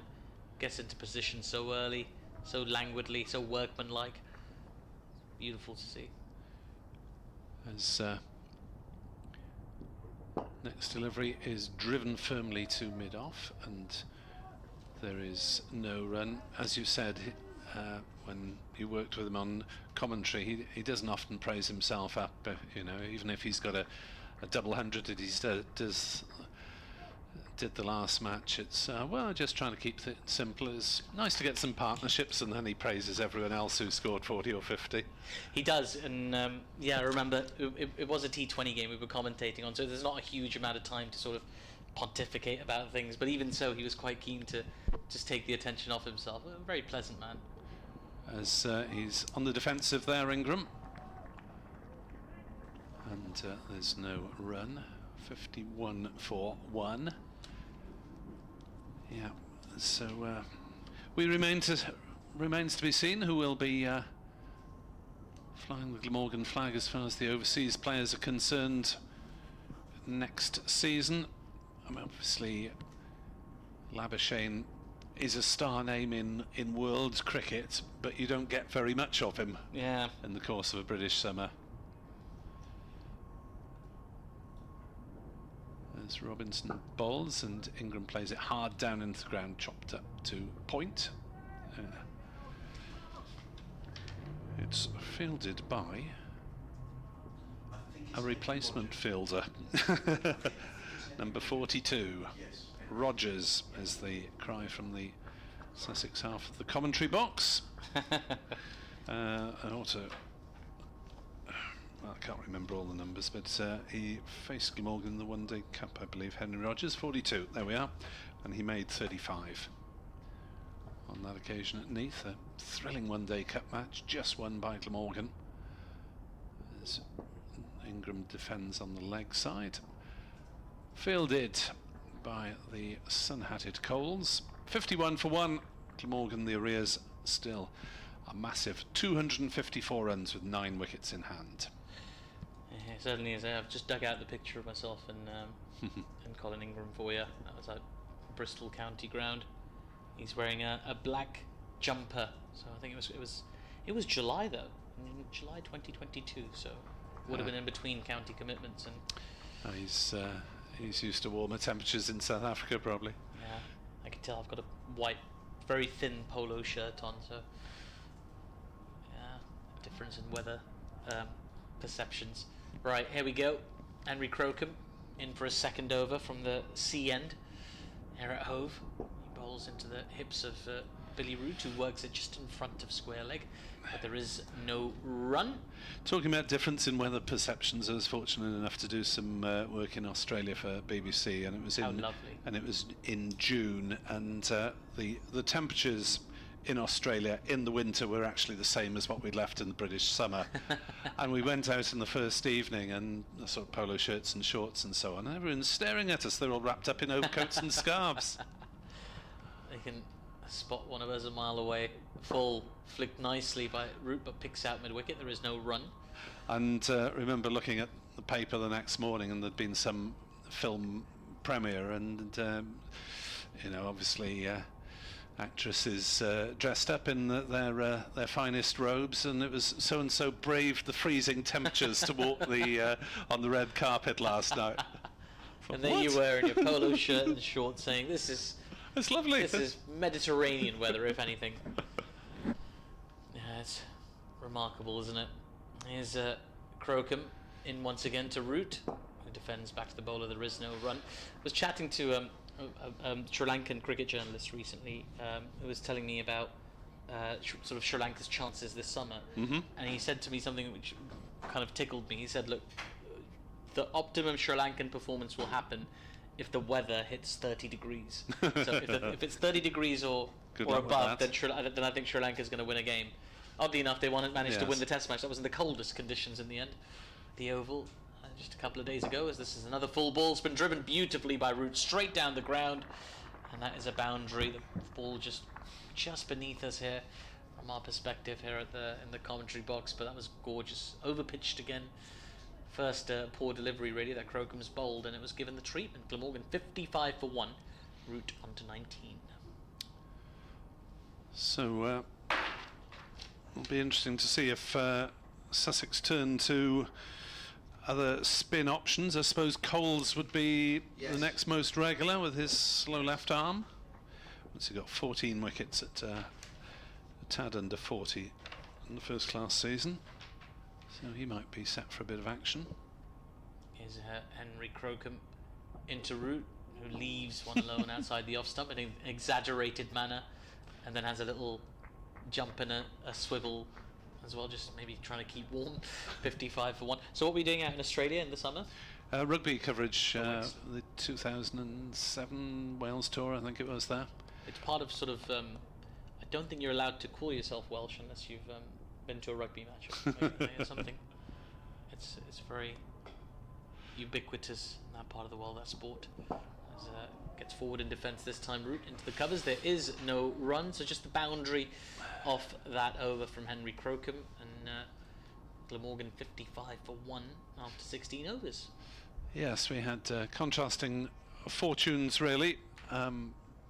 Wales should have won the first test in Sydney, lost with the last play of the game. Should have put the ball out over the touchline and saved the game, held on, but Wales was stuffed in the second test in Brisbane. But it really was one of the most beautiful experiences of my reporting career, going out on the ferry to Manly to cover a press conference, a media conference in the morning, and sitting on the beach at about 9 in the morning waiting for this media conference to start over the road as new over starts, and Ingram flicks the first ball to mid-wicket and there's no run. I thought for a second the press conference was on the beach. No, it was a hotel just over the road, so arriving sort of half an hour early because I wasn't sure how long it would take to get there. I feel like Sussex should do their press conferences on the beach Yeah, as well. It's not far, is it? Could do. Get on the pier. It's a bit of breeze on the microphone, though. Yeah. It's no good for broadcasters. Get them on the Dodgems. Announce next year's squad. That would be fun, wouldn't it? There's one for the Sussex media lads, if they're listening. As Ingram plays to mid-on this time, and there is no run. Apparently, the biggest challenge of trying to sort of film things and content and what have you on sort of the Brighton Pier is parking. So usually you've got a few trucks and things. When people want to film, so like film crews for sort of world cinema who come over to film in the UK, they tend to go to places like Portsmouth, where apparently they're accommodated a little bit better. But yeah, I remember doing a media conference for a local derby match between the Scarlets and the Ospreys on the Lougher Bridge. It didn't quite have the same ring to it as Brighton or Manly, indeed. Ingram on the back foot defends back to Robinson, and there's no run. The River Lougher, by the way, is the sort of river down that more or less defines the territories of Ospreys in the Swansea area and Scarlets further west in Llanelli. So the Lougher is the dividing line traditionally between fans of one and t'other. Say traditionally, I mean the Ospreys are only 21 years old as a regional outfit, but Swansea, Llanelli before that. As Ingram fences at that one, looking to force on the offside, wasn't quite the width he needed and was lucky not to nick that one through to Simpson. This is a good duel, this, between Robinson and Ingram. Billy Root playing something of a supporting role at the moment. He's on 19 not out. I think fencing is the perfect word. The only thing missing there was a touch. Are any fans of fencing out there? No joke. Okay, fair enough. There we go. As that is defended by Ingram, back to the bowler. I'm afraid that one was a bit too subtle for me. I'm not up on my fencing terminology. Yeah, no, I didn't go to a public school or anything like that, but I do have a lot of friends who I have been invited to watch sort of fencing matches and things of kids, and you know when you're kind of stuck attending one of these things, you have no interest in going to watch your kid's fencing match, but you're their favourite uncle, so you got to do it. Robinson bowls, Ingram defends to cover, no run. End of a maiden over. It was a good testing over from Robinson. Plenty on the button there. It's his 6th over, and he's still 0 for 15 against his name on the board. It's the 4-hour dance and drama shows that you need to try and avoid. Yeah, no, I'm always working those days. So I've got a gig. Really, whereabouts? London. Whereabouts? Yeah, that's Central town. Yeah, you love to see your own kids perform. It's when you have to watch, 20 other performances of everyone else's little darlings to get your own. And they know that, though. The schools know that, and that's why they milk it. They milk it. Those shows get longer and longer every year, so they can get more kids on there and more parents buying tickets. Clever schools. Now then, 2 slips and a gully in place for Henry Crocombe's 3rd over, and he's bowled him. What a delivery from Henry Crocombe! It's knocked 2 of the stumps out of the ground. And Billy Root, he didn't know too much about that. He's still practicing a better shot. I'm not sure anything would have really helped. It was such a good delivery. A quicker one from the city end from Crocombe. Just taking a little look at the replay. It seemed to, it came in and straightened up and just flattened 2 of the stumps. That's a 2nd wicket down now for Glamorgan, who are now 55 for 2. And, well, it's both openers. We're back in the dugout. Just maybe a little bit of extra angle from Crocombe, delivered from quite wide on the crease there, and Root maybe a fraction too late, maybe playing down the wrong line, but that really was a comprehensive destruction of his castle as he wanders back towards the dressing rooms, knowing that his game could be over if his teammates don't step up on things. Yeah, it's quite an emphatic dismissal, isn't it? I mean, you often see one stump out of the ground, but watching 2 of them flattened is very, very unusual, and quite the spectacle, really. And maybe a little bit of touch paper moment there for Sussex, as they managed to get that 2nd wicket.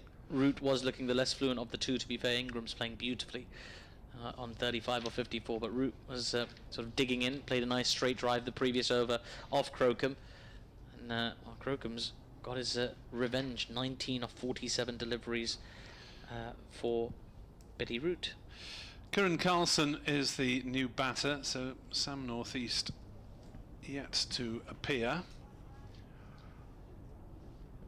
and we will see whether he comes out next. If he doesn't, then there's obviously some sort of injury. Glamorgan have rejigged their top order several times this season. We even had Labuschagne opening in one game. That'll be Carlson on strike. 3 slips in place for Henry Crocombe. In he comes now. He bowls this short outside the off stump. It's been guided away nicely, punched off the back foot, really behind point, and it's run away to the boundary for 4. So Carlson off the mark off his first ball with a boundary. Glamorgan 59 for 2 after 17.2 overs. Lovely shot. Much, no doubt, to the delight of his parents and possibly their dog as well, who are all here watching. The dog travels as well. The dog travels. Wow. Do you know the dog's name?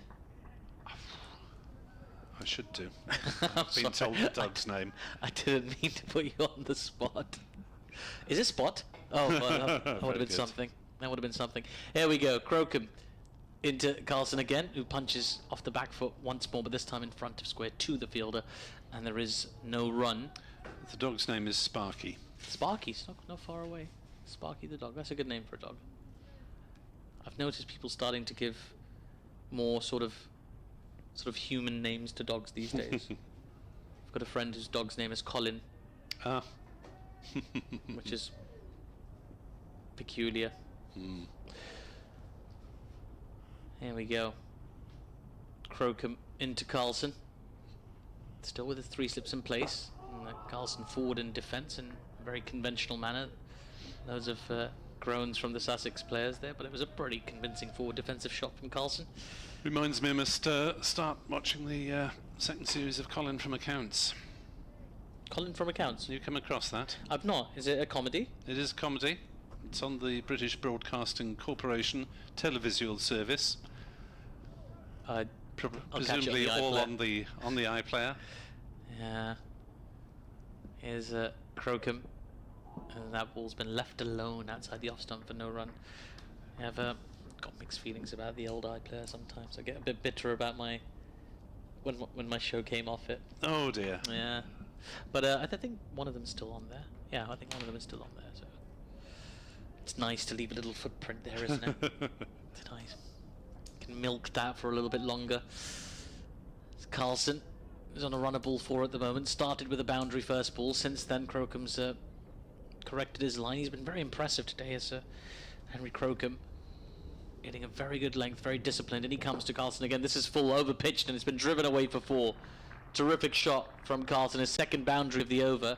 And just as I was commending Henry Crocombe for correcting his line, he over pitches and is punished for it, and takes Carlson onto 8 and Glamorgan onto 63 for 2 after 18 overs. Long way to go. 242 runs in arrears.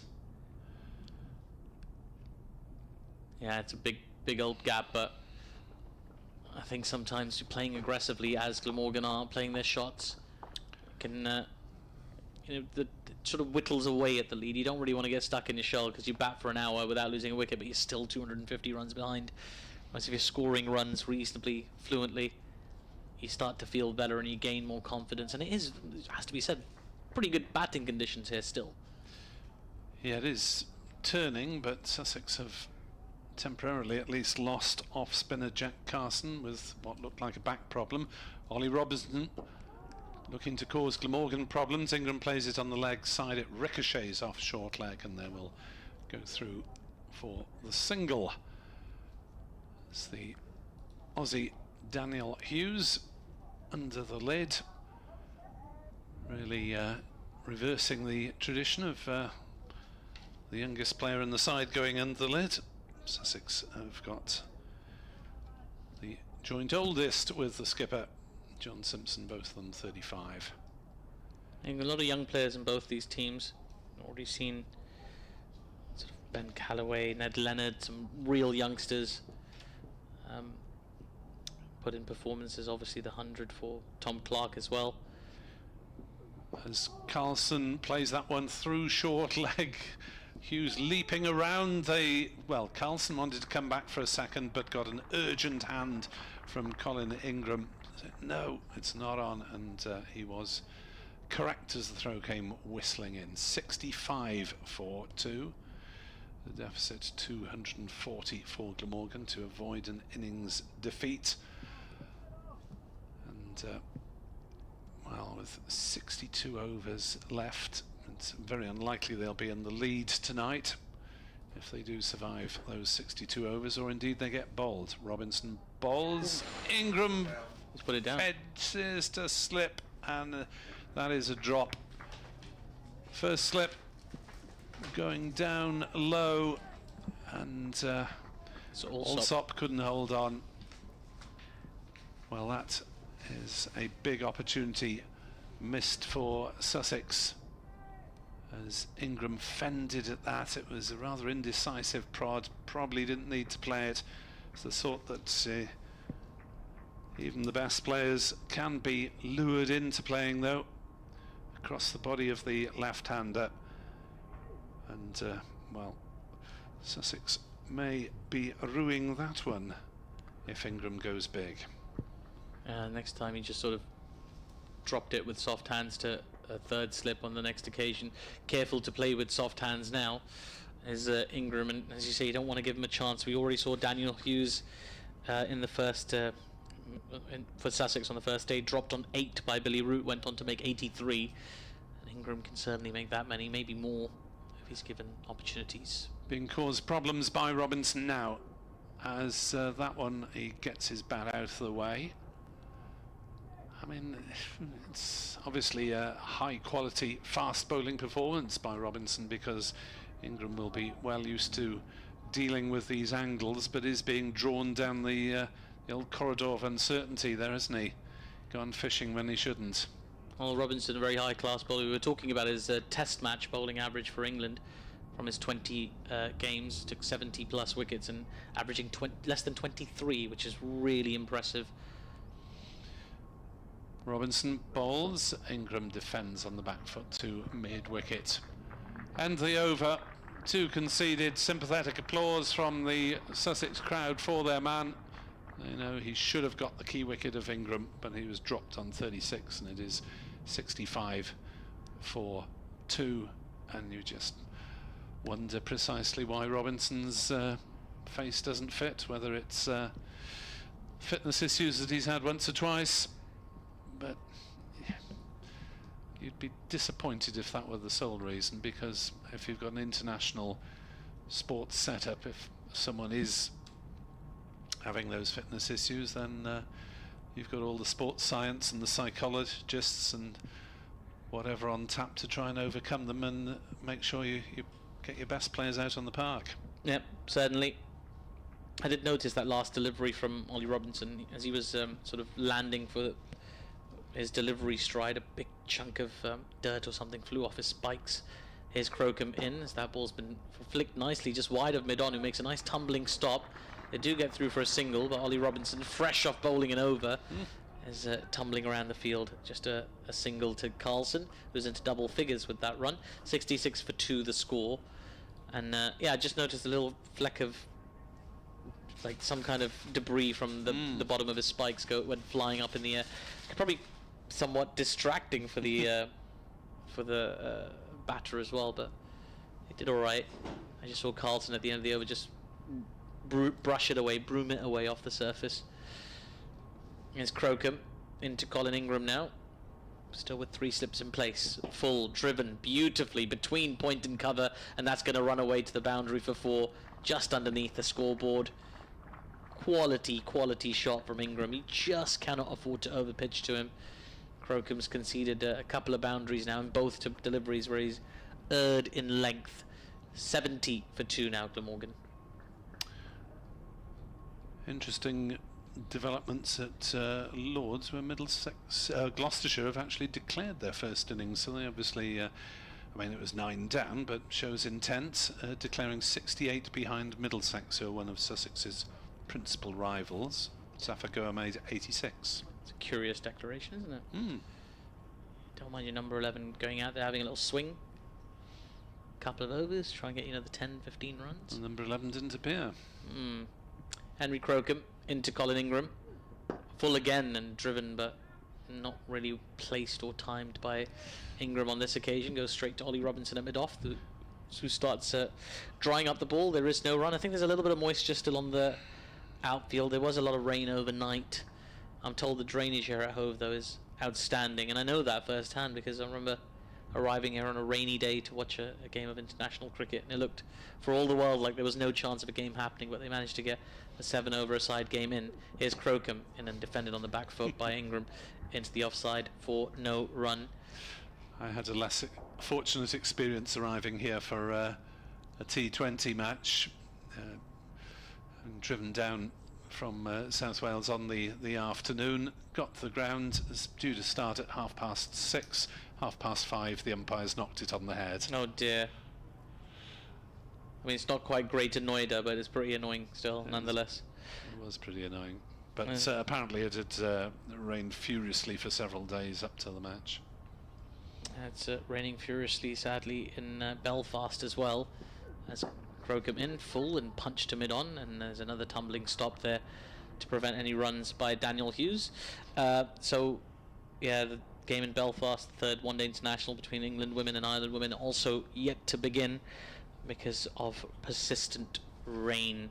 And from what I understand, it's also very, very cold over there. So, I hope they've got their windbreakers and such, the woolly hats. Yorkshire being held up a bit by weather interruptions, but look likely to defeat Leicestershire 3 down and still 183 behind. Crocombe in, back of a length, and nearly chops onto his stumps, does Ingram. As he was just looking to defend that ball in front of him and then got a little bit panicky at the last moment and just edged it into his own pad as it dropped. on the crease, and there is no run, but a little moment of alarm there, perhaps, for Ingram. 70 for 2 Glamorgan after 20 overs. Looks like Rian Ahmed is having a bit of a biff for Leicestershire. 34 not out off 31 deliveries.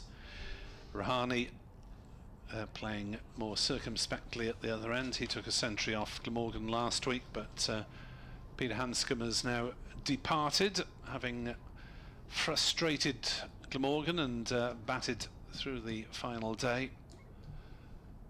Strange looking at Glamorgan's last 3 games. They've been hugely one-sided first innings. Glamorgan giving second best here and at Derby, and having a huge advantage over Leicestershire and Cardiff, as Robinson starts a new over and Carlson plays no shot outside off stump. Sussex have got the vultures in. 2 slips. There's a short leg and a shortish mid-wicket in a catching position as well.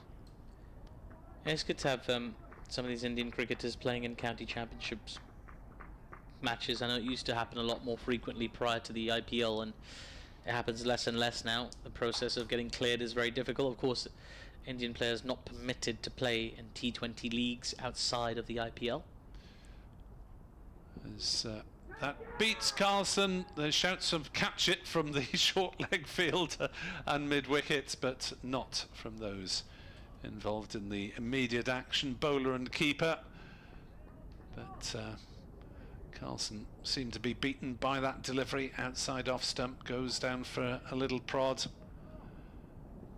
May have got a couple of boundaries away, but being tested. Similarly, Colin Ingram has hit some glorious shots, but has been fortunate on a couple of occasions. Dropped by Alsop off Robinson on 36, as Robinson steams in and bowls, and Carlson defends to mid-on, no run. Does Kieran Carlson still have the record of youngest player to score a first-class century for Glamorgan? 18 years and 119 days. I believe so. I'm not sure if it's been topped since. That was in 2016. So 8 years for someone to best that. But yeah, I think that was at Essex, wasn't it? Because he's already got a 5-run debut.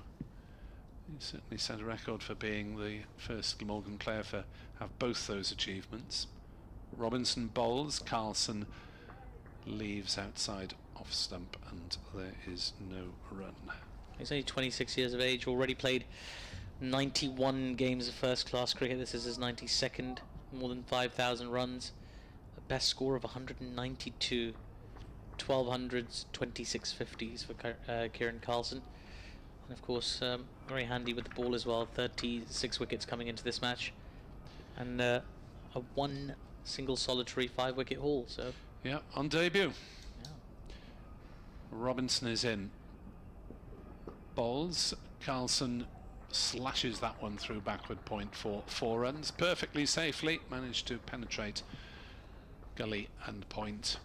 And he moves under 14 and the total onto 74 for 2. Yeah, Carlson was called up as a late addition to the first team squad at Northampton, when I think someone else got injured late on, and spectacular into the bowling attack, got 5 wickets as Carlson plays that one into the offside, no run.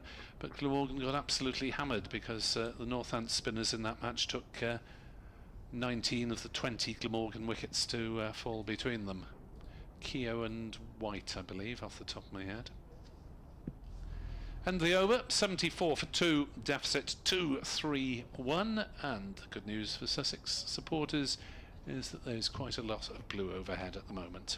Yeah, it's gone 80-20 the other way now, hasn't it? Lovely blue skies, a couple of really pretty clouds in the sky. That Carlson 192 was in this fixture last year. There we go. So he likes batting here at Hove. And he'll be hoping to try and replicate that performance for Glamorgan's sake. Henry Crocombe to continue. This is his 5th over now.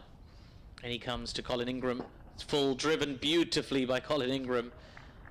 Well, Ollie Robinson just looked at that shot and decided that he was going to have a gentle jog towards the rope to pick up that ball, because it was always destined to hit the boundary rope and into the fence and over the fence, in fact, where spectators very kindly thrown it back to Ollie Robinson. This takes Ingram to 44, Glamorgan to 78 for 2. And, that gap closing 227 now, the difference between these two sides. It's just been guilty of over-pitching ever so slightly in this spell every now and again, Crocombe. And he comes to Ingram again. Again, it's quite a full delivery, driven straight down the ground. There's a diving stop from Daniel Hughes, who ran round from mid-on to directly behind the stumps, really, to prevent the ball getting through the 30-yard circle. In any case, they take a single. Ingram moves on to 45, Glamorgan on to 79 for 2. And Ingram looking terrific. I mean, he always gives you a chance here or there, does Colin Ingram. It's not like you never really want to bank on him scoring, you know, the 30 or 40 runs, but if he does score them, they're going to come quickly. He's the non-striker's end now. It's Carlson. He's going to face up to Henry Crocombe for the first time in a while. And he flicks the ball nicely, just towards mid-wicket. Who gets a hand on it, does Jack Carson. And they get through for a single, and he took his time getting up there, Jack Carson. Didn't look very comfortable. He's back on the pitch for Sussex. I wonder if it's just a matter of time before he has a bowl, and we might get to see Carson versus Carlson. Oh no, you can do that one. Yeah, I wasn't on when Carlson bowled Carson this morning. I wonder if I got that right. My apologies if I didn't. Here's Crocombe into Ingram, who fends this ball away off towards point, and there is no run. 80 for 2 the score remains. In the top of the table match in Division 1, it was more or less even Stevens on first innings. Surrey led by 4. Somerset have lost openers Goldsworthy and Vaughan cheaply. 18 for 2 in their second innings. Just 14 runs in the lead. Sorry. Here's Crocombe in again. That ball's defended into the onside by Ingram for no run. I mean, surely the three-peat's not going to happen, is it? You wouldn't bet against it, would you? No. Well, it's really Somerset, the only team that can stop them at this point. And they, it's not the best start, really. There is Vaughan took a 5-wicket haul earlier, which is a very promising start to his first-class career, but could have done with a couple of runs. Here's Crocombe into Ingram, who pulls this ball away out towards square leg. In fact, doesn't really time it at all. It's rather trickles to the fielder running in from fine leg, and they'll get through for a single. Has it been given a leg by? No, it's runs. He moves on to 46, does Ingram, and Glamorgan on to 81 for 2 after 22 overs of their innings. The players sort of languidly make their way across. It's sort of that halfway stage of the afternoon session where maybe a little bit of fatigue starts to creep in, a little bit of malaise, maybe. Fatigue's not the right word. A little bit of malaise maybe about it, but it's turning into quite a lovely day so far. And I don't want to speak too soon because I don't know about the radars and 3 o'clock, but I'm looking at the sky and I don't know where it's coming from. If it's coming at 3, maybe 4. There we are. Met Office says it's still 40% at 3, so more likely to remain dry than rain. Robinson will try his luck from around the wicket, and Ingram dispatches the first ball through point for 4 runs, laying into that one to reach his 50 off just 70 deliveries. Colin Ingram. It's included 9 fours.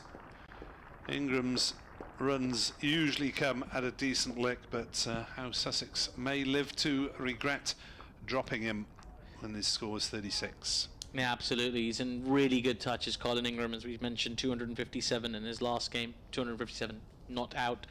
And that 27 he got in the first innings was unlucky to just get a good ball and play maybe not the best shot, but he's looked very good here, and that drop, as you say, on 36 could be costly. Robinson in again to bowl to Ingram, who defends.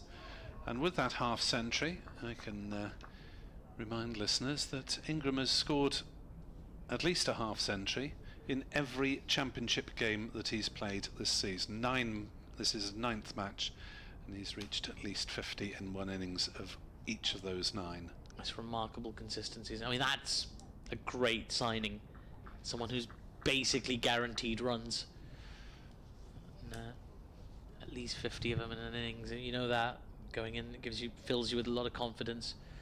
They're going to need a lot of those runs if they're to overturn this deficit. They'll need a few more as Ingram defends to mid-off. No run. Can't take liberties against Robinson, who is switched back to over the wicket now fairly quickly. 85 for 2 in the south coast sunshine. I think Ingram's keen to just sort of see off Robinson if possible, and then try and continue his sort of flashing ways against the rest of the bowlers. But anyway, anything in his sort of area, he will throw the bat at. As Robinson bowls, and Ingram just pushes and runs on the offside. That was a cheeky one to Coles at point, just the left hand of Coles, who is a left-handed bowler, left-arm bowler, but Carlson had got home safely. And this is where the frustration is going to kick in. That quick single means that the left-right combination it becomes more effective, and the fielders have to keep running around and see the Sussex fielders having to Where are we now? adjust. Yeah, it's always a little bit tricky when there's a left-right combo out there, but to take advantage of it, you need to take those quick singles like Ingram just did, because you ideally want both batters getting some strike in every over to induce the maximum effect. Although 4 slips in place now. Yeah, they're hoping Carlson's going fishing as Robinson bowls, and Carlson plays correctly into the offside, doesn't oblige them. Fielded by Carson at cover, back on the field after what looked like treatment on him, a back problem. 86 for 2, last ball of the Robinson over coming up. It's his 9th, 0 for 26. Delivered 15 overs in the first innings and 1 for 29. As he looks to make further inroads, Robinson bowls through lowish outside off stump actually. Glamorgan will be worried if anything straighter keeps low. Carlson played no shot, through to Simpson it went, 86 for 2. Tea, by the way, in case you're planning your activities around this match at home or wherever you're listening, tea is at 3:30 today according to the schedule, because they've added an extra 10 minutes onto each session to try to make up time from yesterday when we lost 21 overs. Well, they're still behind, 2 overs behind the over rate at the moment are Sussex. 58 overs remaining to be bowled today. We lost a couple of overs because of the innings change as well, but even so. Now Finn Hudson-Prentice is going to come into the attack. Henry Crocombe had a good little spell there, as did Ollie Robinson. I suspect Robinson might continue for another one, maybe another couple. Crocombe's been given a rest after a successful spell. It just sort of tailed off a little bit, started over pitching a lot to Ingram and to Carlson, but he did manage to knock over the stumps of Billy Root. That was a very good wicket for Henry Crocombe to go along with the 2 he took in the first innings. Here's Finn Hudson-Prentice now to Colin Ingram with 2 slips in place. Ingram turns that off his pads, but only as far as short mid-wicket, and there is no run. 86 for 2 the score remains. Edward Cooper on Twitter, congratulations to Callaway, but rest of the bowling attack have had a head start at the opposition. Another game where Glamorgan will fall short of 20 wickets, and probably by 10. Ooh, Edward's in gloomy mood this afternoon. Openers and bowlers on the shopping list, and more consistency from the batters. Well, is there enough cash for openers as well as seam bowlers? Hudson-Prentice in. Ingram punches off the back foot, can't beat cover, and there is no run. I would be pleasantly surprised if Glamorgan managed to make senior signings in both those departments, and I think although there's struggles with opening partnerships we've referred to. I think the seam bowling attack with Van der Hoogten and Harris reaching the senior stage really needs urgent reinforcement for next season. Yes, Finn Hudson-Prentice in again, full driven, only as far as the bowler and his own follow through, and there is no run. 86 for 2 the score. And just looking at the Glamorgan lineup, I mean, I think they're pretty happy with their overseas sort of Ingram. I don't think you're going to do too much better than that in the batting stakes. And it's of course really challenging to sign overseas players nowadays, not just because of the cost involved, but also just being acutely aware of changing schedules. How likely are they to be called up to play international cricket? How likely is their board to set up a last-minute tri-series or whatever thing crops up these days? This is full driven only as far as the covers, and there is no run for Ingram. And yeah, it's really frustrating, sort of last-minute additions to the calendar. And I understand that they're exciting for some, but how do you become an effective coach, an effective selector, if the rug is constantly being pulled from under you? Yeah, Glamorgan had Mir Hamza for the first couple of months of the season from Pakistan. And the other thing is they sort of de-incentivizes counties from picking players from that country when they keep, scheduling tours at the last minute. So they don't do their players any favours either. As this time, attempted drive from Ingram, bat far away from his body and gets an inside edge onto his pads. It trickles out into the covers. There is no run. Little moment of alarm. Even the franchise business, where Welsh crowds were presumably looking forward to seeing Shaheen Shah Afridi back for another summer, and then he was pulled. Well, it was sort of more convoluted than that, wasn't it? Because he was told that he wouldn't be allowed to stay for the full schedule of the 100, so he was better off taking a contract in Canada to go and play in the GLT20. So he accepted that contract, only to be told he can't play there either, as Finn Hudson-Prentice pushes the ball into the covers and there's no run. And that is 86 for 2. I'll tell you more about that a little bit later. I'm going to take a little break and let Adrian Harms back in on commentary. Thank you, Atif. Emir Evans says on Twitter, X, I know it's X really, only question for next season when it comes to overseas is who is the second with Colin Ingram. Surely he must be nearly qualified by residency soon. I don't think Colin Ingram is likely to qualify. I did ask him about it, and it is still several years hence, and given that he's 39, it's possible. I think it was 2027 that he qualifies as a British player, but no, I don't think it's likely to happen quite yet. As Robinson comes in to bowl to Carlson, and he plays back to the bowler who gets a hand to it in his follow through. Adrian. Well, it's been a masterclass from Ingram so far, hasn't it? I mean, some absolutely gorgeous shots around the ground. If you hear music in your ears, Nick, and I don't, it's because I have a troublesome pair of headphones. Okay. So thank you for that. Real concern here, though, that Jack Carson isn't on the field. He was there. Oh, is it come back on? He's come back on. He has been spotted. Yes, he's come back on. That's good. So I'd missed that. Yes, he is. I had to go out of the commentary box for a while, but I can see him now. So that's a relief. As Robinson is in, bowls to Carlson, who plays firmly to backward point, followed by Hudson-Prentice, no run. He was really struggling with his back, wasn't he? He was just down below us. I saw him rubbing his back, and then he was doing some exercise. He's back on now, so that's really good news. I'm impressed by Ollie Robinson. I think he's bent his back. I know there's all sorts of talk about why he's not around the England setup, and but in terms of fitness, he's running hard here, and he ran in hard in the first innings as well. But so far, he hasn't picked up a wicket in this innings. His 10th over, 0 for 26. The sun has gone in momentarily. He's in and bowls. Carlson lets that go outside the off stump, no run. Sussex supporters will be pleased to hear that there's more rain at Leicester. Leicestershire still 3 down in their second innings. Yeah. But still 155 runs behind against Yorkshire. Weird at Lords for Gloucestershire to declare 309 for 9. I wonder whether someone's...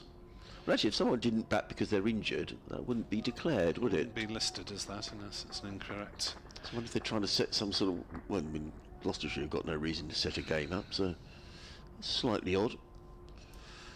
Robinson, he's steaming in down the hill. Bowls to Carlson, who lets that go outside the off stump, taken by Simpson, no run. Maybe it's a question of Gloucestershire have got no reason not to set a game up. Yeah. You know, end the season. Totally. Let's go for it, whatever Yeah. it is. Gloucestershire came into the game 6 points behind Glamorgan, but I suspect may well be overtaking them at this rate. Oh, thank you. Message to the studio. Well, one side I was looking who are really struggling this year, Nick. Nottinghamshire bowled out for 93 at Essex and now 66 for 2. Following on, Robinson in bowls. Carlson plays that past short leg and picks up a single. He goes to 16, the total 87 for 2. So I think it's not beyond the realms of possibility. They're in danger of relegation as well. I think, you know, Nottinghamshire... Knots and lengths, isn't it, yeah, basically? I mean, I think Kent are down. But considering the amount of players that Nottinghamshire sign, I mean, they do sign plenty, don't they? They do. It's extraordinary, really. Still. They could be heading for a result, you know, at Taunton. Somerset 37 for 2 in their second inning, leading Surrey by just 33, but it looks like it's... Well, already Archie Vaughan has picked up 6 wickets in the match. So it looks like the spinners may have quite a say there over the next day and a half as the sun reappears. And Robinson is in down the hill, bowls to Ingram. Ingram is forward, plays to mid-off, there is no... It's another good tidy over from Ollie Robinson, just conceding the 1 run. 10 overs, 2 maidens, no wicket for 27 for Robinson. But Colin Ingram batting beautifully. 51 not out, Kieran Carlson on 16. Yeah, no, there's some Glamorgan gloom around on the supporters on social media, but looking at the Facebook groups for county cricket, there's a lot of furious Lancashire supporters around. Yeah. Who really don't rate their team's management at the moment. Well, they're 2 for 1 in their second innings, trailing Durham by 343, which is not great.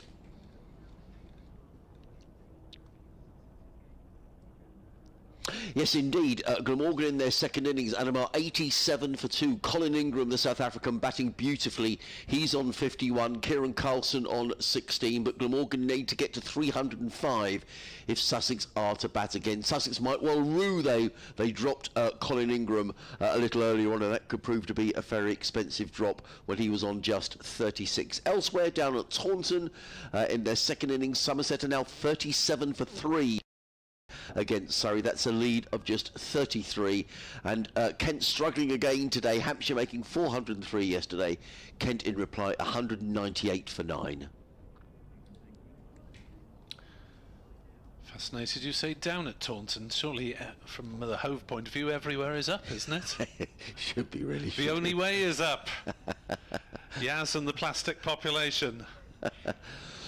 Did you hear that? Did you hear that as well, Nick? Did you hear the studio coming to us? I did, yes. Good, so that at least proves the headset's working. Hudson Prentice is the bowler, and Carlson the batter, defending that second ball of the over. Back to the bowler. I see Keaton Jennings, the man out for Lancashire, the skipper. Yeah, I mean, and I have to say, you know, take nothing away, Sussex played really well here in the quarterfinal against Lancashire. But as well as Sussex played, and they did play well, Lancashire were pretty poor for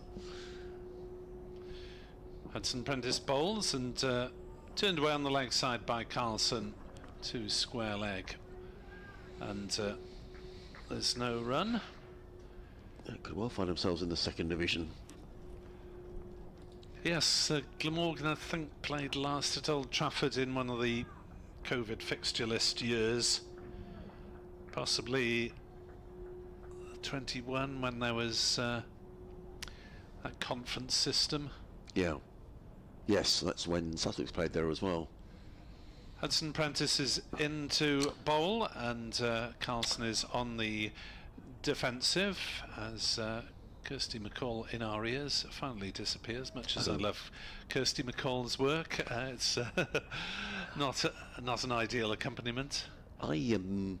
Yes, Sussex played. I think it was the first game of the season up at Old Trafford, and the final day was snowed off in the end. I think you were snowed off at Headingley in that game. Yes, that was We had snow at Headingley, yep. As Hudson Prentice bowls, Carlson on the drive, 4 runs surely, or will it be overhauled? It's certainly being chased, but it's not worth Hughes putting the dive in as it rolls down the slope to that stand away to our left with the big Sharks lettering. Carlson moves to 20 and the total to 91 for 2. Yeah. Yes, I think that was during COVID. From memory, we had to stay in the hotel on the ground and you couldn't talk to anyone and you had to have breakfast on the table on your own and all. A dreadful time, wasn't it? It certainly was for many people. As Hudson Prentice in to bowl to Carlson, defends to mid on. No run. Glamorgan's match there was build up because was it possibly ahead of an Ashes series anyway? It was the big clash was Jimmy Anderson against Marnus Labuschagne, and I think Anderson got him fairly cheaply and bowled quite a lot of economical overs at Glamorgan, and the scores were sort of similar on first innings, but because of the delights of the weather in that part of the world, we only had time for 1 innings each because it rained the rest of the time. Yes. Not great. Somewhere it probably doesn't rain. I was listening when you were talking to Atif about your trip to Australia with the BBC to commentate on Wales, and you were talking about going across on the ferry to Manly, and I've been I've been there a couple of times, and that ferry ride is fantastic. And they've got a sort of a beach on, where the ferry comes in. There's a little beach, then the main beach is the other side of Manly. But yeah, beautiful place. Robinson is still bowling. Comes in, bowls to Ingram, and he's bending his back as well. Goes past the outside edge, although Ingram didn't play. Through to Simpson, no run. There were people actually when we were there, Nick. There was a because the beach on the side where the ferries come in was netted to prevent against shark attacks. Oh right. So we thought, oh, that's fine. So we swam in the sea there, but the majority of people were swimming outside of the net. All right. I couldn't quite understand it really. They were saying, well, I don't very often get shark attacks here, so I thought, well, Robinson in and bowls short, pulled away by Ingram. Hudson Prentice very quickly in from deep backward square to field, gets in the throw on Walter Ingram. He goes to 52, 92 for 2. Yeah, it was also extremely pleasant after that media conference. It didn't have a sort of pressing commitment because of the time differences or whatever, so actually took the ferry back up the river to Parramatta where we were staying. Oh, lovely. Got another free bit of tourism, really. Great, why not? Why not? And presumably they moved around. Presumably they played a game in Sydney and Brisbane? There's one in Sydney, one in Brisbane. The weather wasn't quite so glorious in Brizzy, which led to another amusing incident looking back. Robinson in bowls. Carlson defends down the track, no run. Tell us more. Well, we haven't had much in the way of complete days off. I mean, obviously on tour, while you're not always working flat out, there's something to do on most days. So the final day, I think a media conference the day after the test match that we were due to go to had been cancelled, so we thought we'd nip off the coast about an hour or hour and a half out of Brisbane. Robinson, 4 slips go down, bowl. Carlson lets that go, taken by Simpson, no run. We've got a big utility vehicle for 6-7 people. Get to the beach, hooray, there's the sea. Clothes off, trunks on, jump in the sea. Out of absolutely nowhere, it absolutely hammers down. So you've got the entire BBC contingent, clothes on the beach, absolutely soaked. Nothing we could do about it. Robinson in again, bowls. Carlson's hits on the pad. There's a loud appeal. I think that's hit him in the box, actually. Yes. Kieran Carlson. And it might just have been strained down leg side. He's getting no sympathy at all from Robinson. So what do you do? Go home in your Speedos? Or? Well, we sort of stuck t-shirts and shorts on, but we were absolutely dripping all the way home in this big utility vehicle. Hope they didn't charge us extra to clean it up afterwards. It was, you know, you're in Australia for a fortnight, you get to 1 day on the beach and it hoses down. Hoses down, that's the word, yeah. Jack Carlson is warming up as in comes Robinson and bowls. Carlson is fourth. This is a really good contest between Robinson and Ingram and Carlson, and Ollie Robinson, no questioning his attitude and determination here today. He's bowled 11 overs, 2 maidens, 0 for, is that 28, Nick, or 29? 28, I think. Yeah. Seemed White Electric, 92 for 2 anyway, Ingram 52, Carlson on 20. I mean, actually, and I think we were having a chat off air, weren't we, earlier on this week? In fact, Jack Carlson is going to bowl, so hopefully his back's okay. The Australian rugby's not in the best state, is it? They got absolutely mullered last weekend against Argentina, 40-point defeat. But on the other hand, they did beat Wales twice in the summer, so Welsh rugby is not in a great state either at the moment. But I think there was some concerns. I think the Lions are due to go out there, and the feeling was, you know, that unless Australia improve, it may not be a great contest. I'm sure it'll be a great occasion. I'm sure it will be. For the fans. Tens of thousands usually. You do in fine figures. I did consider it myself for next year going as a supporter, but I don't think it'll quite work for us. Right. Also, but you do want it to be a contest, don't you? You know, you don't want. But I think they are having a difficult time. Ollie Robinson wants a drink brought out. I suspect he may be going to take a bit of a rest, but he's certainly bent his back as Robinson. Yep. Hostile spell should have removed Ingram. Yeah. How he's still wicketless in this innings, not quite sure. Anyway, here is Carson bowling to Ingram, and that one's spun past his stumps. Well, we saw Callaway getting consistent turn.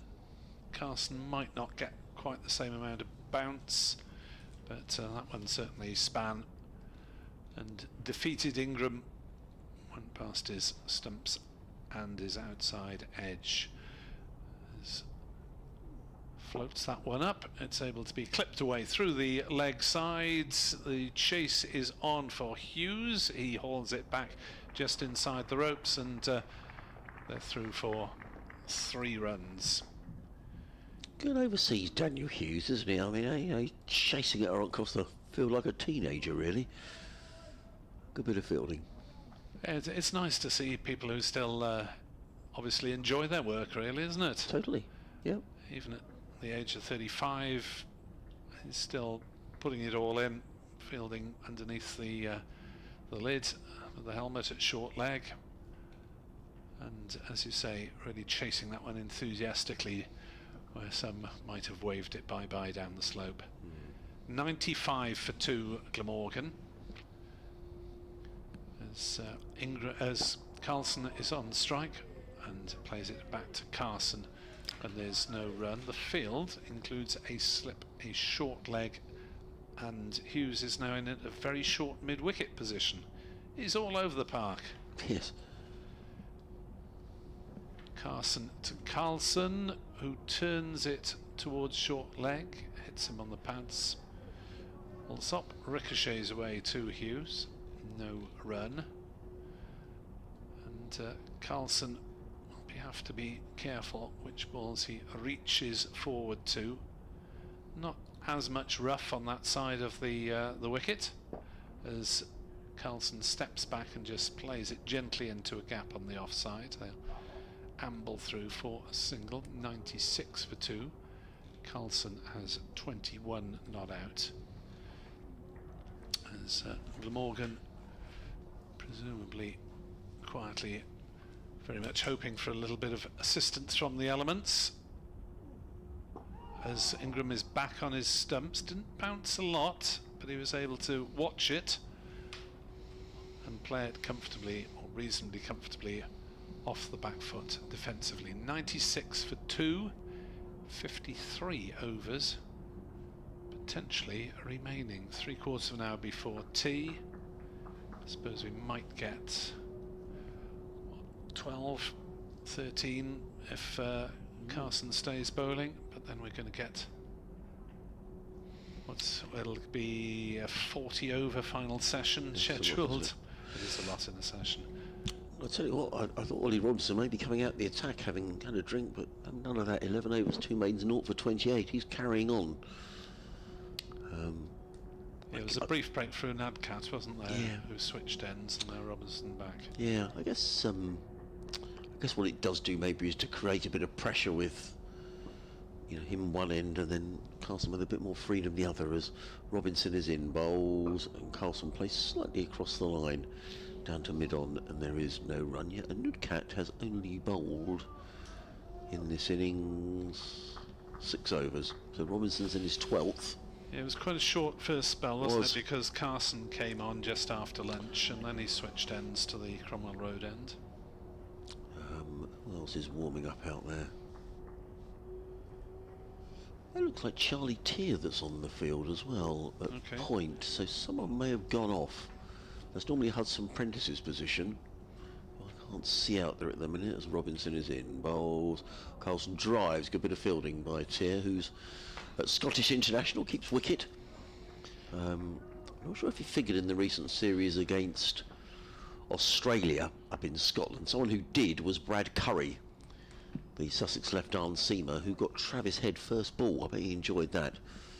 Brad Curry, who's here just on a T20 contract. He's been here for 2 or 3 seasons now. His brother Scott plays at Leicestershire, and I'm sure he'll be figuring for Sussex at the weekend. Let's say Charlie Tier, I'm pretty certain that's Charlie at point. 4 slips down again. Robinson hurtling down the hill. In and bowls. Oh, and it's edged by Carlson into the slip cordon.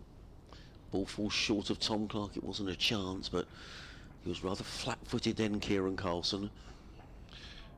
To answer your question, Charlie Tier played in 1 T20 at Edinburgh last week, 5 days ago. Did he get any runs? Not many. No. 5. Right, okay. Batting at 5 was leg before to Adam Zampa, the leggy. Right. And coffee lover. Oh, is he? Robinson over the wicket bowls. Carlson defends down the onside. There is no run. Yeah, to be honest, I interviewed him before a short spell for Welsh Fire. I think it was last summer. And he was more interested in talking about coffee than cricket, I think. Oh, really? Okay, that's interesting. Yeah, I mean, you couldn't really ask him too much about the intricacies of Welsh Fire, because he's just rocked up. He's going to play a couple of games of cricket and may enjoy himself and make a few quid, and is more keen on his coffee. In comes Robinson again. Carlson is right in behind this, plays into the offside, and there is no run. Not that I've had any problems with players rocking up for me, but because I'd be doing the same if I had any sort of talent in that department. No, but, totally. It can be a short career, so you got to make your money while you can, when you can, and where you can. If it means slinging your kit in a suitcase and jetting around the world, then so be it. Yeah, totally. The schedule's up to the administrators, not the players. Robinson again. Final ball of the over. In and bowls. Carlson right in behind this, defends to mid-off. Another maiden over from Ollie Robinson. 12 overs, 3 maidens, no wicket for 28 for Ollie Robinson. 96 for 2 are Glamorgan. Carlson on 21, Ingram on 55. These two coming together when the score was 55. 55? Yes, when Billy Root was bowled by Henry Crocombe. So these two have now added 41 for the 3rd wicket. It seems like Kieran Carlson's had a lot of the bowling in the last few overs.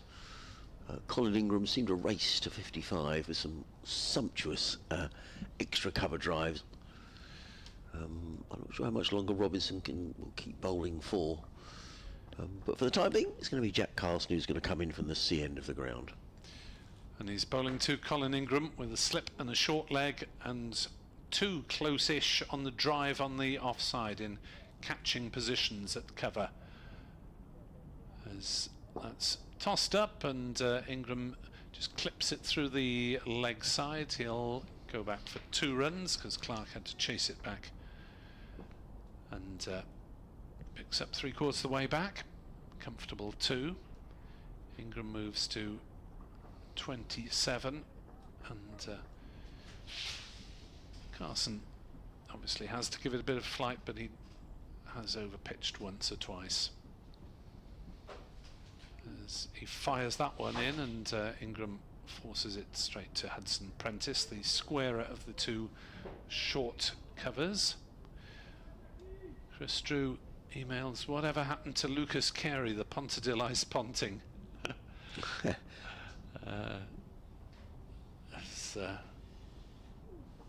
That one is defended by Ingram. Yeah, sadly faded out of the Glamorgan scene after being part of that side in 21 that won the One Day Cup. It's mainly a seam bowler.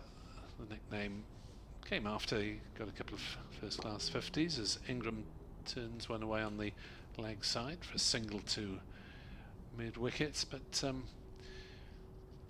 unfortunately not able to maintain his place in the squad and was released. Still playing club cricket as far as I'm concerned, as far as I am aware, at a reasonable standard in South Wales.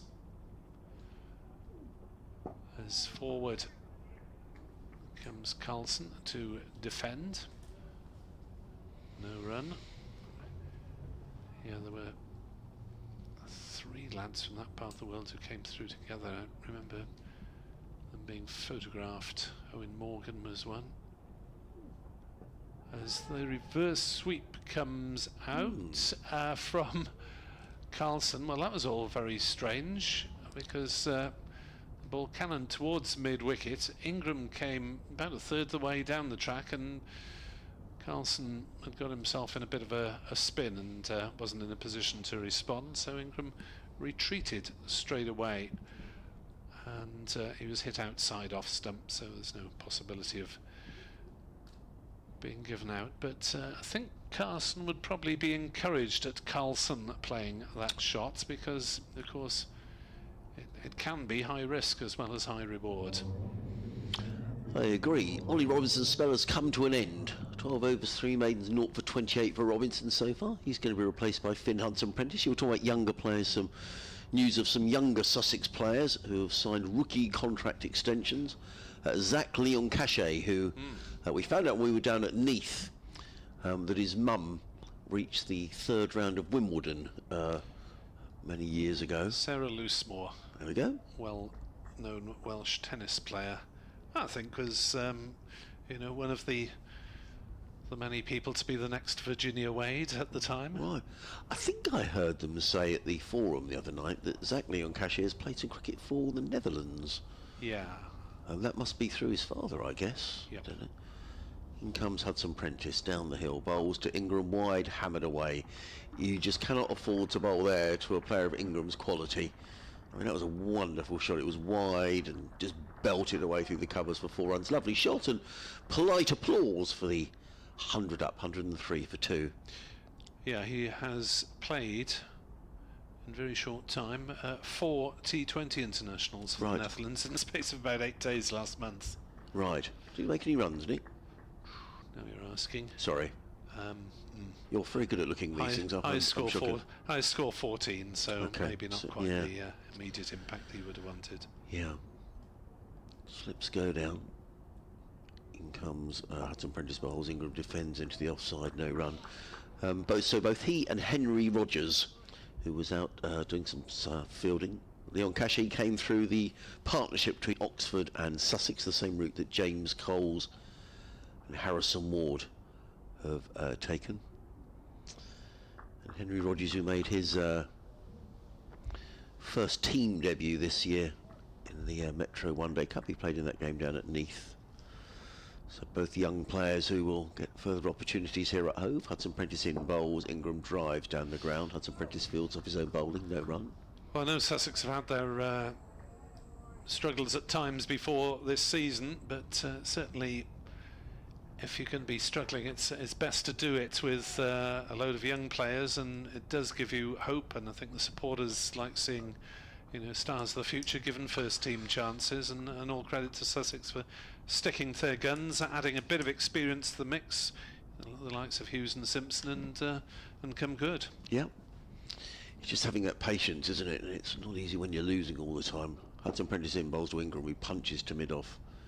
There is no run. But you've got a whole raft of players now who've got relatively large amounts of senior experience for their tender years, in the first half of their 20s. It's interesting what Tamal Mills said yesterday, talking about Henry Crocombe, who's played, coming up for 40 first-class matches, and he's still only 23. And said, he's now got a chance to have a bit of a break and look at his action, etc. As in comes Hudson Prentice, punched into the offside by Ingram, and there is no run. So he was forced to play a lot of cricket during that time. I don't mean physically forced, but he had to, because there wasn't kind of much else. I'm just looking at the corporate hospitality area way to our right-hand side, Nick. Enviously? Well, champers flowing? Yeah, oysters? Do you think they're heaters that are on the outside? I don't think they're lights. I reckon they might be heaters to keep people warm. Do you think? Possibly. I don't know.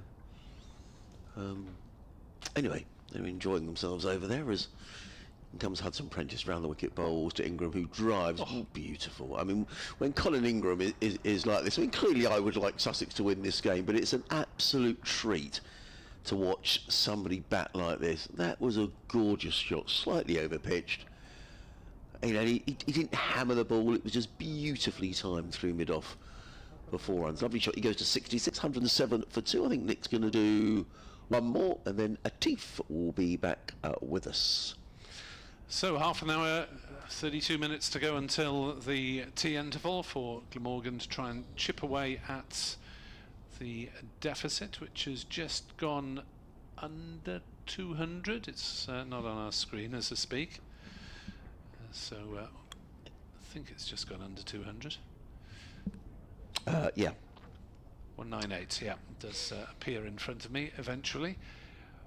107 for 2. Another blast of bright sunshine illuminates the county ground at Hove, which is now as bright as it's been at any point this week. And Carlson turns Carson around the corner, and there's no run. Somerset now 57 for 4 against Surrey, so leading by just 53. I reckon they'll get a result there if the weather holds one way or t'other.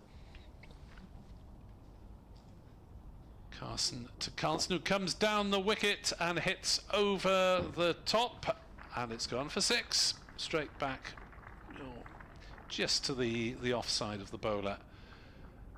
And again, I don't think Carson will be too worried about being hit for 6 on that occasion, because it shows that Carlson is willing to give it a charge and needs to be careful there, as he's back on his stumps playing that one defensively, because he has been out stumped in each of the last 2 games.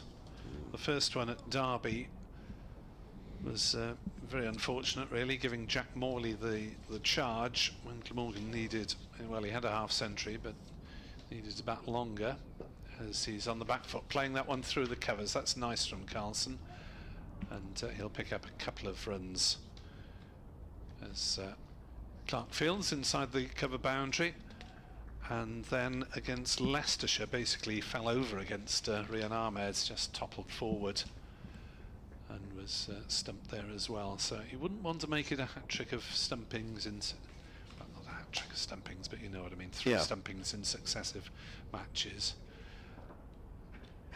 As he's stretching forward and defending that one back to the bowler, but what do I know? He's played a lot of first-class cricket, I haven't. 115 for 2, deficit 190. As that's noodled around the corner by Carlson. He'll get more runs here, down to fine leg this time, and again it's a couple of runs, as Crocombe had to chase it back quite a long way. Steve West, regular follower on X, an eternal optimist, as he signs himself, looks like a nailed-on draw to me. Yeah. You can say that in 24 hours' time, Steve. If these two are still batting, I might believe you then. I can see it's raining at Lords again. All right. We've decided to take an early tea. Middlesex 39 for 1, leading Gloucestershire by 107. Back on Leicester. Leicestershire 146 for 4. Trailing Yorkshire by 135. Just keep an eye on those games. Time for me to hand over to Atif then for the half hour before the interval. Thank you, Nick. And as you say, lovely, gorgeous autumn sunshine across Hove. More blue sky than cloud. Well, I don't know, maybe about 50. No, more blue sky than cloud, I think.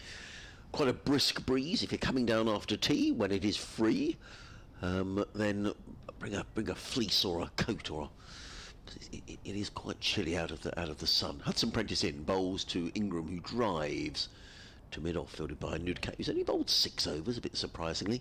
Hello, Atif. Hello, how are you doing, Adrian? Yeah, I'm fine, thank you. I mean, it's just a treat to watch someone like Ingram bat like this. It certainly is. I mean, Glamorgan fans will be hoping he can replicate some of the form he showed in the previous game. 257 not out in that game. As Nick was telling us earlier, he's managed to pass at least 50 in at least one innings of each of the 9 championship games he's played this season, which is quite remarkable.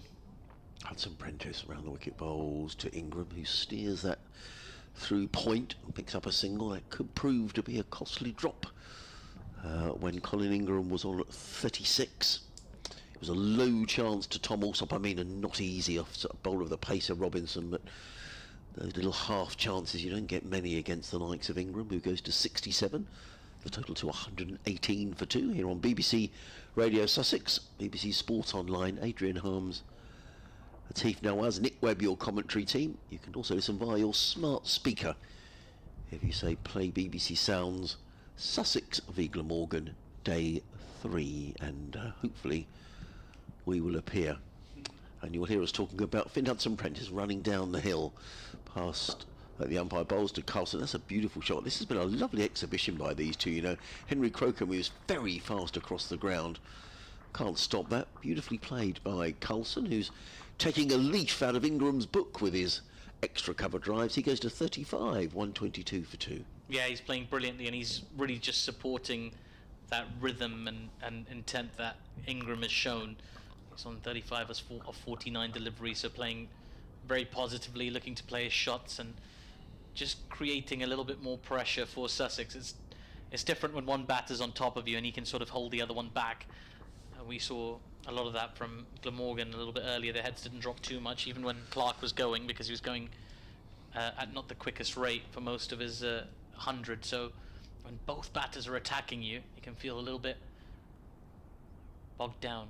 Hudson Prentice in again, bowls, and keeper Simpson standing up to the stumps. Carlson eases that to backward point, picks up a single. He goes to 36, 123 for 2. Nick and I were reminiscing about Manly and what a lovely place it is, and Chris Hammond's been in touch, sitting up the top of the Spencarmel Pavilion, and says the next time you're in Sydney, if you go across the neck of land between the ferry at Manly to the Stein, I understand exactly where that is, and turn right and go as far as you can, you'll find the lovely little sheltered Shelley Beach with verandaed cafe to sit and have a sandwich and a beer and watch the world go by. Thank you, Chris. Yeah, I know exactly where you mean. Well, not Shelley Bay, but going across between the two beaches. In comes Hudson Prentice bowls, and Ingram works that one down to third man, and he's going to pick up at least a couple of runs. In fact, he's going to pick up a boundary. No one down at third man. There was a wide-ish, a deep backward point. Jack Carlson running around. Oh, no, it was James Coles running around the boundary. He had no chance of cutting off, so 4 more to Ingram, who goes to 67. Surely he's going to go to 71, isn't he? Yeah, it's not updated yet, the scoreboard. Oh, there we go. Oh, it has, I beg your pardon, yeah. 127 for 2. But thank you, Chris. Yeah, it'd be warmer there than it is here today. Phil has been in touch. I will read your email in a moment. In fact, I'll read it now, because Hudson... No, we'll wait a minute. Hudson Prentice around the wicket, bowls, and Ingram defends into the offside. There is no run. End of the over. 127 for 2. 71 Ingram, 38 Carlson. Phil says he says he's thoroughly enjoying the stream with the three of us. That's rather nice. He says I was at the game yesterday and later repaired, or retired, maybe that should be, to the Sussex Cricketer, where I found myself at the bar next to Henry Crocombe, who was buying a big round, presumably to celebrate his maiden first-class 50. I congratulated him also. That would have cost a few quid in the Sussex Cricketer as well. Apologies if this has been covered already, but I noticed that the umpires were wearing what looked like body cameras. Can you please advise what that's all about? Many thanks and best wishes, says Phil. Well, I think that's all about the cameras, isn't it, to monitor the speed of the ball. It all gives analytics and various stuff to England selectors and who's bowling quickly, who's batting well. I'm pretty certain that's what it's for. Yeah, it's data harvesting, but in a positive way, as Carson into Carlson, who works the ball out towards deep backward square leg for a single. Score moves to 128 for 2. I love that, data harvesting. Oh, yeah. Now Harvest. Yeah. Imagine the combine harvester. You need to pick up all that data. That's a serious machine, that is. It would be, yeah. But it's sort of combine harvest time of the year, isn't it? Oh, the place is a bit late for that now. Yeah, maybe a little, but it's a great machine. Short and cut nicely. Doesn't beat backward point. Good bit of fielding. And they don't pick up any runs there. It was a nice shot from Ingram. He just had to beat backward point. Couldn't do it. And there is no run. I've not been to Manly myself. I've never been to Australia, believe it or not. Have you not? No. Manly's and all around Sydney Harbour's gorgeous. I just had a look at it on Google Images. Looks very good as the next ball's been pushed to cover for no run. Yeah, it looks really, really nice. And I thought I'd just see what is the top sort of search query is, what is Manly, Australia known for? Manly Beach is the main draw card. The world's first surfing contest was held at Manly in 1964. Did you guys partake in surfing when you were there? No, Oh, too many sharks. Carson in. Oh, this one's gone up in the air. There's a chance here for a third wicket for Sussex. The catch is taken. It's Finn Hudson-Prentice who takes the catch. It's Carson who's got the breakthrough, and it's Colin Ingram who's going to have to go. 71 off 102 balls. It was a really promising partnership, a really entertaining innings from Ingram, but it comes to an end, and Glamorgan lose their third wicket. 128 for 3, halfway through the 34th over of this innings, and some reward for Jack Carson, who continues taking bags of wickets in this season. He's furious with himself, Colin Ingram. He came down the wicket. He was looking to hammer Carson over the top, and he didn't quite get there, and the ball came off the outside, or ballooned away off the outside edge, and Finn Hudson-Prentice had plenty of time to get round and made absolutely no mistake. Super innings, though, by Colin Ingram, but that's a really, really big wicket in the context of the game. Yeah, it certainly is. Now let's see if it is going to be Sam Northeast who's coming out, because there was some question mark about it. And we will soon see whether it is Northeast who's coming out to bat. Yeah, it's taking a bit of a minute to come make their way out. Maybe there's a little bit of a late adjustment there, but we'll find out momentarily. 128 for 3 is the score anyway, and the Sussex team all huddled out together. Yeah. In the meantime, we could talk about we'll talk about slow over rates and penalties for slow over rates, and I'm very indebted to Stephen Pavey, who's been in touch, and he says, I was waiting for that announcement to see if it was yes, it is. Well, it says on the scoreboard it's Sam Northeast, so we have to assume the scoreboard is right. And he goes on to say, this is a footnote from the ECB's County Championship table page, so thank you for sending that. I didn't know about this. And he says the penalties, that Sussex have lost 3 points this season in respect of matches against Derbyshire away, Yorkshire at home, and Northamptonshire away. All 3 matches were wins for Sussex, and they lost a point in all of those for a slow over rate. So thank you, Stephen, for letting us know.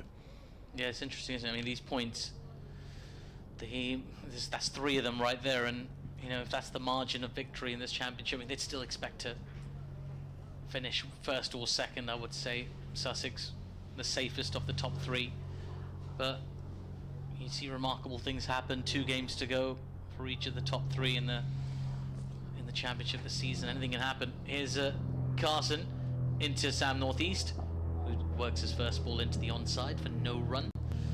Oh, that's a noisy aeroplane. Yeah, this is it. It's got quite low. Maybe it's going to Brighton Airport. Is there an airport at Brighton? Well, there's an airport at Shoreham, which is Okay, just along the coast. Thinking of other seaside airports. I'm thinking of Southend Airport. Here's Carson in once more as that ball's pushed off the back foot into the covers, no run. Never flown from there though.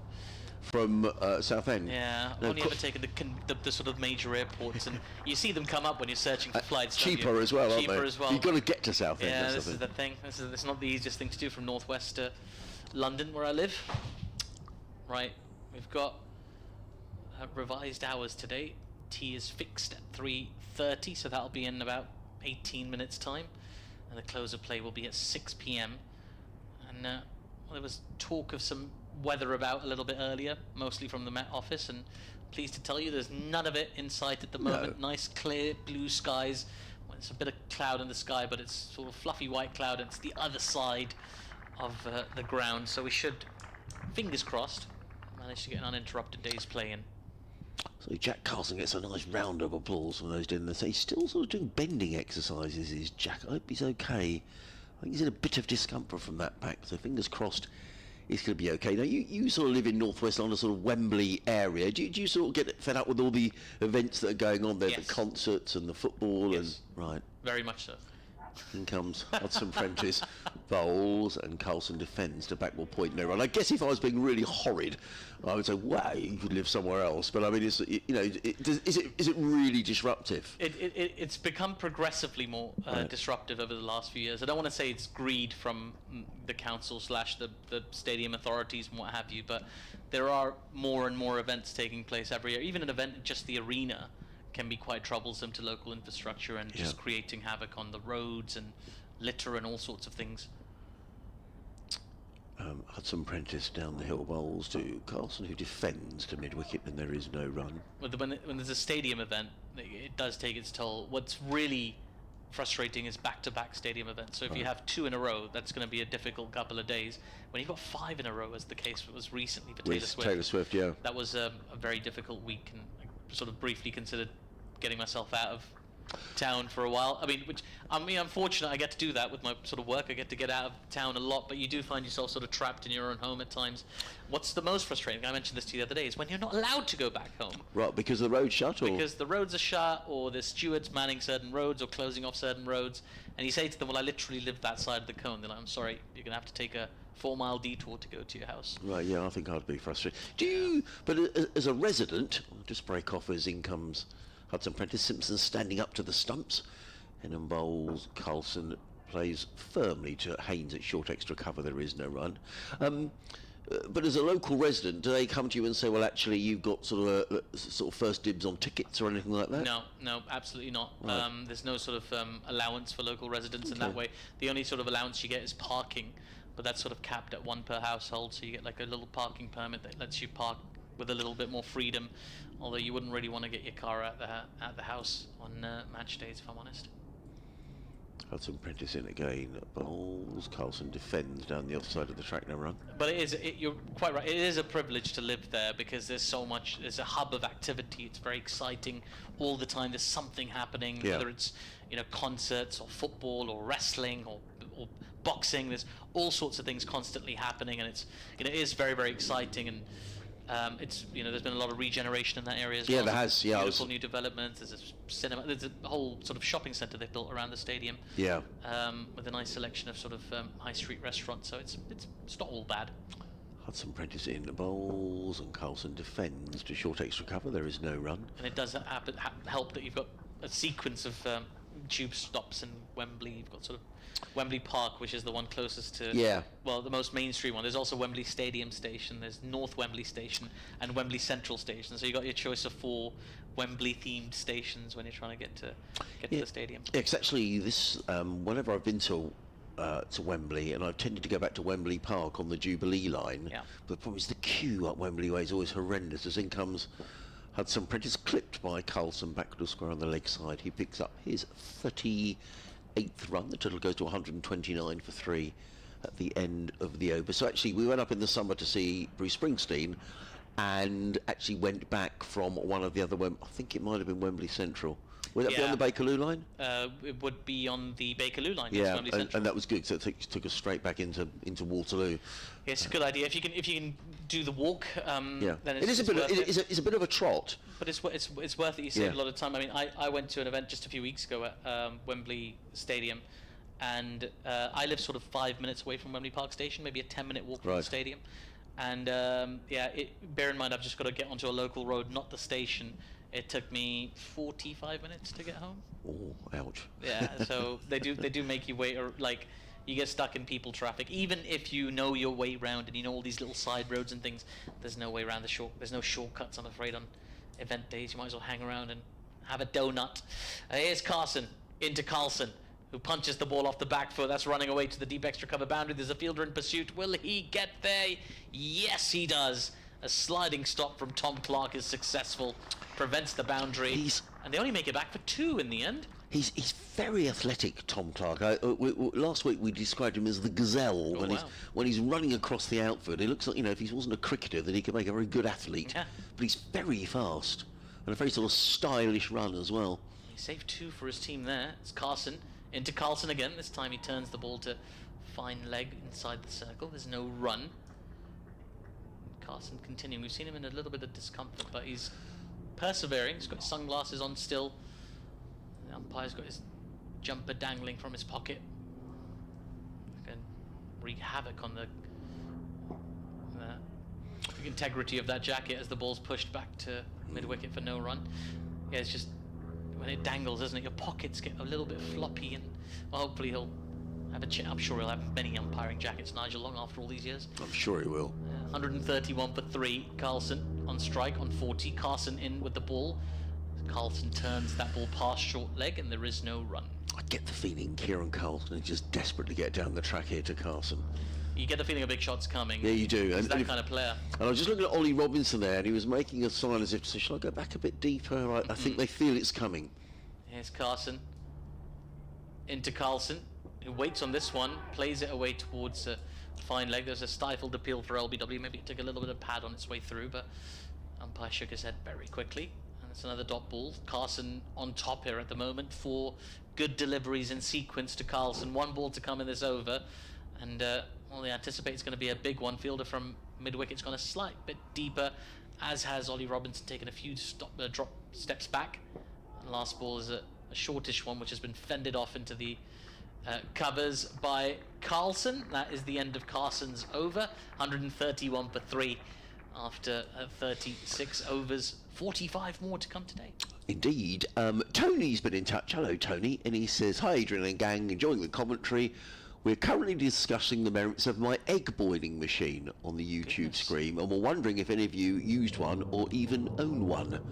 Do you have an egg boiling machine, Atif? What does an egg boil? It boils eggs. What a stupid question I was about to ask, but I've no idea. I've kind of done it the conventional way, which is a saucepan with boiling water. How long would you boil an egg for? It depends how you want it, I guess. I'll give it a few minutes. 3 or 4 minutes? Yeah, maybe 3. But what I tend to do is, instead of boiling the water on the stove, is you boil it in the kettle beforehand and then you pour it into the good idea. So it's already boiling. I don't know about that, Tony. One thing we have bought recently is an air fryer. Oh, great shout. Yeah. Oh, yeah, those are game changers, really. And it does save, we're hoping, we haven't seen an electricity bill since we got one, but our oven, the seal isn't very good, and it was we think it was costing quite a lot of money. So anyway, someone said get an air fryer, and actually they're really good. They're great for, cooking all sorts of food in. You can put anything in them. Yeah. You can put anything in an air fryer. It's extraordinary. I've seen people make pizzas in air fryers. It's stunning, really. But I didn't know what they were. Someone said, I'm pretending I know what I'm talking about. If you'd have said to me 3 weeks ago it was an air fryer, I would have had no idea. Yeah, I bought one for my mum and dad. Oh, do they use it? Well, my dad is rather fond of fish and chips, so once or twice a week he wants to make himself a fish and chips at home. So he'll have those, the frozen chips you get, the frozen fish you get from the supermarket. Okay. Crocombe is coming in from the Cromwell Road in Bolton North East, who's languidly forward, plays to extra cover, no run. So he'd make it in the deep fry. We had a little portable deep fry, so he'll make it in that. And I was slightly worried about his intake of oil and things like that. So I suggested, I didn't suggest, I went ahead and bought an air fryer for him, and I said, look, this is how we're going to make your fish and chips from now, and it's going to happen in the air fryer. And he sort of mumbled that he wasn't really that interested, but he tried it for a couple of days, and then I asked Mum the following week, how you guys getting on with the air fryer? Well, it's not used it since you left. So every time I'm over there, I make a point of using the air fryer and I'm trying to find the level of taste that they're happy with, because it can be a transition if you've been eating fried food for about 60 years. Crocombe down the hill. Oh, short northeast pulls. Is he going to be caught? He's caught! James Coles takes the catch. Well, I'm afraid Sam North East was rather suckered into playing that shot. It was a short delivery. North East swiveled around and he hit it straight down the throat of James Coles, who's at deep backward square leg. North East goes without troubling the scorers, and now Glamorgan really are in trouble. 131 for 4. Henry Crocombe picks up his second wicket of the innings, and all of a sudden this 305 to make Sussex bat again looks an awful long way away. It certainly does, and it's not a great shot from the Glamorgan captain, Sam North East. He's a better player than that, but he's just been suckered in, as you say, with the short ball. The fielders there were two of them in the deep as well. There's one at fine leg and one at a sort of finish, deep backward square leg position. Who took the catch, made absolutely no mistake, did James Coles, very good fielder. And another one for Henry Crocombe. He's been very good today. There was just a small sequence where he was over pitching, and his captain gave him a little break and then gave him a change of ends, and that's what's done the trick. Coming in from the Cromwell Road end, he's picked up his second wicket in this innings. Glamorgan now very much on the ropes, 131 for 4, and that deficit's still a long way away. They're still 134 runs behind Sussex, 174 runs behind, I beg your pardon. So that's a big old gap. And young Ben Callaway making his way out to the middle. He is indeed. For anyone who doesn't know what we're talking about an air fryer, it's well, it looks a bit like a microwave, but the one I've got has got two drawers in, and I think we've got, it's meant to be cheaper, and we're all trying to save money on electricity. Healthier as well. So yeah, and the fat can sort of drain through. There's a little filter at the bottom and a little grill. So it uses heat to cook your food rather than... yeah, so we'd put sort of potatoes in there and fish and chicken and... but so the main reason was I don't say terribly mean, but I think our cooker was just really inefficient, and we were heating up this great big oven for sort of 2 bits of fish. Yeah, it's not great. Which wasn't a great idea. So anyway, we've been really pleased. I'm really pleased. I wonder if in Edinburgh they've made the transition to air-fried Mars bars yet. Yes, I don't know. You haven't got shares in air fryers or anything. I'm not recommending everyone buys an air fryer. Well, they were the in vogue gadget probably the gadget of the year last year. Everybody seems to have one, and once you get one, you can't stop talking about it. This is the problem. 2 slips in the gully go down. Crocombe is in. There's also a short leg in. Callaway's forward and plays to mid off. There is no run. Are you talking there about Edinburgh? Or you were saying you play up on the Edinburgh Fringe? I was up there last year. Oh, wow. Were you playing, Atif? No, I haven't played the Fringe since 2018. Right. I read, we had a really nice time last year. What's the name of the guy we watched? Charles Brandwith? What's his name? He's sort of a comedian, but he was. I'll look up his name in a minute. Very good. In comes Crocombe Bowls, played to mid on by Callaway. We also watched The Tattoo. Oh, excellent. Which was great. But I read somewhere this year that there weren't as many people at the festival. I think one of the problems is the price of accommodation, isn't it, Atif? Well, it's always been very, very expensive. The Fringe accommodation, it sort of gets, if you're a performer, you know that it sort of gets booked up around January, February time, and the Fringe happens in August. So it's it's always very expensive. It's a very expensive month. It requires some serious budgeting power. Crocombe Bowls always hit him. Now, has that hit him on the helmet? No, it hasn't. The shoulder, I think. Yeah, you almost felt that, didn't it? Sort of a bit of an oomph. He sort of leaned into it, really. He did. I think he almost took his eye off the ball, if I'm being honest. Yeah, it was great fun. But I mean, and you kind of, as someone who's up there, you want to go and see, I mean, there's so many acts to see. You get a festival leaflet or on your phone. There's so many acts. It's a bit sort of mind-blowing, really. 3,000. Really, very hard. Shows to choose. We only, and some you just take complete potluck with. Yeah. And think, I've no idea what that is, but we'll go anyway. And it's in the back end of a pub or something, and there's 50 people, and it can be very good or it can be pretty bad.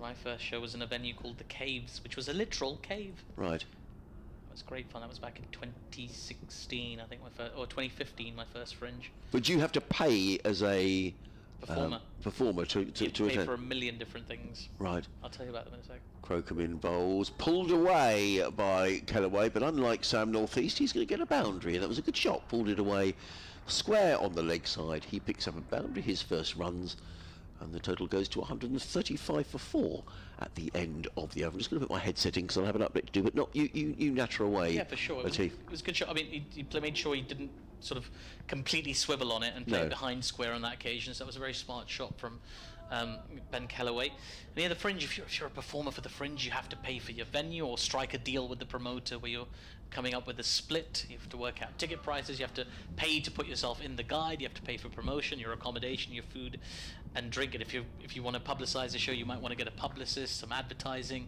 and of course your flyers and your posters, which you have to put up, and also pay flyerers to help you disseminate them. It's a very competitive thing during the Fringe Festival. 3,000 shows on across a 5-mile stretch of land, so it's really incredibly competitive and stressful. It can be very rewarding, of course, as well, if you have a good run. It can be career making, but it can also be quite a difficult month for your mental health.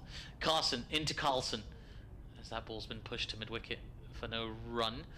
Score remains 135 for 4. I did it 4 years on the bounce at the Edinburgh Fringe Festival with 4 different solo shows from 2015 through to 2018, and had a wonderful time. I was very lucky in many ways to get the best of it. There's a back of a length delivery just been worked down towards fine leg by Carlson. He'll move on to 41. Glamorgan 136 for 4. And yeah, it can be quite difficult because as a performer, you're constantly surrounded by other performers, and everybody's, if you're doing very well, you don't really want to rub it in anybody's face. If you're not doing well, you don't really want to share your negative energy with people, but you're constantly talking about ticket sales and reviews and industry, and they came and that person didn't come and I was hoping they would come, and I didn't do that well, or this show didn't go well, this show went really well. And so you're never really far away from the stress of performance, and it's just quite hard, especially if you're somewhat social. And yeah, it can be quite a challenging month. So in 2018, when I managed to get my television show commissioned, I thought, okay, that'll do for now. I haven't been back since. It's been 6 years now, so yeah, I might do another visit soon. And I guess social media promoting what you're doing is pretty key now as well. It's different now. I think sort of 2018, the landscape was slightly different. It was still very much about print advertising and big giant hoardings. Yeah. I once paid an extortionate amount for an advert, which I'll tell you about in a second, full and defended on the front foot for no run. So I was quite keen to promote. I'd got a really lovely poster for my last show, which was called Artificial Intelligence, because my name's Artif. So I got this huge poster made with some lovely reviews and lines from reviews and things like that, and it was on Princess Street. So it was a huge sort of main shopping area, 10-foot type poster, as a full leg and pushed into the onside for no run. And as you say, a lot of people, even if they haven't heard of you, they might take a punt if they like a title, if they see good reviews, if they've had good word of mouth. But a big old advert, old-fashioned, it worked. It helped me sell out that run. That was at the Stand Comedy Club. Lovely venue. And that's one of those year-round venues in Edinburgh as well. It's not just one that pops up for the Fringe. Is Carson into Callaway, who turns this ball into the onside for no run. But it's a wonderful festival. As a punter, you've got so many options. If you do go up there, I recommend sort of planning it a little bit, getting into the app and working out your day. If you watch a show before midday, maybe one more after, one early afternoon, one in the evening, watch 4 shows across the day. And remember, if you go to a free show, it's not free. Make sure you make a donation.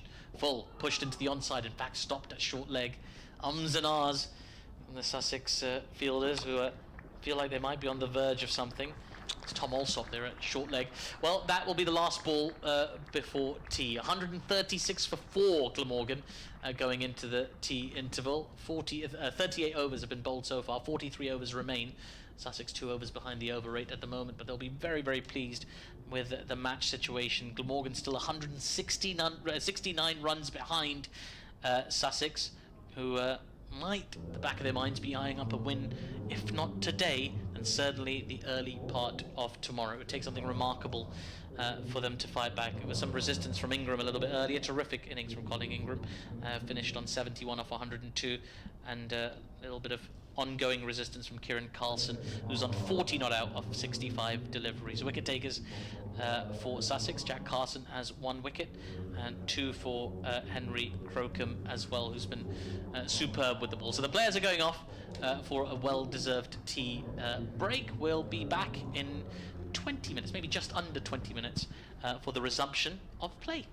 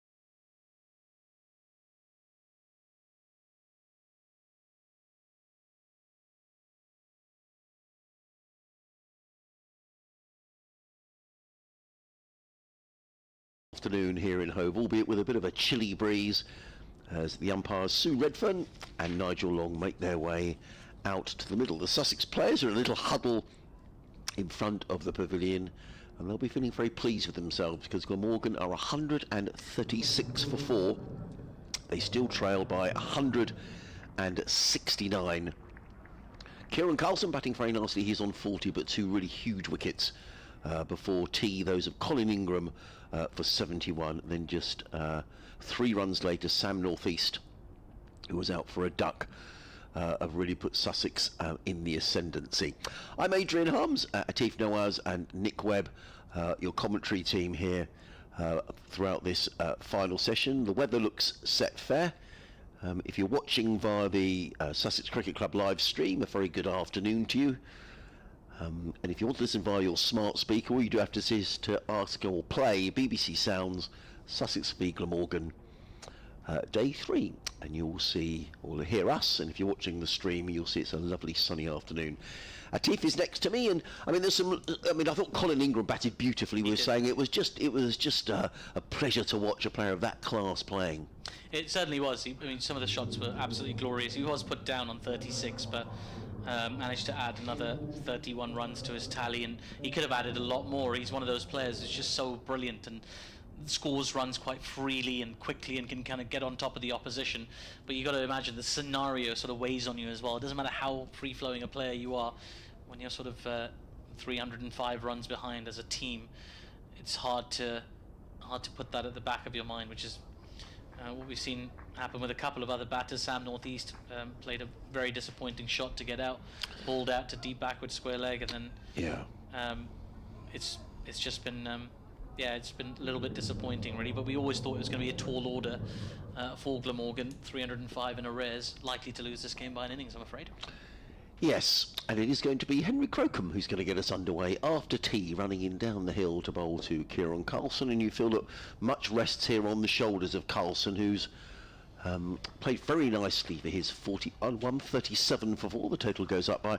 Now, I had an email before tea, Atif, from Tony Burnett, and my mind didn't twig, talking about his egg boiling machine. Sorry, I beg your pardon. Sorry, which was a conversation that was going on, and I didn't realise, Tony, that you are the dad of Jamie Burnett, who is the Sussex press officer here. So we can give a big shout out to Jamie, and not least because he's brought the biscuits in again this week. Yeah, you can hear them. Yeah, that's the sound of the half-eaten packet. OT hobnobs. Other biscuits are available. They are. In comes Crocombe down the hill, bowls, and defending is Kellaway. Plays to mid-wicket, and there is no run. So good to hear from you, Tony, and Jamie's doing a great job down here. So that should get us some more biscuits next week. I hope so. With any luck. Yeah, thank you to Jamie for those biscuits. They remind me of a peculiar gig I had earlier this summer for the company that makes that particular biscuit, where they hosted something called the World Dunking Championships. Very which good. I commentated on. In comes Crocombe, bowls, and clipped away by Kellaway. It goes to Dan Hughes at short leg very quickly, can't field the ball cleanly. Nonetheless, it's a single to Kellaway, who goes to 5. The total 138 for 4. Yeah, it was a very bizarre event, but it was a lot of fun to host that. I kind of wanted to have a go myself, because it's kind of, the concept was you sort of dip your biscuit and you've got to dip at least half of it, and then whoever pulls out first loses. But if you pull out and the biscuit's fallen apart, you lose as well. Yeah. So it's all about sort of timing, and then there's various varieties of biscuits, so you have to, there's different techniques for different biscuits and things like that. People took it very seriously.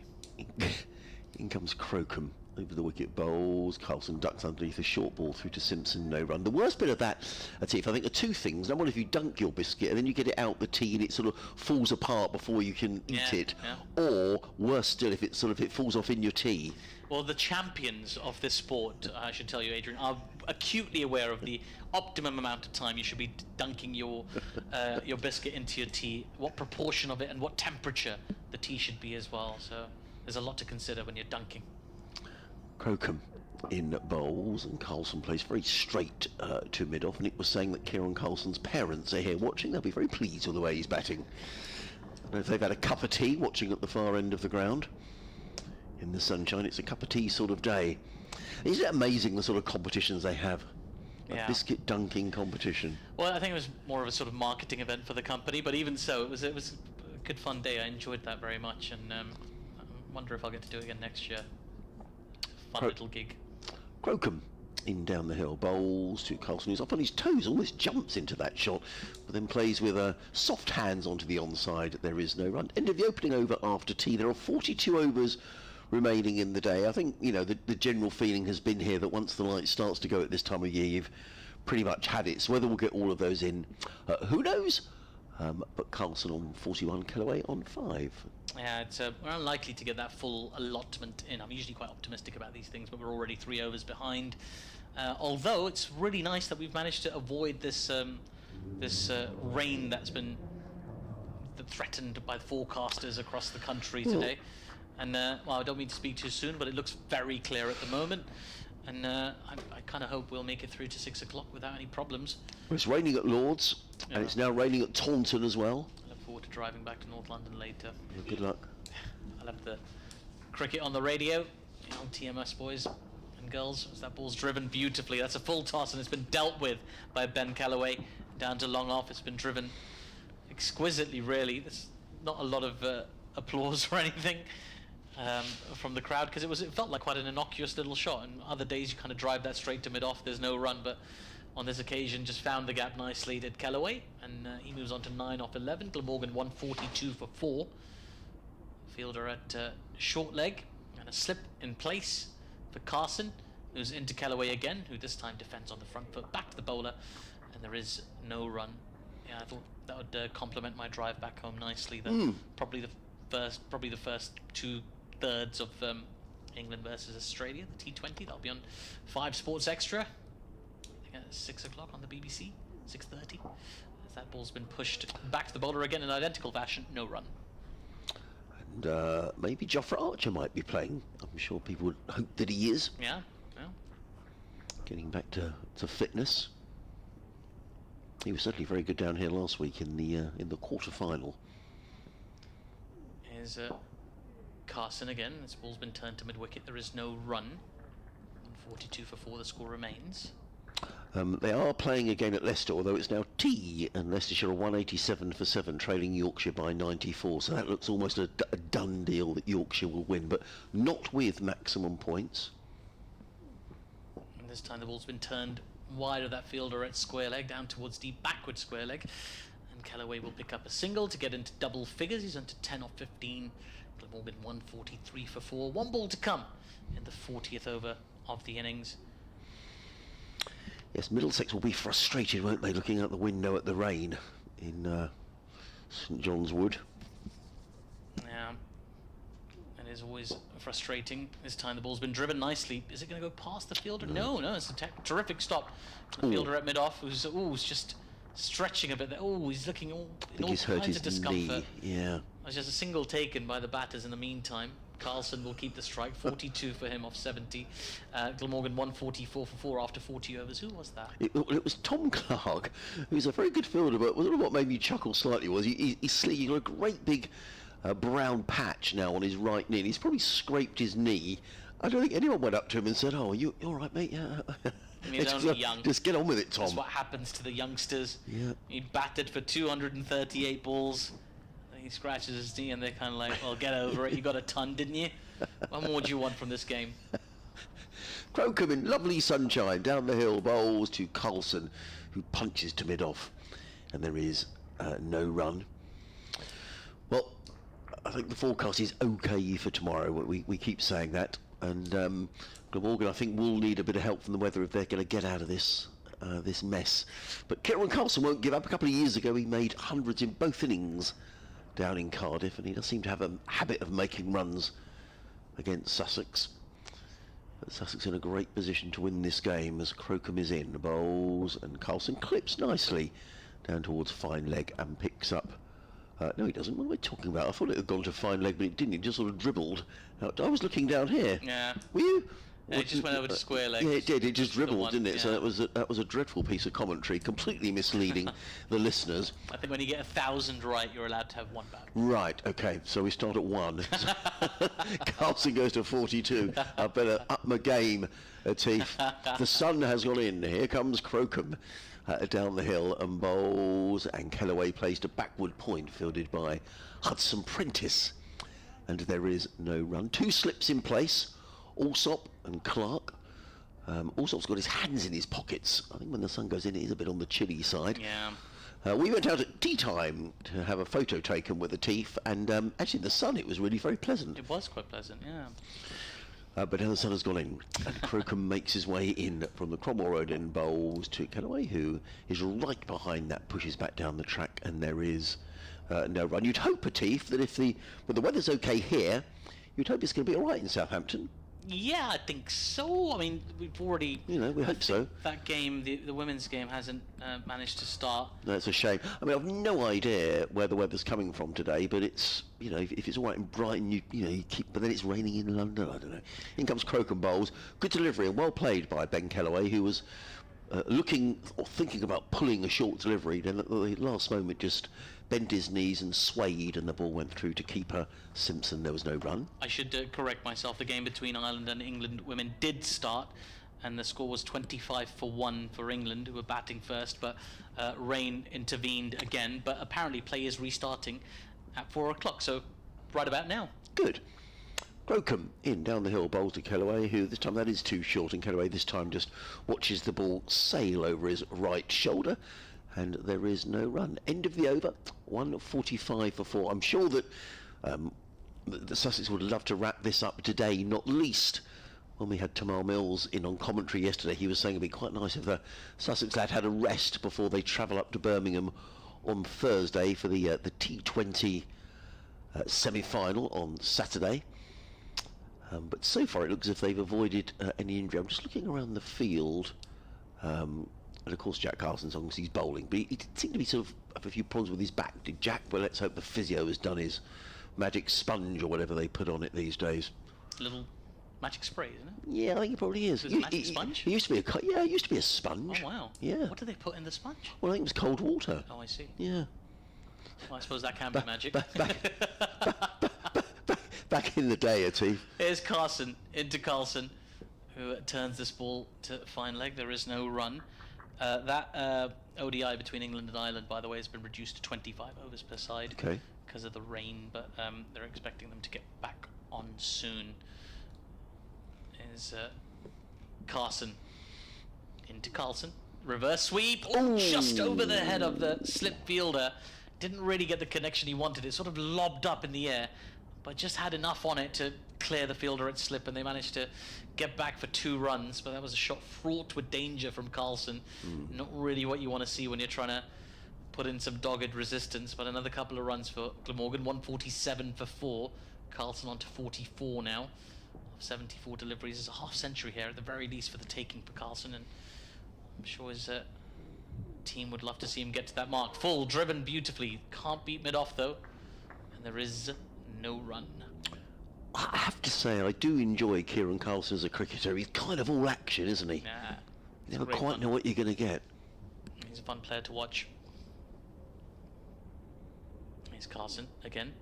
This time Carlson shuffles back in his crease and drives the ball out towards deep point. 2 runs around to a deep cover position, and they get through for a single. And Carlson now onto 45. 148 for 4. And I can see Nick doing his update next door. I wondered if I should allow him to do the half century for Carlson. Should he get there as Kellaway forward in defence pushes the ball into, well, back to the bowler in fact, for no run. I don't know, actually I think he might be busy doing his updates. Yeah, I shouldn't worry too much. I think if he ends up close to 100, then yeah. it's the centuries really, isn't it? Here he is again. Carson into Kellaway, who defends in a picturesque textbook manner into the offside. There is no run. That is the end of the over. The score for Glamorgan, 145 for 4. I think it's 145 for 4. Yes. Yes, it is 145 for 4, I beg your pardon. So, yeah, 45 for Carlson and 10 for Kellaway. And there's still 39 overs to be bowled today. There is some rather more threatening clouds sort of hanging over the Spenkarma Pavilion. It seems to be interspersed with some brighter skies, so fingers crossed, but it seems to be raining all over the place. It's raining at Chelmsford now as well, so we've been very lucky. Just keeping up to date with the First Division, we were talking about the battle at the top, or the battle to avoid the drop. Well, it looks very much like Kent are almost down. As in comes Crocombe, bowls. Oh, Carlson, well, he's hammered that away through the covers for 4 runs. Beautiful shot. He goes to 49. And that brings up the 150. 152 for 4 are Glamorgan. Carlson goes, as I say, to 49 off 77. Yeah, Lancashire in grave danger of getting relegated. 54 for 3 in their second innings, still trailing by 291. And Nottinghamshire 98 for 2. Still way behind Essex, 266 behind. So a real battle, but I think between those two really to see who's going to join Kent in Division 2 next season. As in comes Henry Crocombe, bowls to Kieran Carlson. Oh, that was a little short, and Carlson bends at the knees and sways, and the ball goes over his shoulder into the gloves. Nick has just come back. We were just speculating, Nick, whether you would like to commentate on the Kieran Carlson half-century. Which is now 1 run away. He's on strike as well on 49. Shall I hand over? Would you like to do it? Yeah, let's do it. Yeah. That's right. I have to take my little consolations where I can get them today. And now he's certain to be out. Right, here comes Crocombe then into Carlson on 49 not out. And he's turned that one away on the leg side, and he will go through for the single that brings him his half-century. 153 for 4 Glamorgan. Carlson, the second half-centurion of the innings. And Glamorgan need him or someone else to go on and provide a lot more. There's still 152 runs in arrears, but well batted to Kieran Carlson. Well, it was well timed, Nick, coming back in. We can read a game here. We can. Yeah, we can. So there was a bit more, it does look a little more threatening, you know, coming in from the west. Here's Crocombe again then from the Cromwell Road end, this time to Ben Kellaway, who's on 10 not out and leaving that one outside off stump. But I just opined to BBC Radio Wales listeners that when Ingram and North East were out in quick succession, Glamorgan's goose looked cooked, and I'm not sure whether it was air fried or roasted in the oven, but that Glamorgan goose ain't looking too healthy, I can tell you. No, it's not, unfortunately, for Glamorgan supporters. As Crocombe is in, bowls, Callaway who pulls. Oh, he's Ouch. nailed that one straight at the midriff of short leg. Hughes has worn one there and my is Lord. rolling around. That's hit him in the chest off the meat of the bat. They've gone through for a single, but this is going to be some treatment for Daniel Hughes, who looks in severe trouble. Oh, he's a Well, he's up. Oh, gosh. Did it? Whereabouts did it hit him? Do you think it hit him in the box, or do you think, oh, well, he's readjusting his box? She's taken out now. He's in a lot of pain. Oh, dear. That, it was pulled. Yeah, that is really nasty. No wonder he's going down. Really needs to go off for the rest of the day, I suspect. Well, Tamal Mills was saying yesterday when he was in, I wish Daniel wouldn't field at short leg in these games, because he's so key for Sussex. And you're pretty like, but well, he's made a pretty tough stuff, isn't he, Daniel Hughes? And he gets up onto his. I wonder if they had to get it straight in the. Yes, I thought initially it might have been chest. Yeah, so did I. But it looks as though maybe it was an area with some protection, but fielding close in, Callaway got it off the meat of the bat, and Hughes is looking down ruefully. And there, I guess, I stand open to correction on this, but there is not an awful lot you can do to treat a chap with that sort, other than allow him to make his way off very painfully.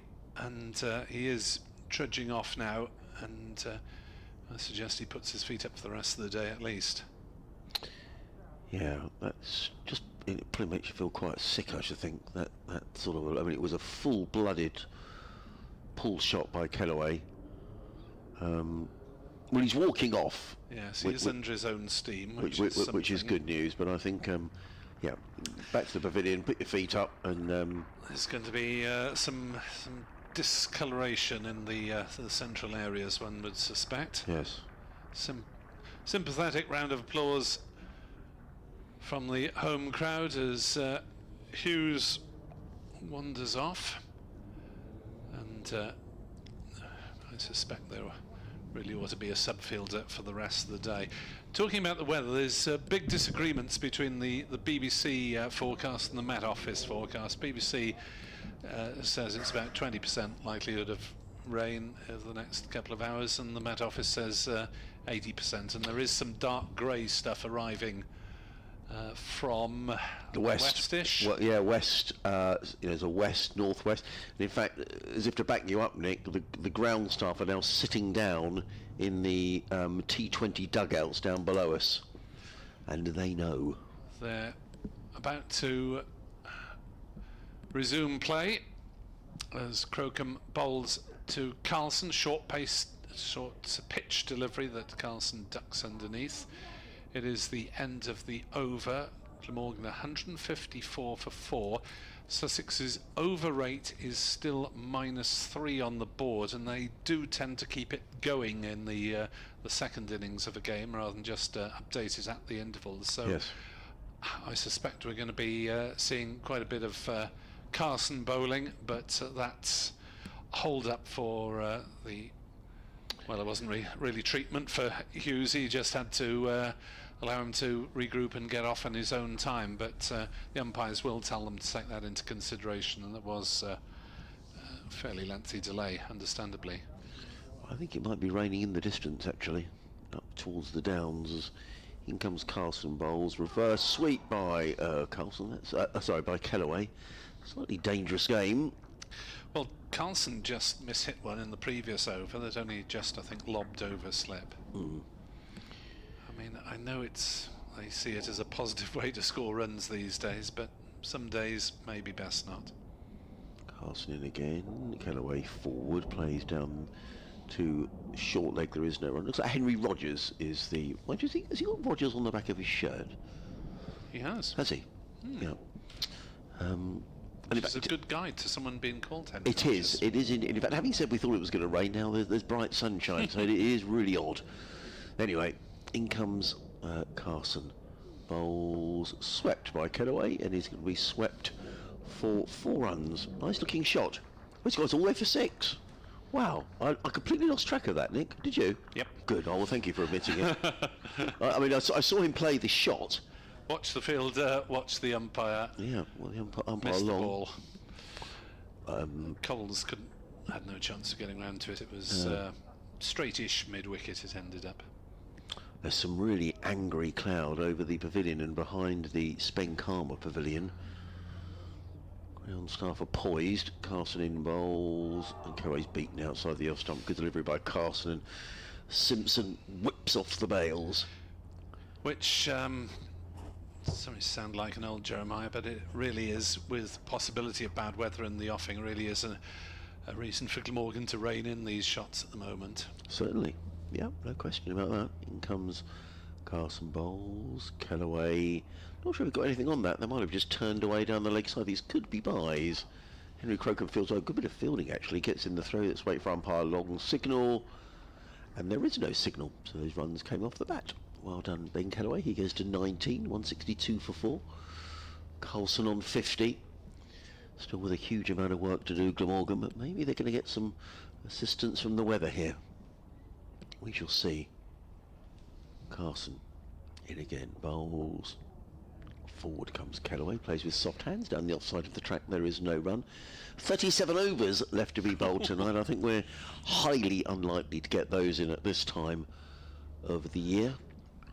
The Sussex over rate, as Nick was saying, is -3. Sussex are now sort of running between overs.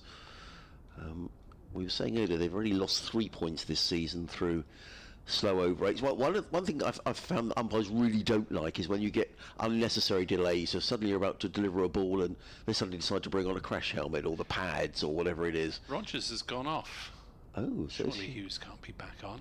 No, Carter's on by the look of it. Carter is on good spot. I recognise the hair. The mullet. Yeah, the hair. There are not many first-class players who have that much hair. No. Sticking out the back as Carlson defends the first ball of Crocom's over. 2 number 5s in direct opposition. Carlson's was the red number. In terms of defending against Carson, Callaway has about 6 inches of height advantage, so can get forward that little bit more. Crocombe is in to bowl, and Carlson plays it slightly uppishly through the leg side, nowhere near any fielder, and will pick up a couple of runs up to deep mid-wicket. Scrub that, edit, we'll come back for a third. As he played almost up to the dressing room steps. I do like Kieran Carlson as a cricketer, Nick. I was just saying it to a teeth. I mean, he's just busy. You never quite know what you're going to get. I mean, that might come with frustrations, but, you know, I like him. You know, incredibly enthusiastic in the field. He bowls a bit. Bounces around, looks as though he's enjoying it. Yeah, totally. Absolutely. As Crocombe bowls and Callaway pulls through the leg sides, and he's got hold of that one as well, as that one has bounced before the boundary, and it's gone for 4. It was that shot he was playing when he walloped poor old Daniel Hughes centrally. Yeah, I think the hands on heads around Sussex way, because they've moved those 2 fielders back on the leg side, so they're sort of 10 or 15 yards in from the boundary. Spot the trap. There are now 4 on the leg side looking for the catch in various positions. As Crocombe bowls a short delivery outside off that Callaway decides not to play. So there's a square leg more or less saving the single, mid-wicket in a similar sort of distance. Then there's another man out bisecting them just forward of square. So basically there are 3 square legs. 2 of them have to be just in front, obviously, because you're not. There's a fine leg as well. Crocombe bowls, and Callaway turns it into the leg side, and they go through for a quick single as Carter, one of the rear 2 fields. That was a very odd field that they posted there, and you wonder if it's a double bluff at times if you put 4 fielders in one area of the ground. Square leg, one of the square legs goes back to the boundary.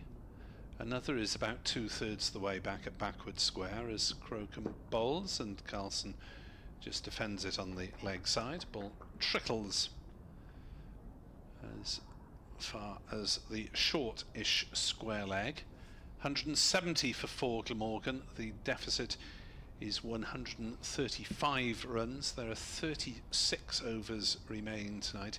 If we were to get them all, Glamorgan would still need to score 4 and over to wipe off the deficit this evening, and I suppose with these 2 at the wickets, with Douthwaite to come, then if runs are scored, then they will come fairly quickly, fairly naturally. But there are all sorts of bear traps being posted by John Simpson at the moment. Well, Jack Carlson is going to bowl the next over from the C end of the ground. He's in and bowls to Callaway, who just leans forward, plays into the offside, or down the track almost, and there is no run. The crowd's still gathering. So I hate to be a prophet of doom, but I'm pretty certain that's rain you can see to the northwest of the ground. Let's hope it's going to edge that way from a Sussex point of view as Carlson is in and bowls. Clipped around the corner. Oh, they're going to go for a single. This is risky. The throw comes into the non-striker's end. Oh, if Crocombe hits, he's long gone, is Ben Callaway. Well, that would have been Kieran Carlson's fault. It was clipped onto the behind square on the leg side by Ben Callaway. It was to the left of Crocombe, but Crocombe is very fast in the field. He got around, got the throw in. Carlson had called Callaway through for a single. And I think if that had hit, he might have been struggling, you know. Anyway, he got home. Callaway in bowls to Carlson, who steps away to the leg side and eases that away through the offside. Picks up a single. He goes to 54, 172 for 4. They're back on at Taunton, so it is really sunshine and showers today, isn't it? Somerset 109 for 5, leading Surrey by 105.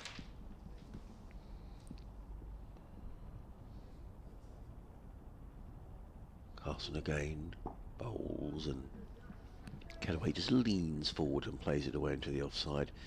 There is no run. If you're thinking of coming tomorrow, well, you can get in for nothing.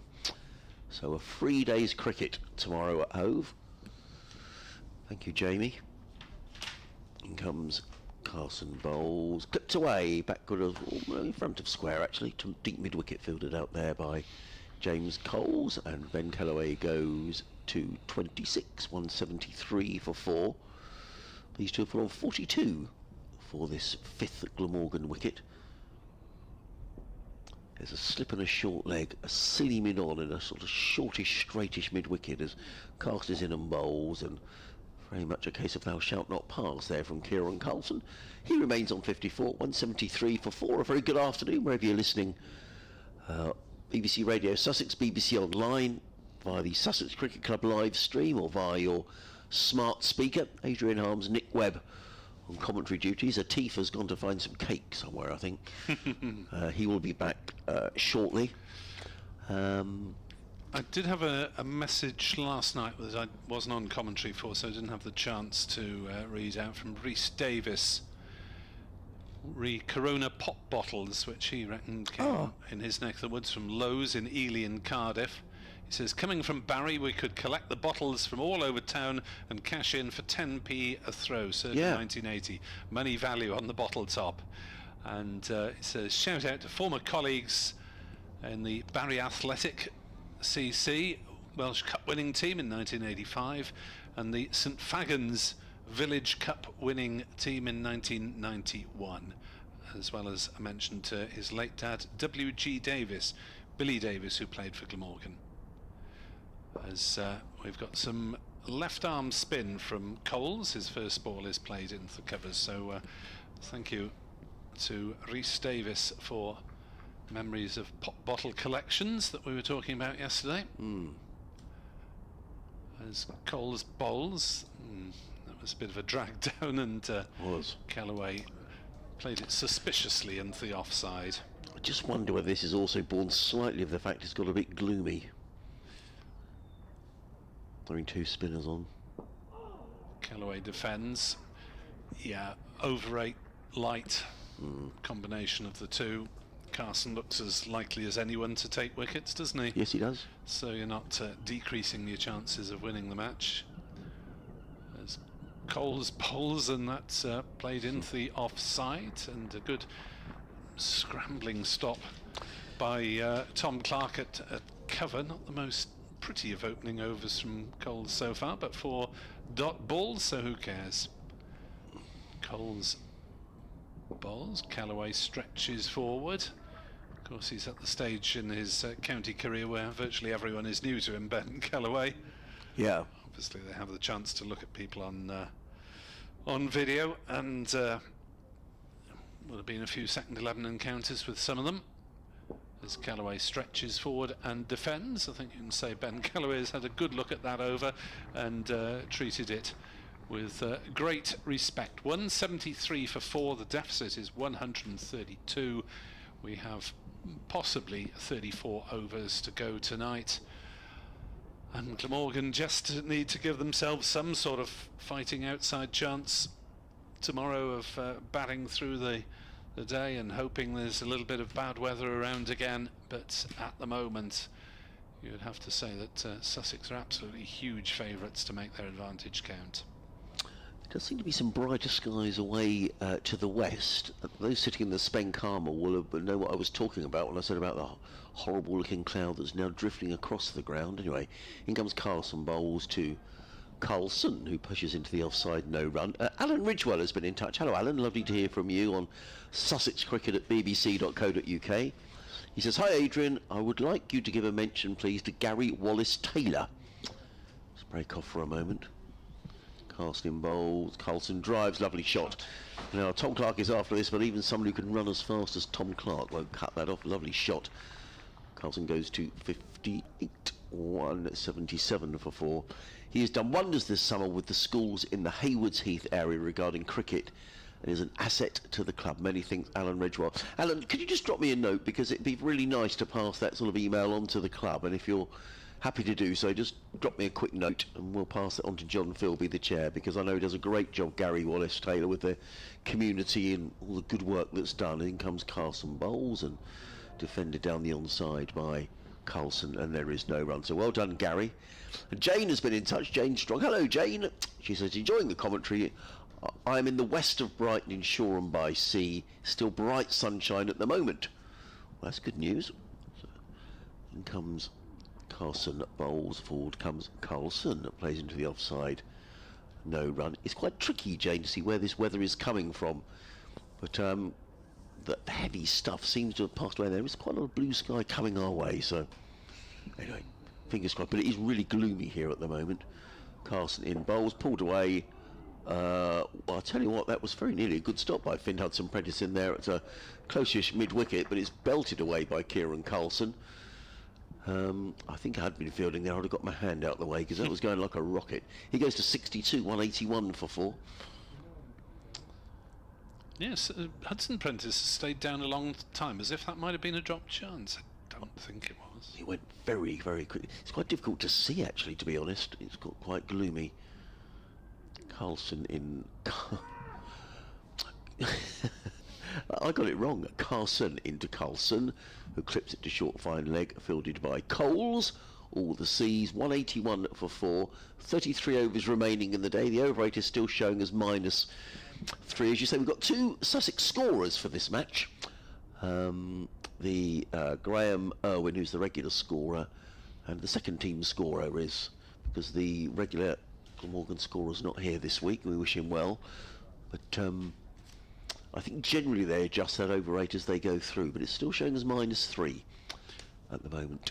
Yeah, as the info I had was that it was custom and practice. Maybe it was Cardiff custom practice, but you'd think it was everywhere.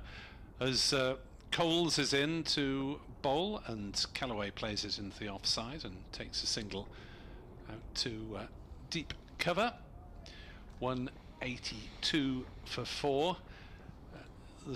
In the first innings they put the over rate up and adjust it at the intervals, and the second innings they try and keep it as a running thing. As Carlson plays into the offside, and again the fielding is done by Crocombe in front of the main scoreboard. Again they take a single. 183 for 4.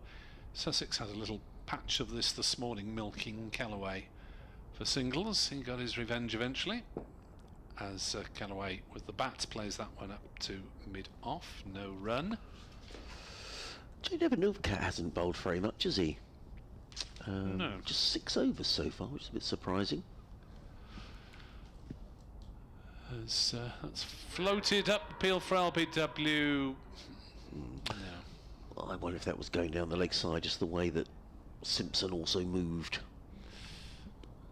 Yeah, quite tricky to see from behind the keeper, as our view also blocked by slip, but it looked as though he was playing it towards leg side.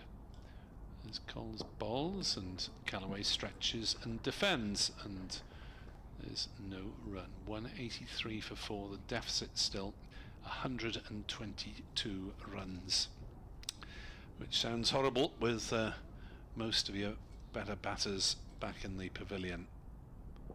As Callaway flicks one round the corner to fine leg, it'll be another single, the third of the over, and Callaway will therefore take the strike. He moves on to 28, and the total on to 184 for 4.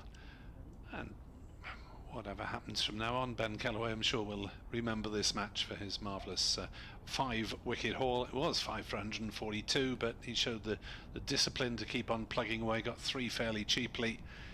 Got a little bit of stick in the middle, but kept his nerve, kept bowling, and well done to him. There's a rainbow to the right of the ground, to the east of the ground, as we look out towards the downs. There's a rainbow. So there is clearly rain about. As in comes Carson Bowles. Callaway just stretches forward, plays into the onside. There is no run update coming shortly, but probably we can natter away, Nick, because it'll be a little while yet, I think. Not hearing anything through the cans at the moment. Weather and travel and all the rainbow's getting bigger. In comes Carson, and Kellaway plays out into the offside. Now run, there's a slip and a short leg. Ollie Robinson is in very close at a sort of silly, well, not silly mid-on, but he's virtually standing on the cut strip. Robinson, very close in. There's a more orthodox mid-wicket as well. As clipped away around the corner by Kellaway, picks up a single. The fielder comes in from underneath the clock tower scoreboard is Henry Crocombe. One more to the total. Kellaway goes to 29 as the rainbow, the arc of the rainbow, gets bigger and bigger. Is there a crock of gold? I don't know. I reckon that's where perhaps our teeth could get out there and start digging for us, because we could all do with a pot of gold. In comes Carson Bowles, played onto the onside. They're going to take a single. In the end, a well judged signal, because Coles had a way to come into field. One more to the total, which goes to 186 for 4. Atif back with us. In a few minutes, I'm going to do my update to the listeners to BBC Radio Sussex. And Atif will be back joining Nick. Carson in, Bowles, and forward comes Kellaway. Kills the spin, play down the offside of the track. There is no run. Yeah, I suspect if Sussex did bring on the quicks here, we might well go off. But there are bluer sky. Oh, in fact, I can see some drops of rain now on the outside of the commentary box. So it is, and I can see it now against the background of the trees. So it's definitely raining. Carson in, Bowles, forward comes Kellaway, plays into the offside. There is no run. I mean, there's lots of blue sky on the way. So if you're spitting the Spen Karma thinking, oh goodness me, what's on its way? Well, brighter skies is the answer. So yeah, hopefully I don't this is think if we do have a shower that's going to last for very long, but obviously it does start taking time off straight away because we've already added the extra half hour. Yeah. They're playing in the one-day international, well, it's meant to be a one-day international in Belfast. England 93 for 2 in the after 12 overs, and that match is 22 overs aside after rain. England Ireland. Update for BBC Radio Sussex to come very shortly as Carlson plays one through the offside for a single. First ball of Coles is over from the Cromwell Road end. He'll rattle through these, so we'll pause when our radio colleagues hand over to us as well. 187 for 4. The deficit is 119. Sussex fiddling with their field. The unmistakable form of Carter moving from leg to off to reinforce the covers as Coles is in to a ball and Kellaway defends on the leg side. It's picked up by Alsop, who's taken over short leg duties. No run. 187 for 4. A few scattered showers this evening according to the BBC forecast as Kellaway pushes forward, defends. Bright and cold in the morning, might be time to don my hoodie if we are playing tomorrow, and there are now spectators heading for cover here at Hove as Coles bowls and Kellaway pushes forward defensively. It looks as though it is raining fairly seriously, judging by the supporters, but we play on.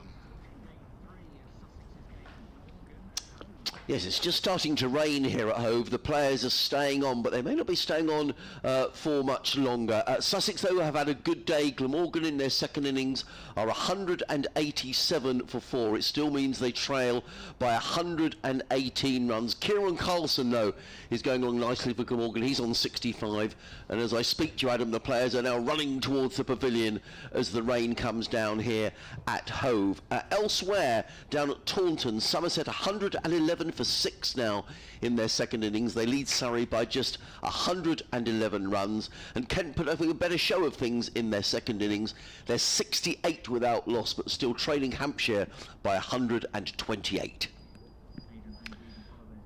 In that women's international, Tammy Beaumont's just fallen for 52 off 42 deliveries. England 99 for 3 after 12.5 of their 22 overs against Ireland. Don't think it's going to be a long delay, but will be a few minutes because the covers are being wheeled on by the ground staff, half a dozen of them, to cover. And, well, I think if I were Kieran Carson and Ben Callaway, I'd be heading rather more rapidly up the steps and delaying things a little bit. But Sussex will lose at least a couple of overs. It may not be any more, but it is raining fairly steadily. Doesn't look as though it's going to last. So we'll take, I think, a brief break, but it won't be too long. So leave your devices engaged, and hopefully we'll be back with you in the next 10-15 minutes or so. Glamorgan 88 for 4, and the deficit now is 117 runs.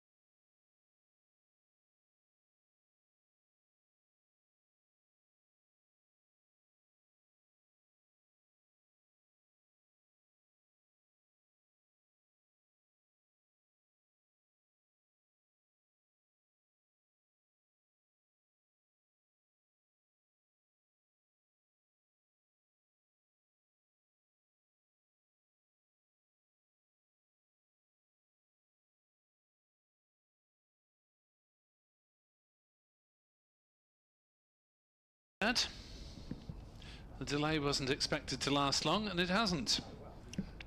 And we await to see how many overs are deducted from the day's play, which was 30.1 as things stand, if I understand the regs correctly, and I wouldn't bet on it. The addition of extra overs to the day means that you start losing them straight away when there is a break in play, but then there might be a subsection, subparagraph 1b.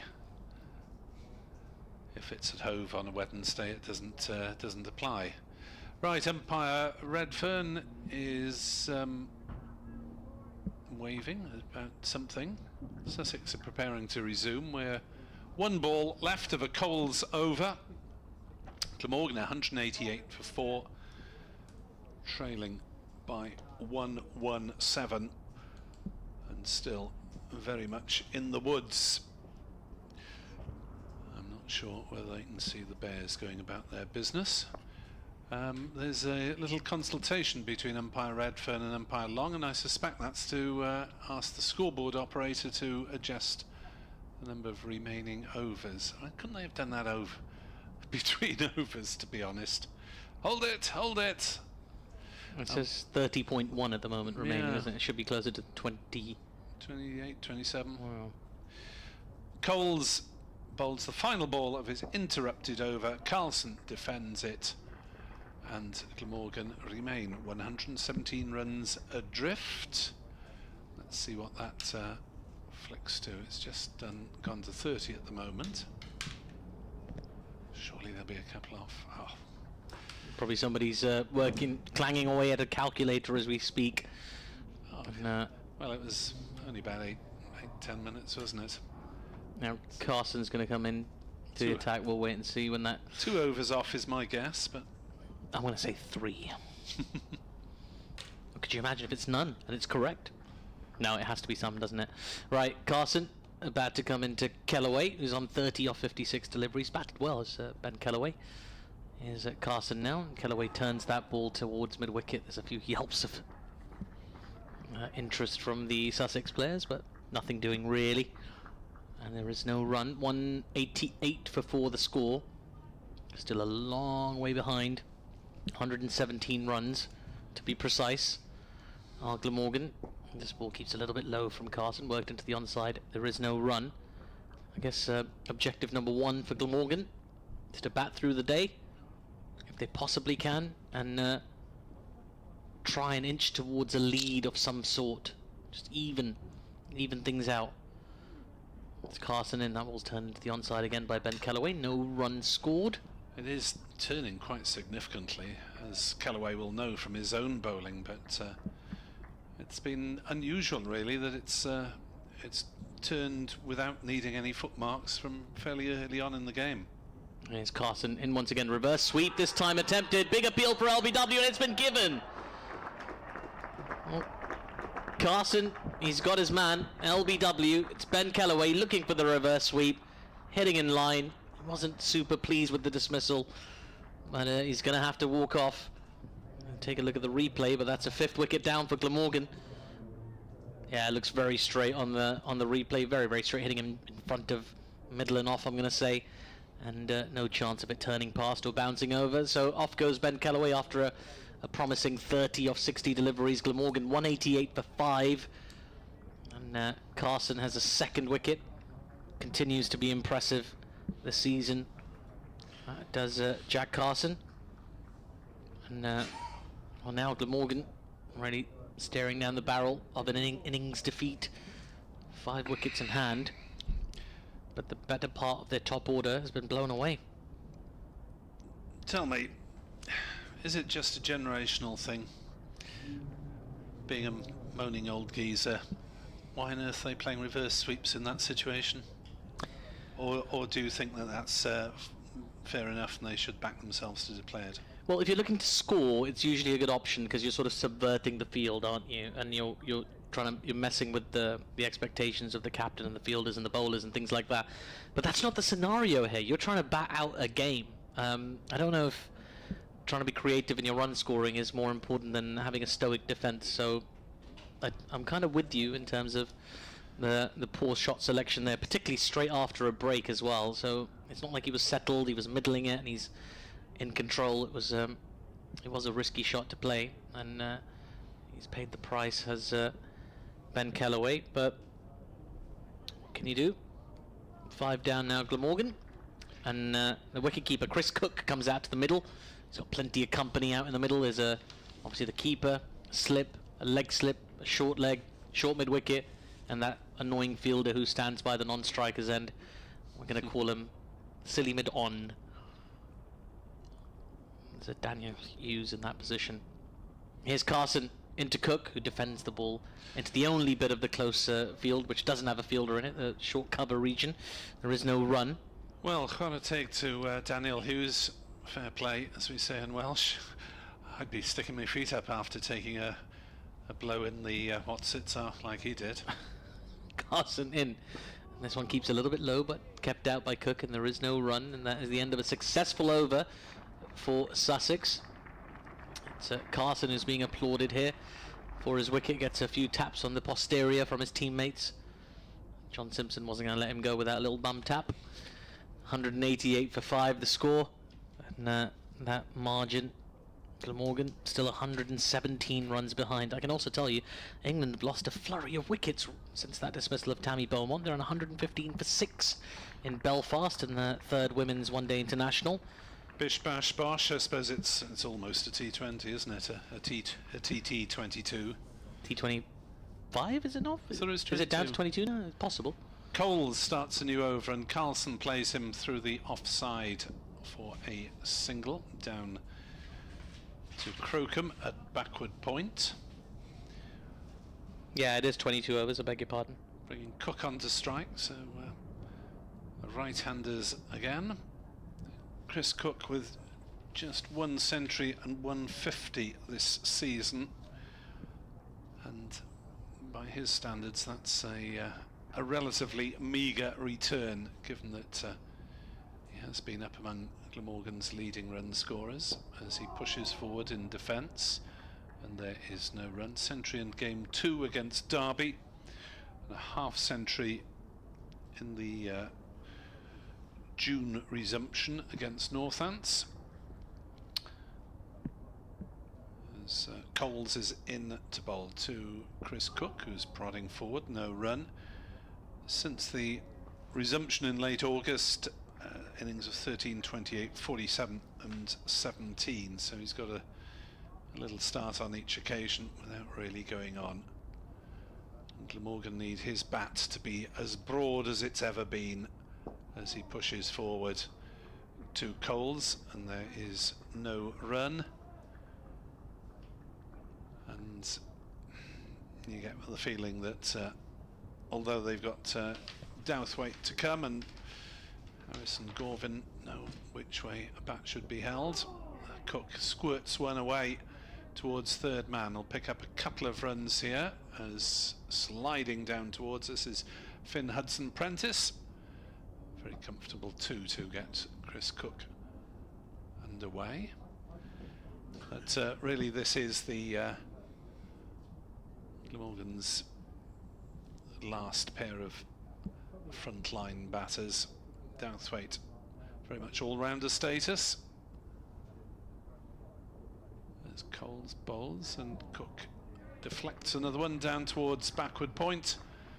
Hudson-Prentice does the fielding. 191 for 5 Glamorgan, 114 runs in arrears. And as things stand, really the only question is whether Glamorgan will avoid an innings defeat and make Sussex bat again. I think the victory for the table toppers looks almost assured, whether it be tonight or if Glamorgan manage to drag it into the final day and make Sussex work a little bit harder. I suppose there's the possibility of weather intervening. It's maybe one of the only things Glamorgan have going for them right now. Here's Carson once again, as that ball's been looped up in the air. It's caught at short leg. Terrific catch. Carson has taken a 2nd wicket in consecutive overs, and this time it's Carlson who's going to have to go. He batted so well, did Carlson. He was looking very good on 66 of 96 balls. A good defense, some good attack, some really good strokes, but ultimately he succumbs to Carson, and his whole team just chased after him there. Did Jack Carson, and they're all surrounding him, congratulating him, and they know that he's taken them one step closer to victory here. It would be a big win and help strengthen their case to win the second division of the county championship this year, and perhaps more importantly, be promoted back to the first division of county championship cricket. And, it's been a really good performance from the home side here. Glamorgan rather falling away now, and as you said a little earlier, Nick, it feels like it's a matter of time now. 191 for 6, and still 114 runs behind our Glamorgan. Tom Alsop was the man there who kept his nerve at short leg.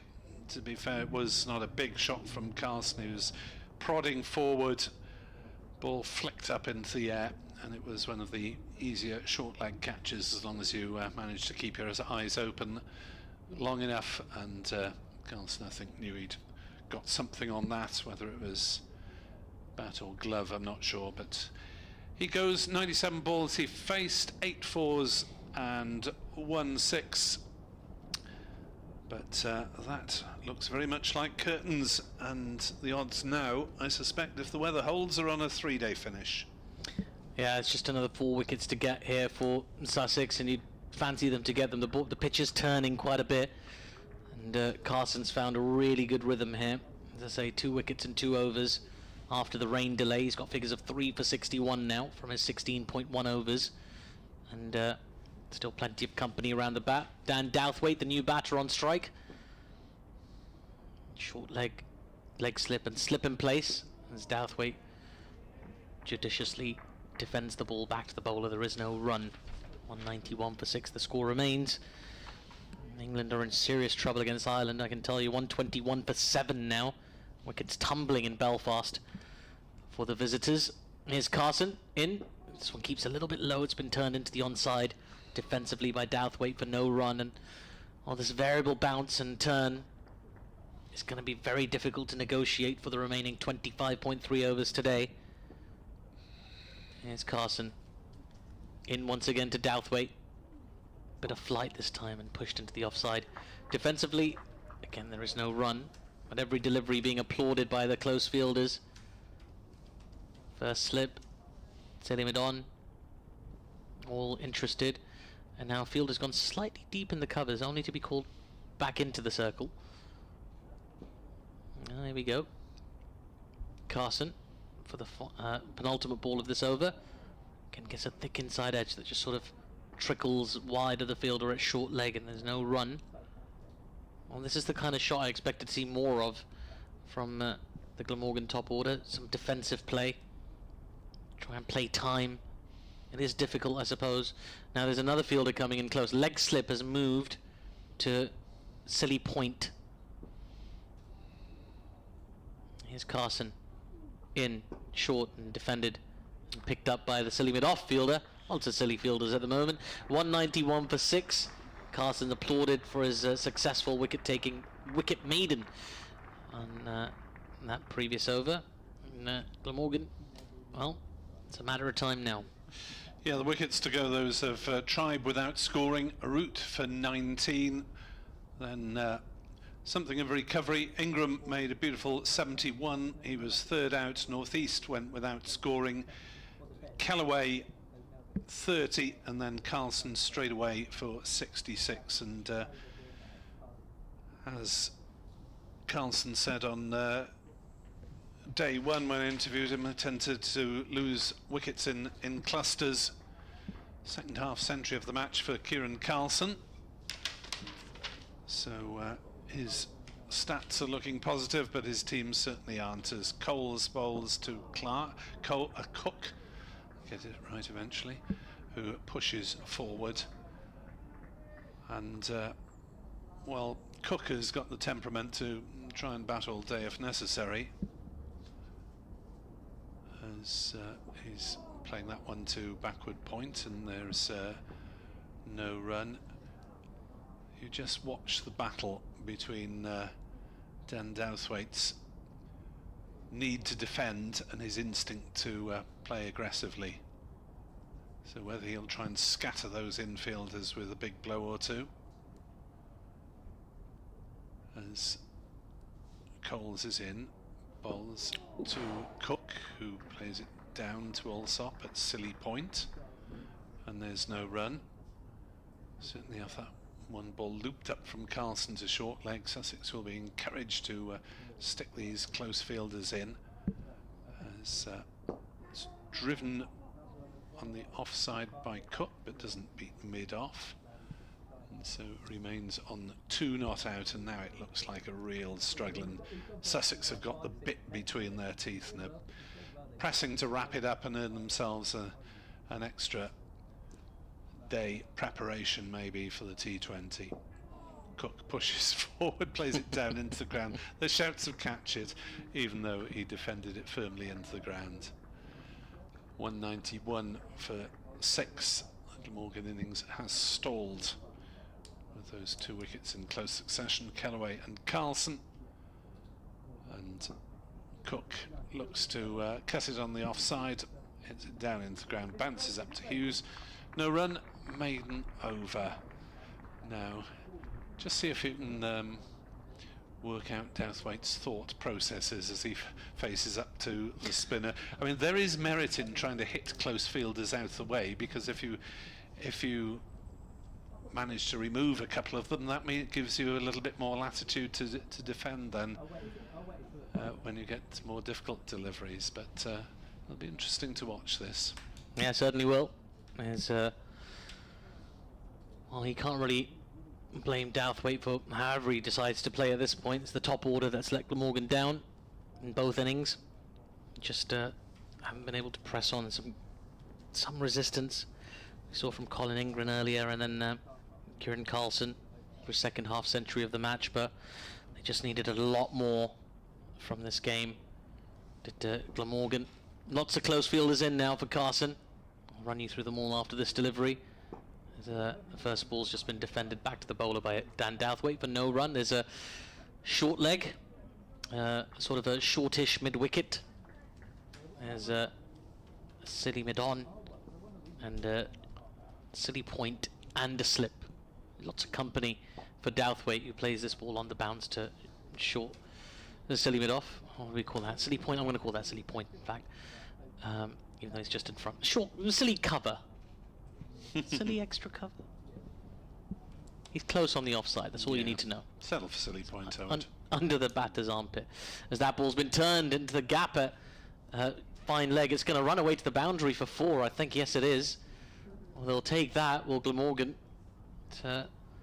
Ball just turning a little bit too much for John Simpson to follow, and Douthwaite is off the mark with a boundary. 195 for 6. Still a long way behind.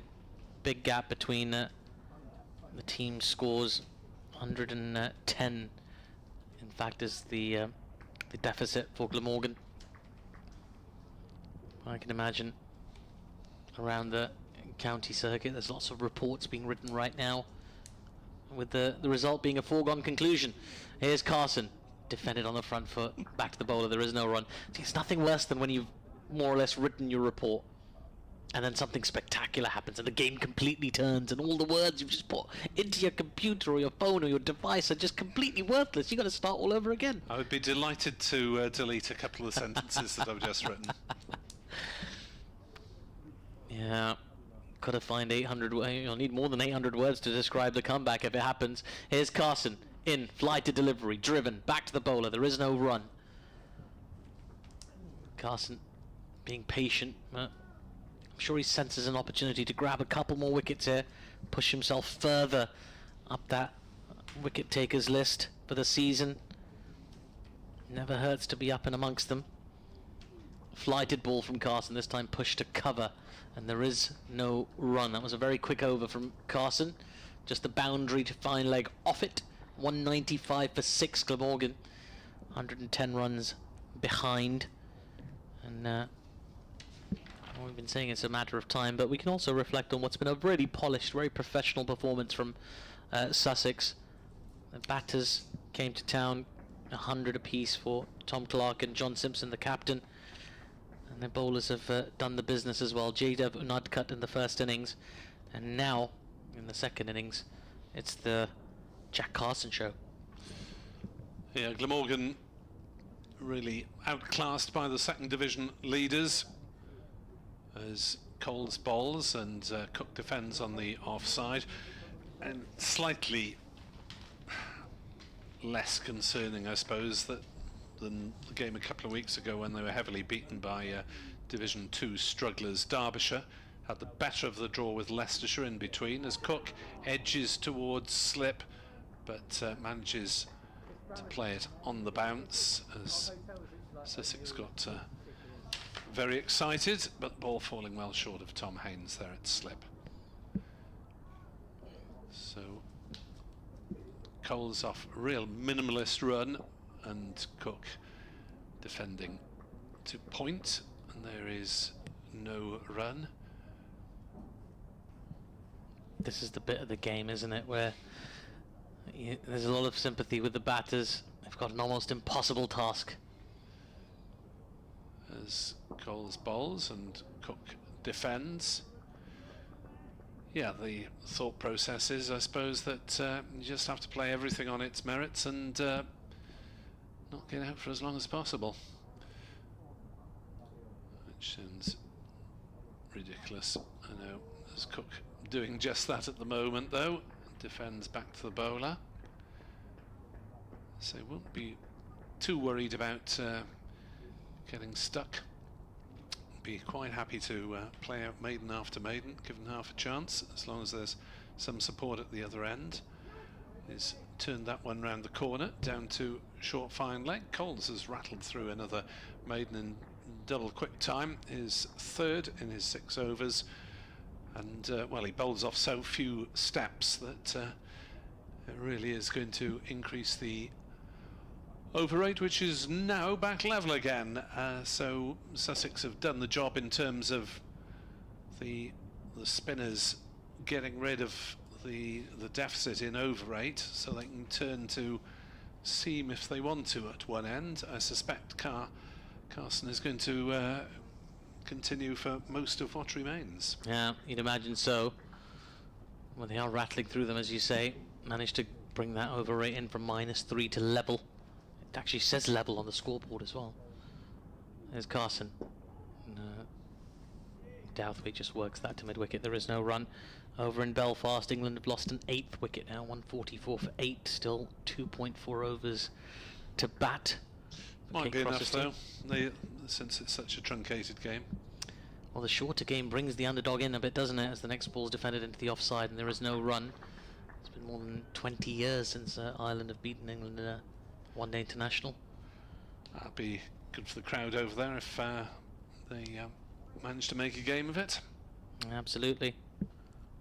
Here's Carson in once again. Flight and thick inside edge trickles past short fine leg position, and they run through for a single. 196 for 6. Cook onto 2. The second run coming off his 19th delivery, which gives you an idea of the defensive mindset they're in now, and it makes complete sense, of course, based on the scenario of the game. Here's Carson into Cook once again. That ball's pushed into the offside. Slightly vacant region, but not vacant enough for it to be single worthy. You can probably hear alongside me Nick Webb typing with purpose. Another dismal performance from Glamorgan. Something like that. Something like that. Here's Carson in, defended on the front foot by Cook for no run. You could probably put a spirited effort from the tail to block out Sussex. The last 4 sessions. You hear that word a lot in match reports. Spirited. Sometimes wonder who brought it into vogue, but everyone uses it now.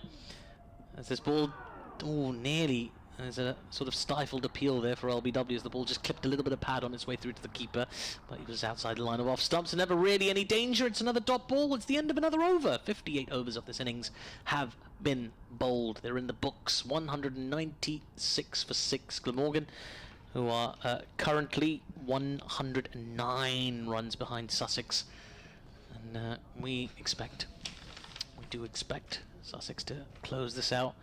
But do we expect it today, Nick? That's my question. 21 overs left. I'd say it's more likely than not, isn't it? As Douthwaite and Cook do their best to dig in, but they're not going anywhere at the moment after the dismissal of Carlson and Callaway in quick succession. The net has closed in around the visitors as Coles is continuing, and Douthwaite pushes that one into the leg side and will pick up at least a couple of runs out towards mid-wicket, towards the Spen-Karma Pavilion. Is there a case for throwing the ball to J. Devon Nutcut on one end and to Ollie Robinson the other end and saying, come on then boys, clean this up? I certainly have one of them on at the Cromwell Road end. And since the over 8 deficit has been eradicated, as Coles bowls and Douthwaite plays defensively to mid-wicket. 198 for 6. Douthwaite has 7. Cook has 2. Yes, with now the sun's out and there aren't light issues either. The over 8's okay. Coles tosses one up. What's they appealing for, to be honest? They're appealing for the catch. Very woody. It's a bump. It's an immediate bump, but they were just trying to get into the batter's skin, I imagine. Coles bowls. Douthwaite defends, slightly squared up. You get used to watching Douthwaite's defence. It does get quite square and it doesn't always look very pretty, but you don't get marks for style. Coles bowls slightly quicker. Douthwaite pushes out on the off side, and there is no run. The Sussex flag above the scoreboard fluttering out in the breeze. Still sunshine at the moment. Dark cloud away to our left as Douthwaite defends the last ball of the over. 2 runs transpired off the first ball. 5 dots were strung together by James Coles after that. But, you know, although Coles is bowling pretty tidily, you get the feeling that Sussex's chances of getting the job done quickly would be better served by getting Robinson and Unadkat alternating at the Cromwell Road end. Yeah, that's what I'm sort of thinking, but I guess John Simpson has other ideas at the moment. He's thinking more about maybe just getting ahead of that over rate a little bit. Of course, you have to also consider that if they can bowl them out today, then the over rate is moot. Doesn't matter at all. As Carson gets ready for another over, I can tell you the England women's team have been bowled out. 153 all out with a 1.1 over remaining. Down the track comes Cook and pushes that ball defensively into the onside. There is no run. 153 in 25 overs. Well, I don't know, you know. Careless. Always use the overs up. Oh, Ireland, I feel like they're in with a chance here. Shorter game always brings the less fancy overs, team into it. Yeah, it's still England being favourites, I think. For sure. Here's Carson. Pushed into the offside again defensively for no run. Loads of oohs and ahs from the Sussex players out there at the moment. A lot of it is for effect. Absolutely. It doesn't mean it's not effective. Glamorgan 198 for 6. Nah, well, it's a defence job at the moment for the team from Wales. Just trying to salvage something. There's a little delay here because we're having a helmet brought on for another close fielder. We've already got a short leg, a leg slip, a conventional slip, and now City Point is also going to get a helmet, which is of course a very sensible thing. And also got a few bits of padding. I think there's an extra box to go in there. Not just a box, I imagine. You're that close, you should be taking every precaution. Here's Carson, 19.2 overs into his spell. short and cut away nicely, but can't beat the fielder at cover. That's another dot ball. An extra box would be quite something, wouldn't it, if you're already wearing one? I remember Stephen Finn once telling me that he once wore 2 boxes. Who was he facing? I think he was just going out for a night out. Here's Carson into Cook as that ball's to mid-on for a single. Boom. I did tell him not to. There's no need to show off, Vinny. 199 for 6 is the score. 1 run away from 200. Some kind of moral win, I suppose, a milestone like that. But it's hard to take any positives, really, other than Carlson's performance and the fluidness of Ingram. That ball's been pushed to just past short City Point, and there is no run. And I suppose, of course, there was good bowling from Ben Callaway. He got his first 5-wicket haul in first-class cricket in just his 4th game. So there are a couple of good takeaways, but it will be a somewhat demoralising trip to the coast for Glamorgan as the next ball's been pushed back to the bowler. There is no run. That is a 60 overs bowled. And this innings, 199 for 6. Douthwaite on 7. Cook on 3. Yorkshire completed victory over Leicestershire by an innings and 72 runs. Leicestershire were all out for 209. In terms of Sussex's pursuers dropping off, well, Middlesex 103 for 2 in their second innings, leading Gloucestershire by 171. And Middlesex fairly flying along, actually. They've only faced 15 overs. Robson hit a 50 off 54 balls. But looks as though both teams have got some positive intent there, with Gloucestershire looking to haul themselves up the lower half of the table. Yeah, you'd kind of expect that from them, wouldn't you? Both sides willing to play ball and look maybe for a run chase on the last day. Coles from the Cromwell Road end in the sunshine into bowl, and Cook steps back, steers it into the offside, but it's well stopped by Clark at cover. No run. 199 for 6 here on BBC Sport Online with Atif Nawaz, Adrian Harms, myself, Nick Webb, as Cook is forward defending. Carson has 3 for 67 at the moment. Cole's in his 8th over, 0 for 10. So no risks of being taken against the left arm of Coles, as that's cut away. Shouts of catch. I'm not quite sure how long it was aerial for, but it's a couple of runs down towards the backward point boundaries. Crocombe fields, and Cook moves to 5 of 29 deliveries. And short leg and slip of the infielders. Cover is close in on the drive, crouching as Cook is forward defending to cover, and there is no run. That's Daniel Hughes, who gritted his teeth, crossed his legs and got back out there after taking a nasty blow earlier at short leg. Cook pushes forward and defends the Amdram Society around the bat in full voice. Ooh, it's panto season already. Oh, goodness. As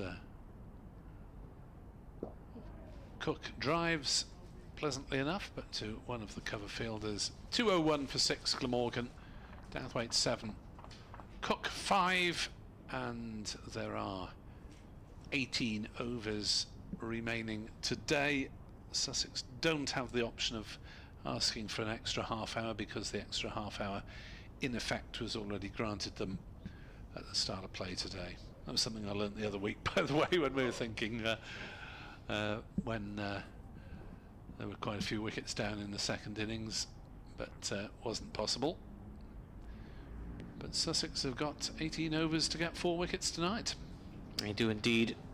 Here's Carson to continue.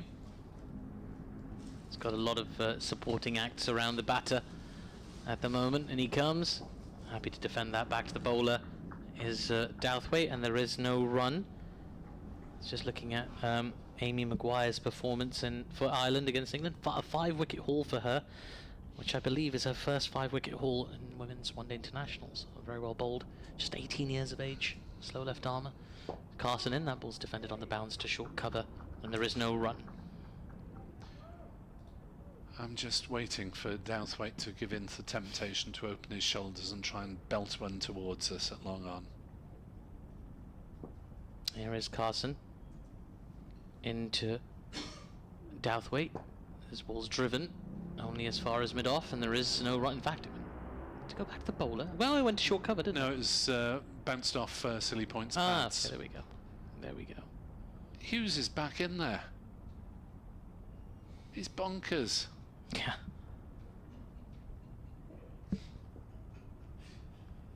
Here's Douthwaite in once again. Defended on the front foot. Back to the bowler. There is no run.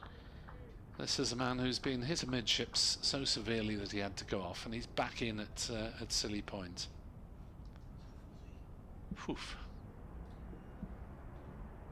There's Carson in once again. That ball's pushed just on the surface, really. Fielder from short cover runs around to pick it up, and there's no run. He's got nerves of steel, or something made of steel anyway. It's that part of the afternoon, isn't it? Here's Carson in once again. This ball's been pushed just wide of sort of the point region, but they don't take a run, and that is the end of another very quick, very rapid over now from Sussex. They're really flying through them right now at the moment. 201 for 6 the score remains for Glamorgan. 17 overs to come today. 4 wickets to get for Sussex, and I'm sure somewhere Tamal Mills is either refreshing a scoreboard online. Maybe he's listening to the commentary or watching the stream, but I'm sure he's keeping an eye on this because he's very keen for this game to finish today and get that extra day of rest in ahead of what should be a tremendous finals day. 4 excellent teams competing on Saturday at Birmingham. And, one of them will be Sussex, who could win as many as 2 trophies this season if they get it right. Mr. Harms will be bringing you the commentary from that Sussex semi-final on Saturday afternoon, BBC Sport Online. 201 for 6, so yeah, reminder to listeners of both stations to stay faithful to the BBC commentaries for the finals, as there's pace back into the attack in the form of Robinson, the formidable form of Robinson, and first ball is defended by Cook. The field for Robinson includes 2 slips, Alsop and Clark, with their backs to us. Shadows starting to extend, the shadows of the floodlight pylons not being used for this game, the lights, or any championship games. Robinson is in, bowls, a big appeal and given. Cook is out, LBW, Robinson celebrates, and Sussex have a 3-day victory very much in their sights, 201 for 7. Well, we've been calling for it for a while, getting Robinson into the attack, maybe a nut cut alongside him, but Robinson, it only took him 1 ball really to find his rhythm, find his length. Too good for Dan Douthwaite, and then he's walking back. It was Cook, I beg your pardon. Of course it was Cook. He's making the slow walk back to the dressing room. Glamorgan now 7 down. Sussex sniffing an opportunity here to just close out this game and do it with a day to spare, and also just create a little bit of anxiety perhaps for Middlesex and Yorkshire, all not quite wrapped up their wins, not even got themselves in on the final straight yet, whereas Sussex are almost at the finish line. Cook is absolutely dragging himself off the field. Looked very reluctant to depart. I mean, question there was whether it might have been doing a little too much going down leg side, but it did strike him in front and with not too much height. So just a question really now of whether Glamorgan can bat out the day or not. It seems highly unlikely, with all due respect to the batting abilities of Glamorgan's lower order. James Harris not as prolific with the bat as he was in his Middlesex days. Andy Gorvin and Ned Leonard are the remaining personnel for Glamorgan. It is James Harris who is taking guard, and it's nearly 5:20 on a Wednesday evening. Sussex looks set for a 3-day win here to keep their lead in the second division after Yorkshire completed an innings win over Leicestershire.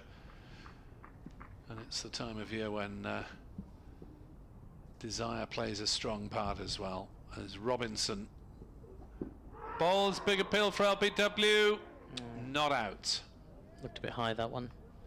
Sounded more like possibly a thigh pad. James Harris remains unperturbed by the fuss and goes down for a little bit of a prod at the pitch. 201 for 7. Oh, it was a decent shout, to be fair. Yeah. It's just the camera's a little bit of an angle from the Cromwell Road end, so the height is a little bit misleading, I think, sometimes, but it looked pretty high from this angle, I would say. Robinson in, bowls. Harris leaves a ball that came back a long way and was taken by Simpson, actually going down to his left towards the leg side. So Robinson is fully fired on his return after a spell of spin. Did the job of bringing the over rates level. Sussex will just keep half an eye on the board to make sure it doesn't slip again, but I'm sure they'll get the word from the umpires if they do need to hurry things up. As Robinson bowls to Harris, who looks to drive, doesn't time it, plays to mid-wicket, and there is no run. But again, it's worth remembering, if you can bowl out the other team, that over rate is moot.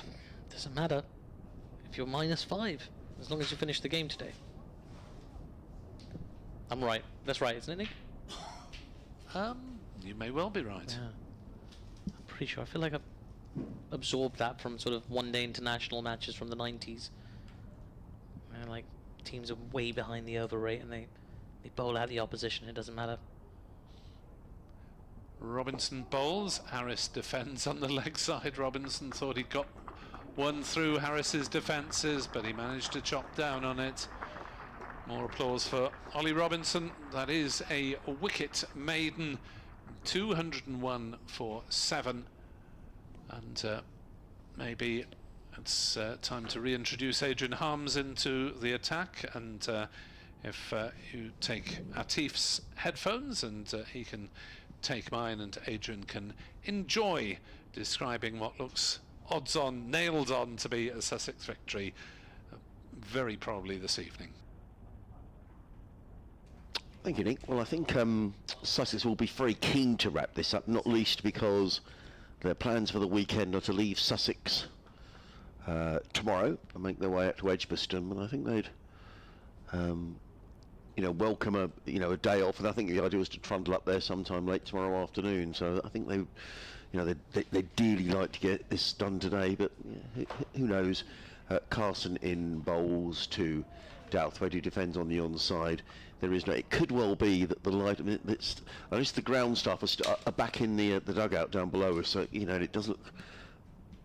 Perhaps there's a little rain about it, but it's more the light I think could prevent a victory tonight. As in comes Carson and bowls, and Douthwaite, who's honing in all his attacking instincts. 7 off just 30 balls, or just 7 off 30 balls, I should say. There's a slip, a leg slip, a short leg. Daniel Hughes is in there slimming off. He, as Nick was saying, he did get cracked in a very painful area, and he left the field for a while, but he's back on.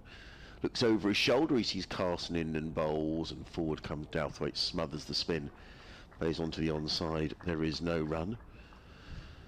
So were Sussex to win here, they would pick up 24 points. Yorkshire have picked up 23, I'm sorry. In comes Carson, bowls, forward comes Douthwaite, played into the offside, no run. Yorkshire, I think, have picked up 22 for their win against Leicestershire today. And the onus then very much on Middlesex to see if they can force a result against Gloucestershire. As Nick was saying, they are racing along, Middlesex. In comes Carson Bowles, and Douthwaite eases that down the onside of the track, no run. Middlesex 127 for 3 in just 17 overs. So I don't know whether there's some less than because some quite favourable bowling, but I don't think there is, to be fair. I think they're just getting on with it as Douthwaite prods into the offside. There is no run. Maiden over from Jack Carson, who's now bowled 22 overs, 4 maidens, 3 for 67 and 45 wickets in the season for Jack Carson. He's right up there amongst the top wicket takers in the country, behind Oliver Hannon-Dolby of Warwickshire. I think Dan Worrell is right up there as well for Surrey. So, if it's a clear day tomorrow, I guess Middlesex will be hoping they can bowl Gloucestershire out. That's clearly their intention, which would take this promotion battle into the last 2 games of the season. Sussex down at Bristol next week. I mean, nothing's to be taken for granted. I see today Gloucestershire escaping any penalty for that substandard pitch against Northamptonshire. Yeah. There's Ollie Robinson now in for the second over of this spell. Oh! The outside edge. No, he takes the outside edge. He's got the catch. Didn't even look back at the umpire. It was a celeb appeal. And, well, he's going to have to walk off as James Harris. It was a very good ball, hitting a very good length, a very good pace, and it's always going to be hard for a tail ender to get anywhere near that. And it's probably been in good touch to be able to get the outside edge. He's walking off now. Is Harris, and that's another wicket for Ollie Robinson. He's picked up 2 here, and he's doing the job that his captain has asked him to do: mop up the tail. 201 for 8, with Glamorgan still a long way behind, 104 runs to be precise. Yeah, and now you'd feel with James Harris gone, who's obviously quite often been quite obdurate when he's batting against Sussex, but just Galvin and Leonard to come. Yeah, just looking at the table, if all 3 sides were to, and I'm sorry to be very boring here about Sussex to Glamorgan supporters, but if Sussex were to win this game, which it looks almost odds on they will, and Middlesex win as well, it'll mean it's pretty much as you are at the top of the table in terms of points differential before this game started. It's just that there's 2 games left to play. So roughly 20 points behind would be Middlesex and Yorkshire. So Sussex could potentially wrap it up next week at Bristol. By the same token, if they were to get beaten, and Middlesex and Yorkshire were to win, it could come down to a shootout here on the final match of the season. Who knows? The weather may intervene, but all you can do, I think if you win 7 of your 12 games, I'm not saying you deserve to get promoted, you probably do, to be fair. You do. If you win more than you lose. They've been maybe throw in a couple of draws, then you do seem to think you should. Sussex have been really, really good this season. Yeah, they have. 2 for 28, Ollie Robinson, and Robinson's been a large part of that. Now he's got 2 slips in place, he's got a leg slip in place as well. Robinson is coming down the hill. Grey clouds are gathering a little, but sunshine at the moment. Bowls, we very nearly breaches the defences there of Andy Gorvin. I just wonder whether in the next over a new cap might. I'm a little surprised he's only bowled 6 overs. I don't know whether he's. Well, if he had any sort of injury, he wouldn't be on the field, I guess. Yeah, no, I can't imagine it's a workload issue. I think initially it was just an over rate issue. It's +3 now. They're well ahead of the over rate at the moment, are Sussex, so they can afford to bring on both seamers from both ends and try and wrap this up, although Ollie Robinson will back himself to do it. Just getting that wicket first ball this over. In comes Robinson again. Bowles. Galvin covers up, plays on the onside. There is no run. Yeah, I mean, there's quite a lot of blue sky in the distance, actually. I mean, probably this time of year it's quite tricky playing much on beyond 6 o'clock. Yeah. I'm sure actually the Glamorgan. Well, I'm sure they're professional cricketers, so they'll but I'm sure if they had the choice of coming back for a couple of overs tomorrow or finishing tonight, it's no brainer. Yeah. In comes Robinson, bowls. Oh, Gorvin's beaten. That's a lovely delivery from Ollie Robinson, who, to be fair, I thought bowled very well earlier on in this match without really the reward that he perhaps deserved. But a little bit like Ned Leonard did as well, perhaps deserved a little better figures than he he achieved, but Robinson certainly bowled well in this match. Yeah, he's bowled brilliantly in that first innings. He was really quite potent for. So he just couldn't get the final touch. Really, that was the one that he needed. Wheeling around at the far end of the ground is Robinson, and he's on his way in again. Bowls and edged into the slip cordon. Well fielded there by the ever reliable Tom Clark. A couple of bounces, and there is no run. I better get myself ready for my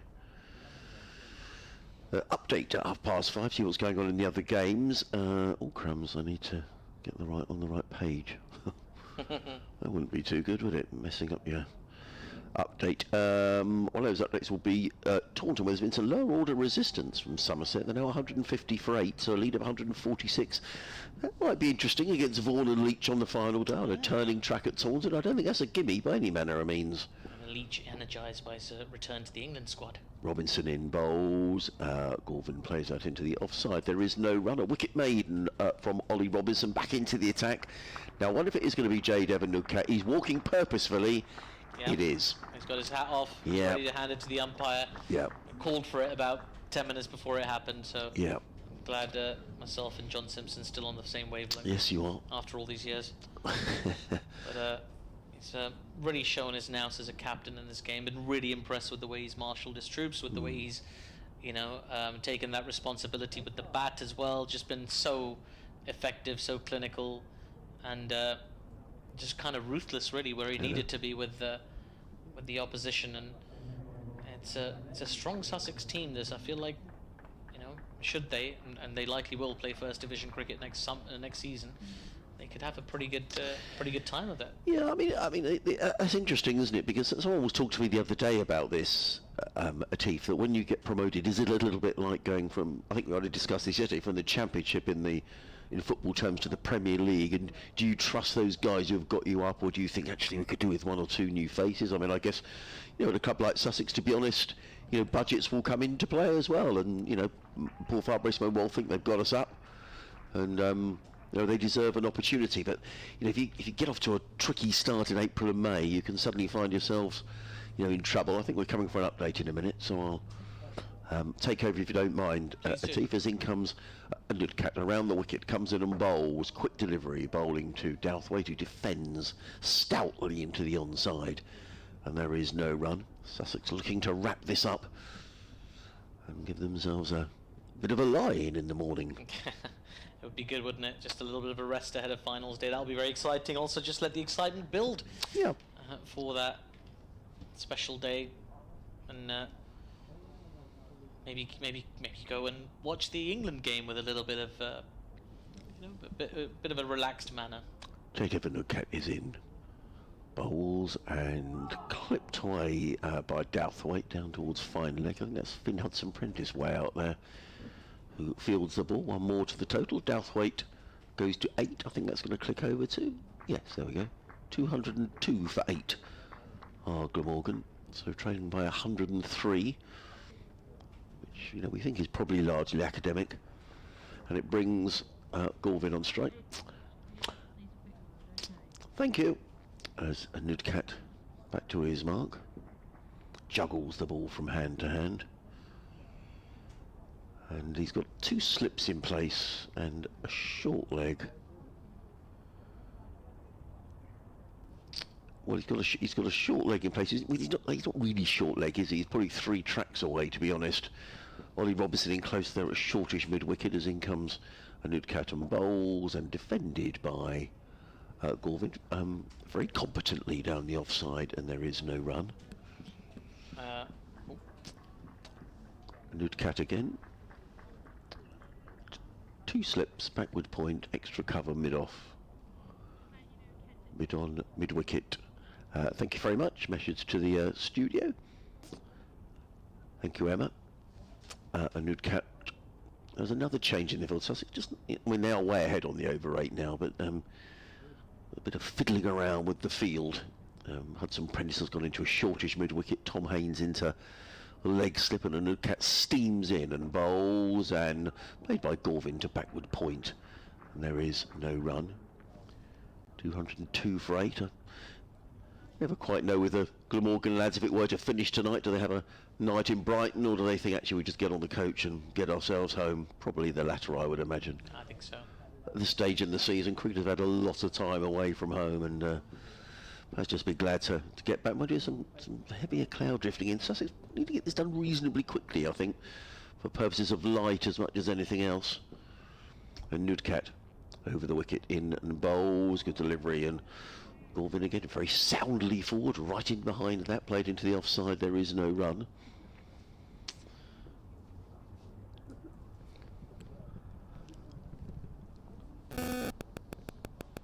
That's a funny noise. Oh, sorry. Nudcat.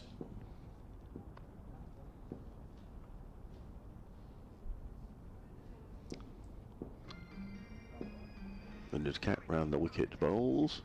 Latest sports news now. We start with cricket. Adrian Harms is watching day 3 of Sussex's game with Glamorgan at home. Yes, and Sussex closing in on victory here. They'll hope that the light holds long enough. Glamorgan 202 for 8. There's still 103 runs behind. It would be Sussex's 7th win of the season and put them even closer to promotion. Down at Taunton, late order resistant from Somerset, who are 153 for 8, but leading Surrey by 149. They finish for the day at Canterbury. Kent 70 without loss, but trailing Hampshire by 126. Thank you. Keep a check on those games, of course, and listen to full commentary via the BBC Sport app and website. Now with the rest of the sport at 5:35 is Matt Davison. Over to you. Can you hear the other sports going in? I can still hear the other sport. Well, let's keep that out. There we go. There it goes. Well done. Right. There we go. Let's have a little describe of Ollie Robinson. It's running in from the Cromwell Road end. It's been a productive spell already for him, and this time the ball's been guided out past the fielder at cover. There's a fielder at deep third who's going to try and chase it down. He's not going to get there. That's a boundary for Dan Douthwaite, and maybe it's not the kind of style that you associate with Dan Douthwaite. It's not sort of like an imposing drive down the ground or anything like that. It's just a glide into the covers to the shorter boundary, and it's gone for 4. 206 for 8. Douthwaite onto 12 with that boundary, and Robinson figures of 2 for 32 for him from his 14.1 overs so far. It's, oh, it's okay. Can you yeah, still we're hear all me? right. I'm all good. Back in. Here's Ollie Robinson in again. Full's been dug out down the ground towards the vacant mid-on region. Fielder from mid-wicket and mid-off sort of both convene over the ball. In the end, they get through for a single. Douthwaite, I think, appropriately thinking that if we're going to go down, let's go down with a few swings. And also, when you're facing a bowler like Ollie Robinson, you don't really want to camp in your crease too much. Over in Belfast, Highlands women have made a very strong start. They're 37 for no loss after 4.3 overs. Gabby Lewis, 25 off 16. They're well above the asking rate. The required rate is 8.22. They're going. Sorry, the current rate is 8.22. The required rate is 6.74. So maybe history being made in Belfast. We'll find out. Here's Ollie Robinson in full, dug out nicely by Dan Douthwaite on the bounce to the fielder at backward points. Finn Hudson-Prentice, and there is no run. The light just starting to fade. I'm just looking at umpire Nigel Long, who's just peering over the back of the Spencarmel Pavilion, because suddenly the wind has really got up, and that's bringing with it some heavier cloud. I think actually, famous last words, but I think behind that cloud there's quite a lot of blue sky. So you just thought the umpires would be quite keen to stay on if they can, but it is getting a little gloomy. Yeah. Especially with the seamers on. Here's Ollie Robinson in. Short, pulled out towards the fine leg region, and it's going to get to the boundary. There was a sliding effort in the deep from Jack Carson, but he couldn't get near it in the end. And that's 4 more runs for Glamorgan, and it's Gorvin who's got that boundary. He's off the mark of his 11th delivery. He's on to 4. Glamorgan 211 for 8 from 66.4 overs. One thing that is very noticeable this season with Sussex, aside from the batting and the bowling, has been Paul Farbrace said openly and publicly last year he didn't think the players were fit enough, and they've worked very hard on their fitness. And I think you see Jack Carson sort of careering around the boundary. I think Paul Farbrace is very demanding in terms of fitness of players, and that has been noticeable this season. It certainly has. Here's Robinson in short, and nearly takes a little faint edge down the leg side. It's just collected by Simpson behind the stumps. Thought he nearly got a little tickle on that Gorvin, but just avoided, and it's another dot ball. I'm just wondering if it does finish today, Atif, whether I might be able to get to my Pilates class tomorrow. What time is your Pilates? Well, there's a morning Pilates class, so if we are playing tomorrow, I can't go, but there is a class in the morning, so I'm just going to look it up and see if there's any space. Which You know, means... I'm not surprised you do Pilates because I saw you sort of jump over the advertising hoarding with great ease. And, yeah, yeah, not. Imagine what it'd be like without Pilates. I'd probably need a step ladder to get over. well, I decided not to do it. Really, on the way back, I decided to walk around the gap. It's a longer walk, but worth it for me. Here's Ollie Robinson, full and bowled him. It was a fast ball Yorker. Gorvin couldn't block it out, and the ball removes the middle stump from the ground. And it's Ollie Robinson who is taking care of this tail, 1 wicket at a time. That's his 3rd wicket now. Glamorgan have lost their 9th, and Sussex within 1 wicket of securing an innings victory here at Hove. It would be their 7th win of the season, and it's been a truly dominant performance. What a delivery from Ollie Robinson. Yes, absolutely, right up on the block hole. He's rather made a mess of Andy Gorvin's stumps. Yeah, and Sussex on the verge of victory. The good news is I had booked the class in advance. You have to cancel sometime beforehand, so we shall see. It'd be nice to go.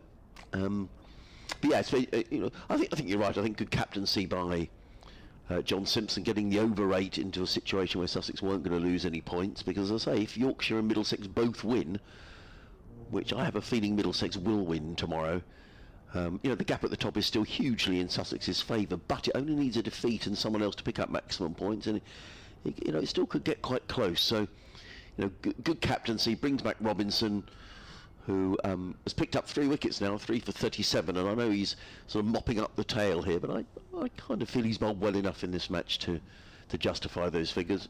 He certainly has. And the last man coming out is Ned Leonard.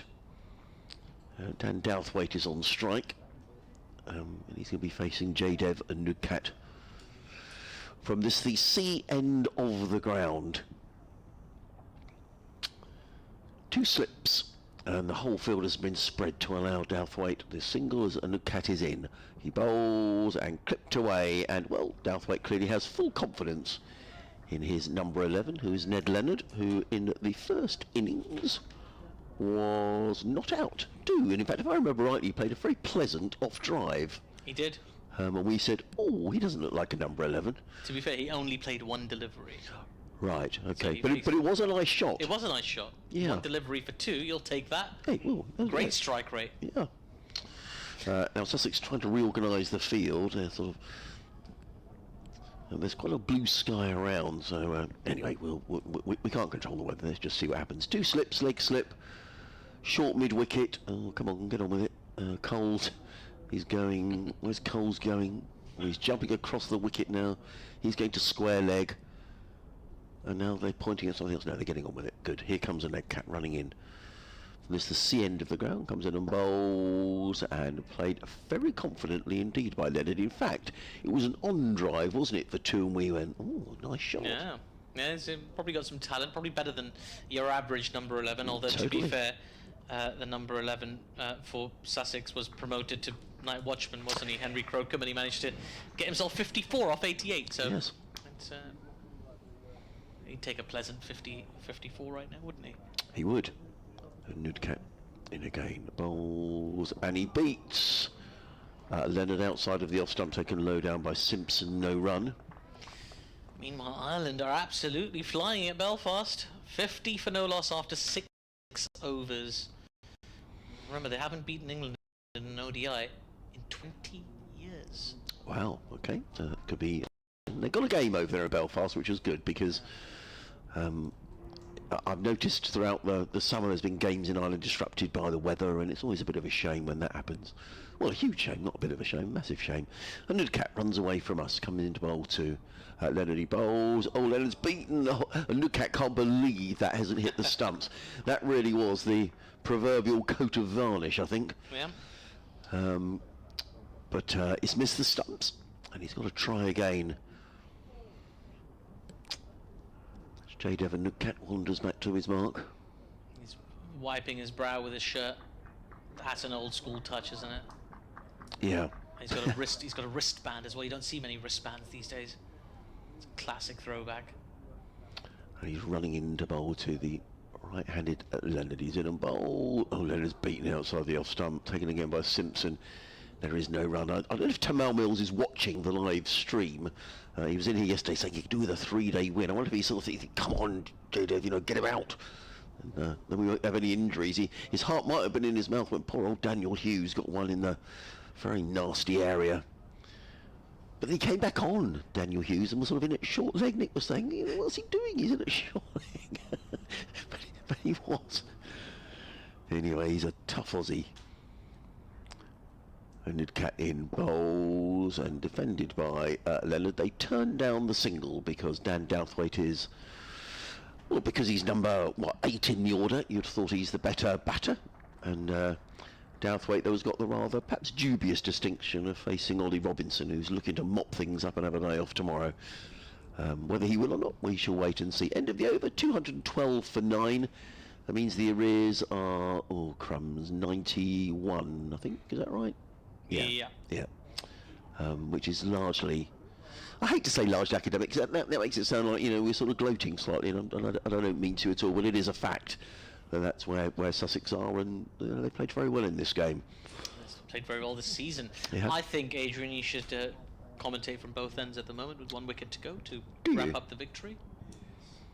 Well, that's very kind of you, Atif. Tom Clark is coming all the way. Sussex has got a backstop. I didn't mean to be kind. It was sort of Nick nudged me to let you do that. So. Well, you've been very kind today because you brought some celebrations. Perhaps Sussex are being... Actually, I shouldn't have mentioned the brand, should I? Well, other chocolate brands are available. Thank you for saving me. The sun is out.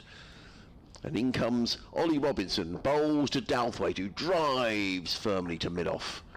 Declines the single. Tom Clark, it is, clapping his hands down below us. Yeah, backstop. That's a weird one, Isn't it? Backstop, long stop. Yeah, it was the sort of thing you used to have when we played junior cricket. If the wicket-keeper wasn't very good, or perhaps you didn't have proper wicket-keeping gloves, which we often didn't, you always had a long stop. The sun is really bright now. It's as bright as it's been all day. Lots of blue sky around, and most of the spectators have stayed because they're anticipating that they might see Sussex win tonight. Now, there's a change in the field. Oh dear, come on, Sussex. There's a Pilates class. There's a Pilates course. Come on. Come on. There is. My guy needs to stay limber. An unexpected Pilates class. I love it, actually. A bonus Pilates Yes. class, yeah. Yeah. In comes Robinson around the wicket. Bowls short, and Douthwaite ducks underneath it. There is no run. I'm pretty hopeless, Atif, to be honest. Most in the class are better than me, and most are older than me as well. I've never done Pilates before. Is it more intense than yoga? Yeah, I've never done yoga. I mean, what I like about it is you can. You have a mat that you get off the rack, and you can sit and want to do. No one's judging you. No one's saying, "Oh, look, he can't do that." And well, they might be. They might be thinking, "Crumbs, he's Not hopeless." out loud. Yeah, he's hopeless. I walk in and there's that bloke who's really useless. In comes Robinson, bowls, and I think sort of prods at that outside the off stump, plays it to mid-off, and again declines the single.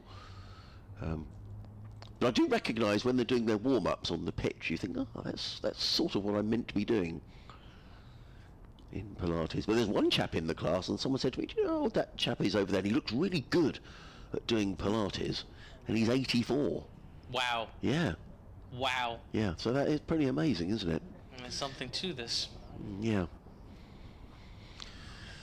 But he's better than me, which is embarrassing. In comes Robinson, bowls to Douthwaite, who drives back down the ground. Robinson fields off his own bowling, and there is no run. Now the field is coming in because Sussex have recognised, if they hadn't before, that Douthwaite is the better player. Those clouds drifting in now, Atif, they are cirrus clouds. Yeah. They are definite cirrus. They're carrying some moisture for sure. They are, yeah, and they're coming this way, unfortunately. No nimbuses. No. Robinson waits. There's just one slip in place. John Simpson is reorganising the field still. Because they're trying to... Well, I don't know, I think they are allowing Douthwaite the single here, which is a little bit odd. There are 3 men on the offside, mid-off, cover and deep backward point, who are all letting Douthwaite have a single. In comes Robinson, down the hill, bowls. Douthwaite turns this to mid-on and takes the single off the fifth ball of the over. That's a little odd. I expected everybody to be close in on the one. I mean, there must have been method in the madness there somewhere. So, and John Simpson has skippered very well, so I'm not going to criticise in any way, particularly since his dad might be listening. and he might ring him up and say that commentator was saying, you know, what on earth were you doing with Sussex on the verge of victory? So I'm sure there was a plan. You can blame me if you like. Yeah. I just say it was Tifu who was commentating, not me. Send nasty emails to @BBCTMS. John was saying actually yesterday in his interview, he was talking about facing Ben Kellaway in left arm and right arm, about how his dad had faced someone in cricket bowling left arm and right arm as well, which was interesting. That interview is available online on the BBC Sussex Sport Twitter feed as in comes Robinson. Round the wicket, bowls, good delivery, right up in the block hole. This is amazing. Leonard drives the ball down the ground and everybody just walks round for the end of the over. John Simpson's going racing down the ground to pick up the ball. What an extraordinary bit of cricket. Anyway, nobody ran, everybody just stood where they were, and Simpson ran all the way to the other end of the ground. I think he's probably saying to Jade Evanugcat, jump off a bit sharpish and see if you can get this final wicket. End of the over, 213 for 9. Strange game cricket, isn't it? I mean, if you had to explain to somebody that you're coming back for a day tomorrow for 1 wicket, they'd say, really? Yeah, it is a strange game, but that's why we love it. It is why we love it. One of those strange things. Mind you, 10 overs to go. I think the smart money's on the wicket falling today. Well, it is, provided the light or the rain doesn't come. That's the only thing. I think you're right. If we get the 10 overs, I think Sussex would fancy their chances.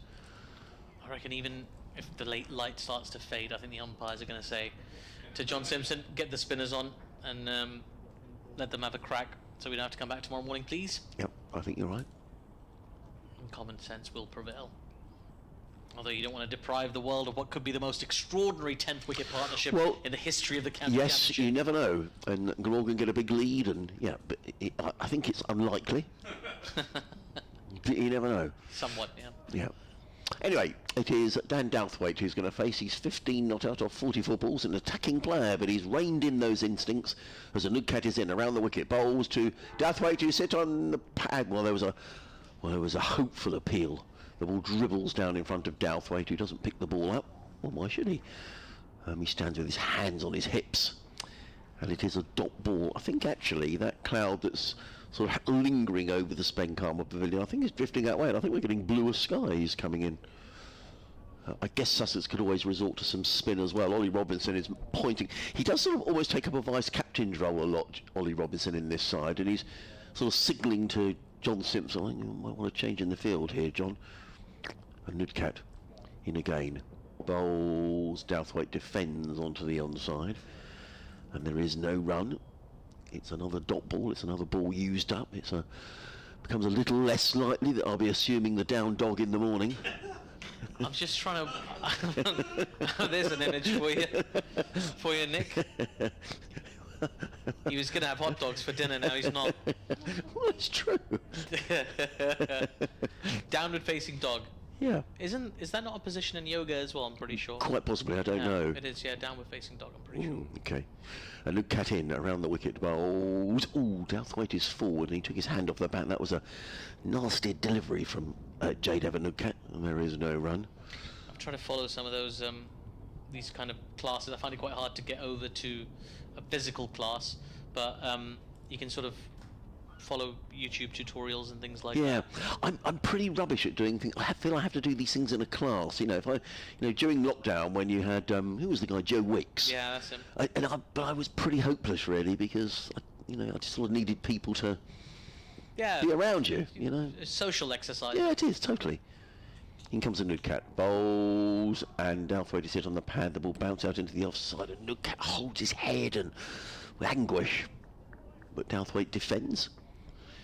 There is no run. Now the field is coming in, and with 2 balls remaining, I think, not for me to say is, but I can get the field in and prevent the single. I'll give you one more Ireland update. They need 86 now from 81 balls to win this game. Right. It looks pretty good, and they've still got 9 wickets in hand, including Gabby Lewis, who's on 38 of 28. So England under pressure in Belfast. In comes a Nugcat. 2 slips. runs away from us, comes into bowl to Dan Douthwaite. He's in and bowls, and Douthwaite's going to get runs. I think they might let that run all the way to the boundary for 4. You're probably not really meant to do that, I would imagine. No, you're not, and it's just a single. Are you not allowed to do that? No, you're not. No, no. But you could just let the ball roll over the rope, I guess, couldn't you? You could do that. But it wouldn't perhaps be quite in the spirit of the game. No, but you couldn't let a ball that drops into the covers. You couldn't punt it over the boundary.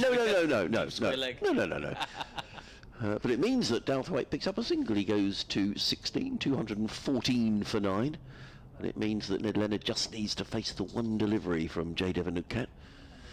And after this, we will have 9 overs remaining in the day, light permitting.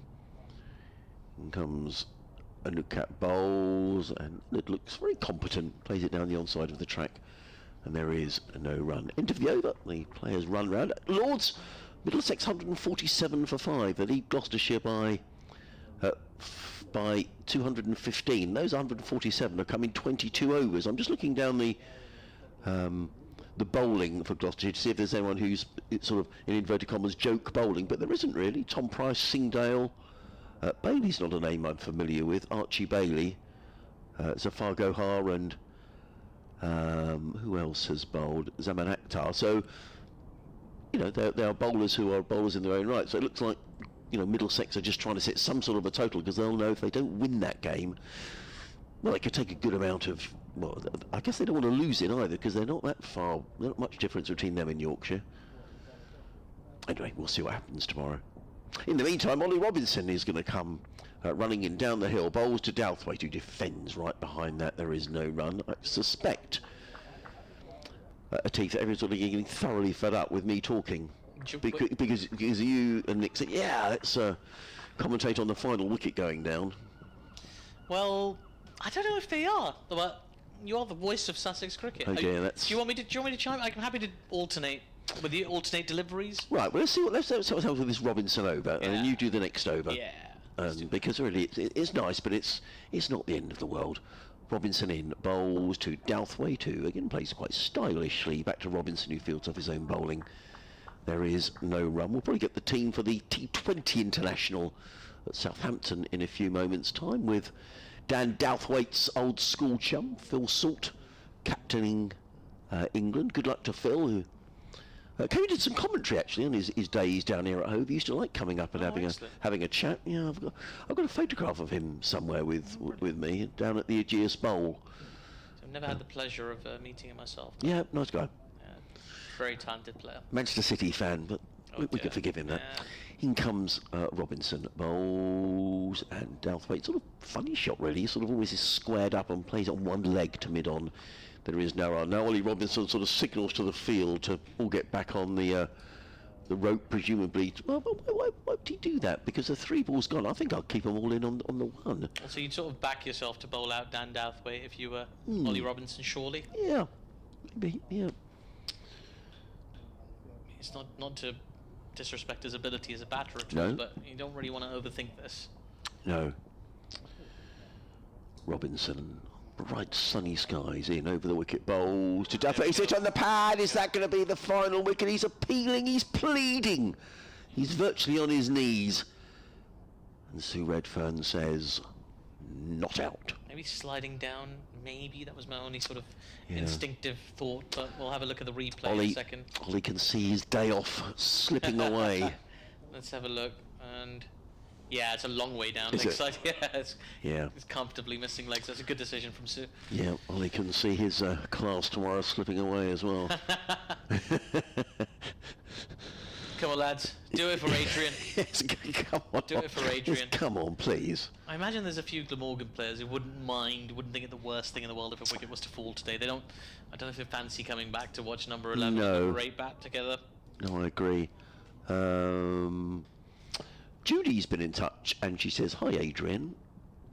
Just break off for a minute because in comes Robinson down the hill and bowls. Ooh, and Douthwaite nearly plays on. Robinson's got his hands on his head.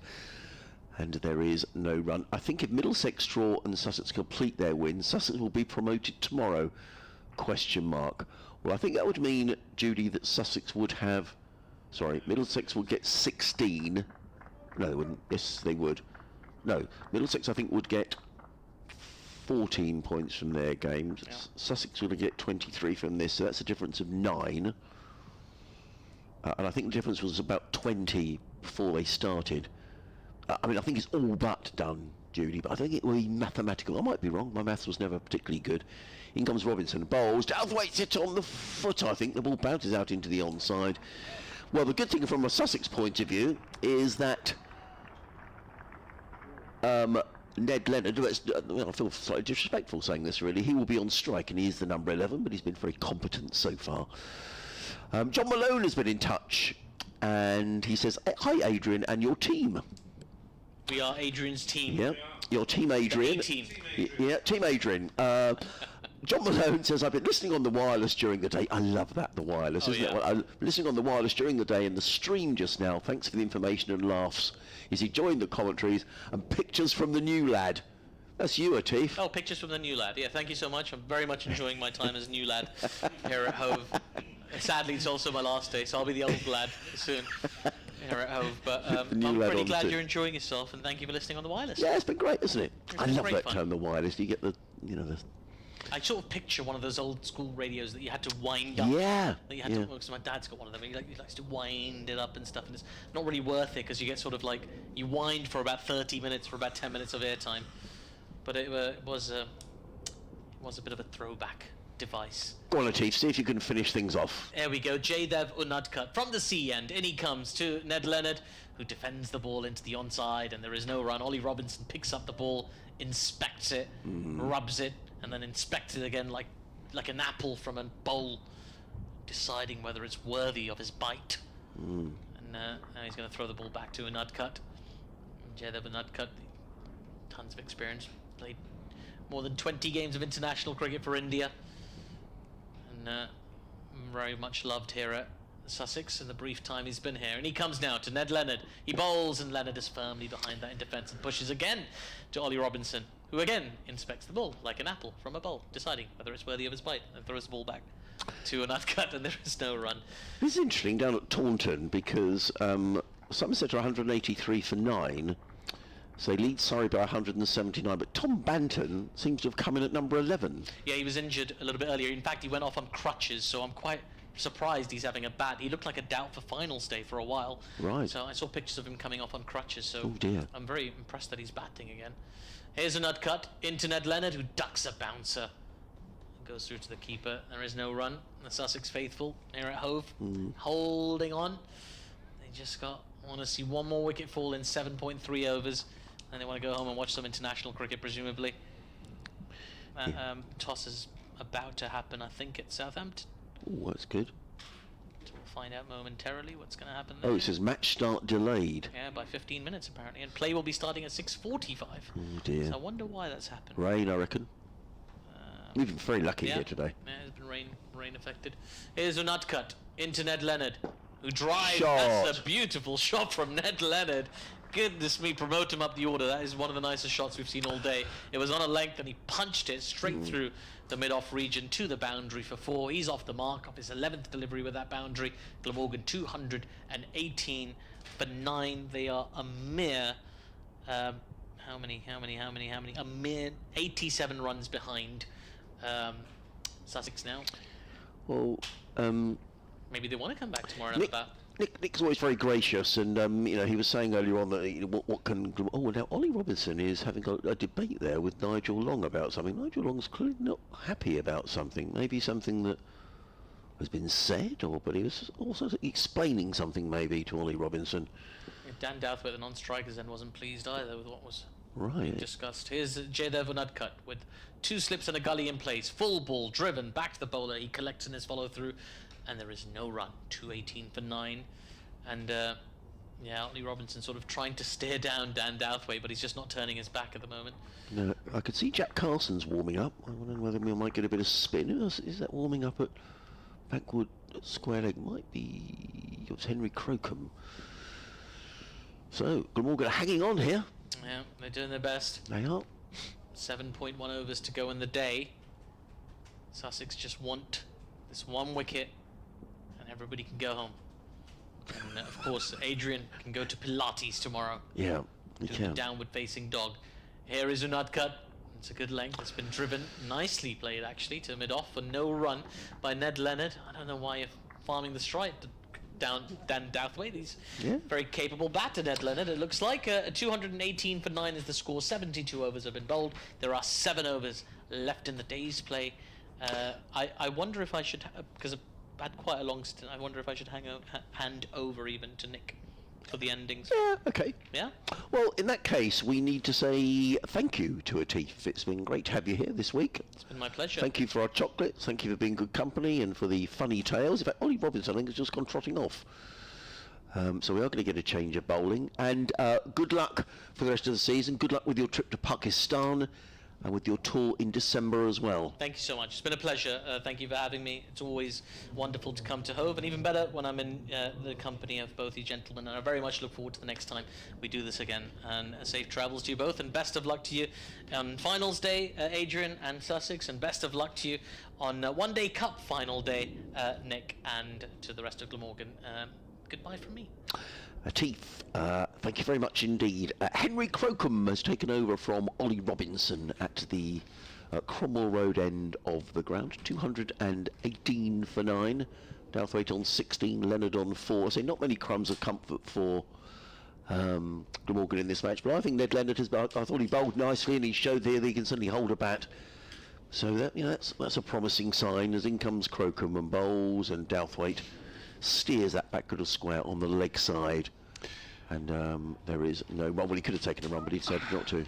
I'm not sure whether Ned Leonard has run over a few black cats recently, but he really hasn't had much luck in the last couple of games bowling for Glamorgan. Wicketless in this one, and well, beat the bat, found the edge, had a catch, dropped early on. He's done everything but. Oh, I agree, and I think he's played very well, Nick. Crocombe down the hill. Bowls. Oh, and he bowls him! And there we are. The resistance is over.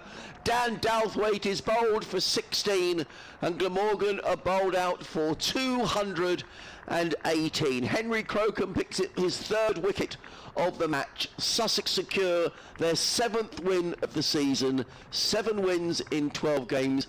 It's a comprehensive innings victory for Sussex as they edge ever closer back to promotion to Division 1 after this 9-year absence. Well, it's been as comprehensive as you like, the cleaning up of the lower order, the 3rd time that the stumps have been demolished, twice by Robinson, and then his replacement Crocombe ripping out the middle stump of Dan Douthwaite. Good resistance from him, but he's gone for 16. Ned Leonard is left not out 4, 218 all out. The margin of victory for Sussex is an innings and 87 runs. And it has been a below par performance from Glamorgan, who didn't get enough in the first innings to get into this match. 1 half century from Carlson was not enough to build anything on, really. They were outplayed really by Sussex over the course of these 3 days. Some pleasant enough watching from Ingram and Carlson early on, but no one really has played an innings of substance apart from them, and no wonder the Hove crowd are applauding their troops off, because they've got the early victory, they've got the extra time before the T20 finals day, and surely now they will be heading to the First Division next season. As for Glamorgan, 1-1, lost 3 in the Championship at the moment, 2 to play at home, but it has not been a convincing return to the 4-day form after the successes of the One-Day Cup. Not sure if mine's wandering elsewhere. Shouldn't be the case. Match to remember for Ben Callaway, with useful little knock today and his 5-wicket haul as well. But apart from that, I'm afraid there's some serious questions to be asked of Glamorgan resting one of their leading players in Tim van der Hoogten, and they have missed him and they've been outplayed. Sussex good value for their win. Look forward to speaking to you next week from Sapphire Gardens, Glamorgan against Yorkshire. Well, thanks very much indeed, Nick, and the next cricket you will hear on BBC Radio Sussex will be on Saturday, when Sussex will be at Edgbaston for finals day, and then next week down in Bristol for the game against Gloucestershire in the county championship. So well done, Sussex. Commiserations to Glamorgan. A huge thank you to Nick Webb from BBC Wales. It's been an enormous amount of fun over the last 3 days. Thank you as well to Atif Nawaz, who's been great company as well. And thank you to you, the listeners, for all your texts and tweets, which have kept us thoroughly entertained over the last 3 days. So in the sunshine here at Hove, another good win for Sussex. It's 2 innings victories on the spin here at Hove, as it looks like promotion is almost, in inverted commas, on the cards back to Division 1. From myself, Adrian Harms, thank you for listening, and a very good night.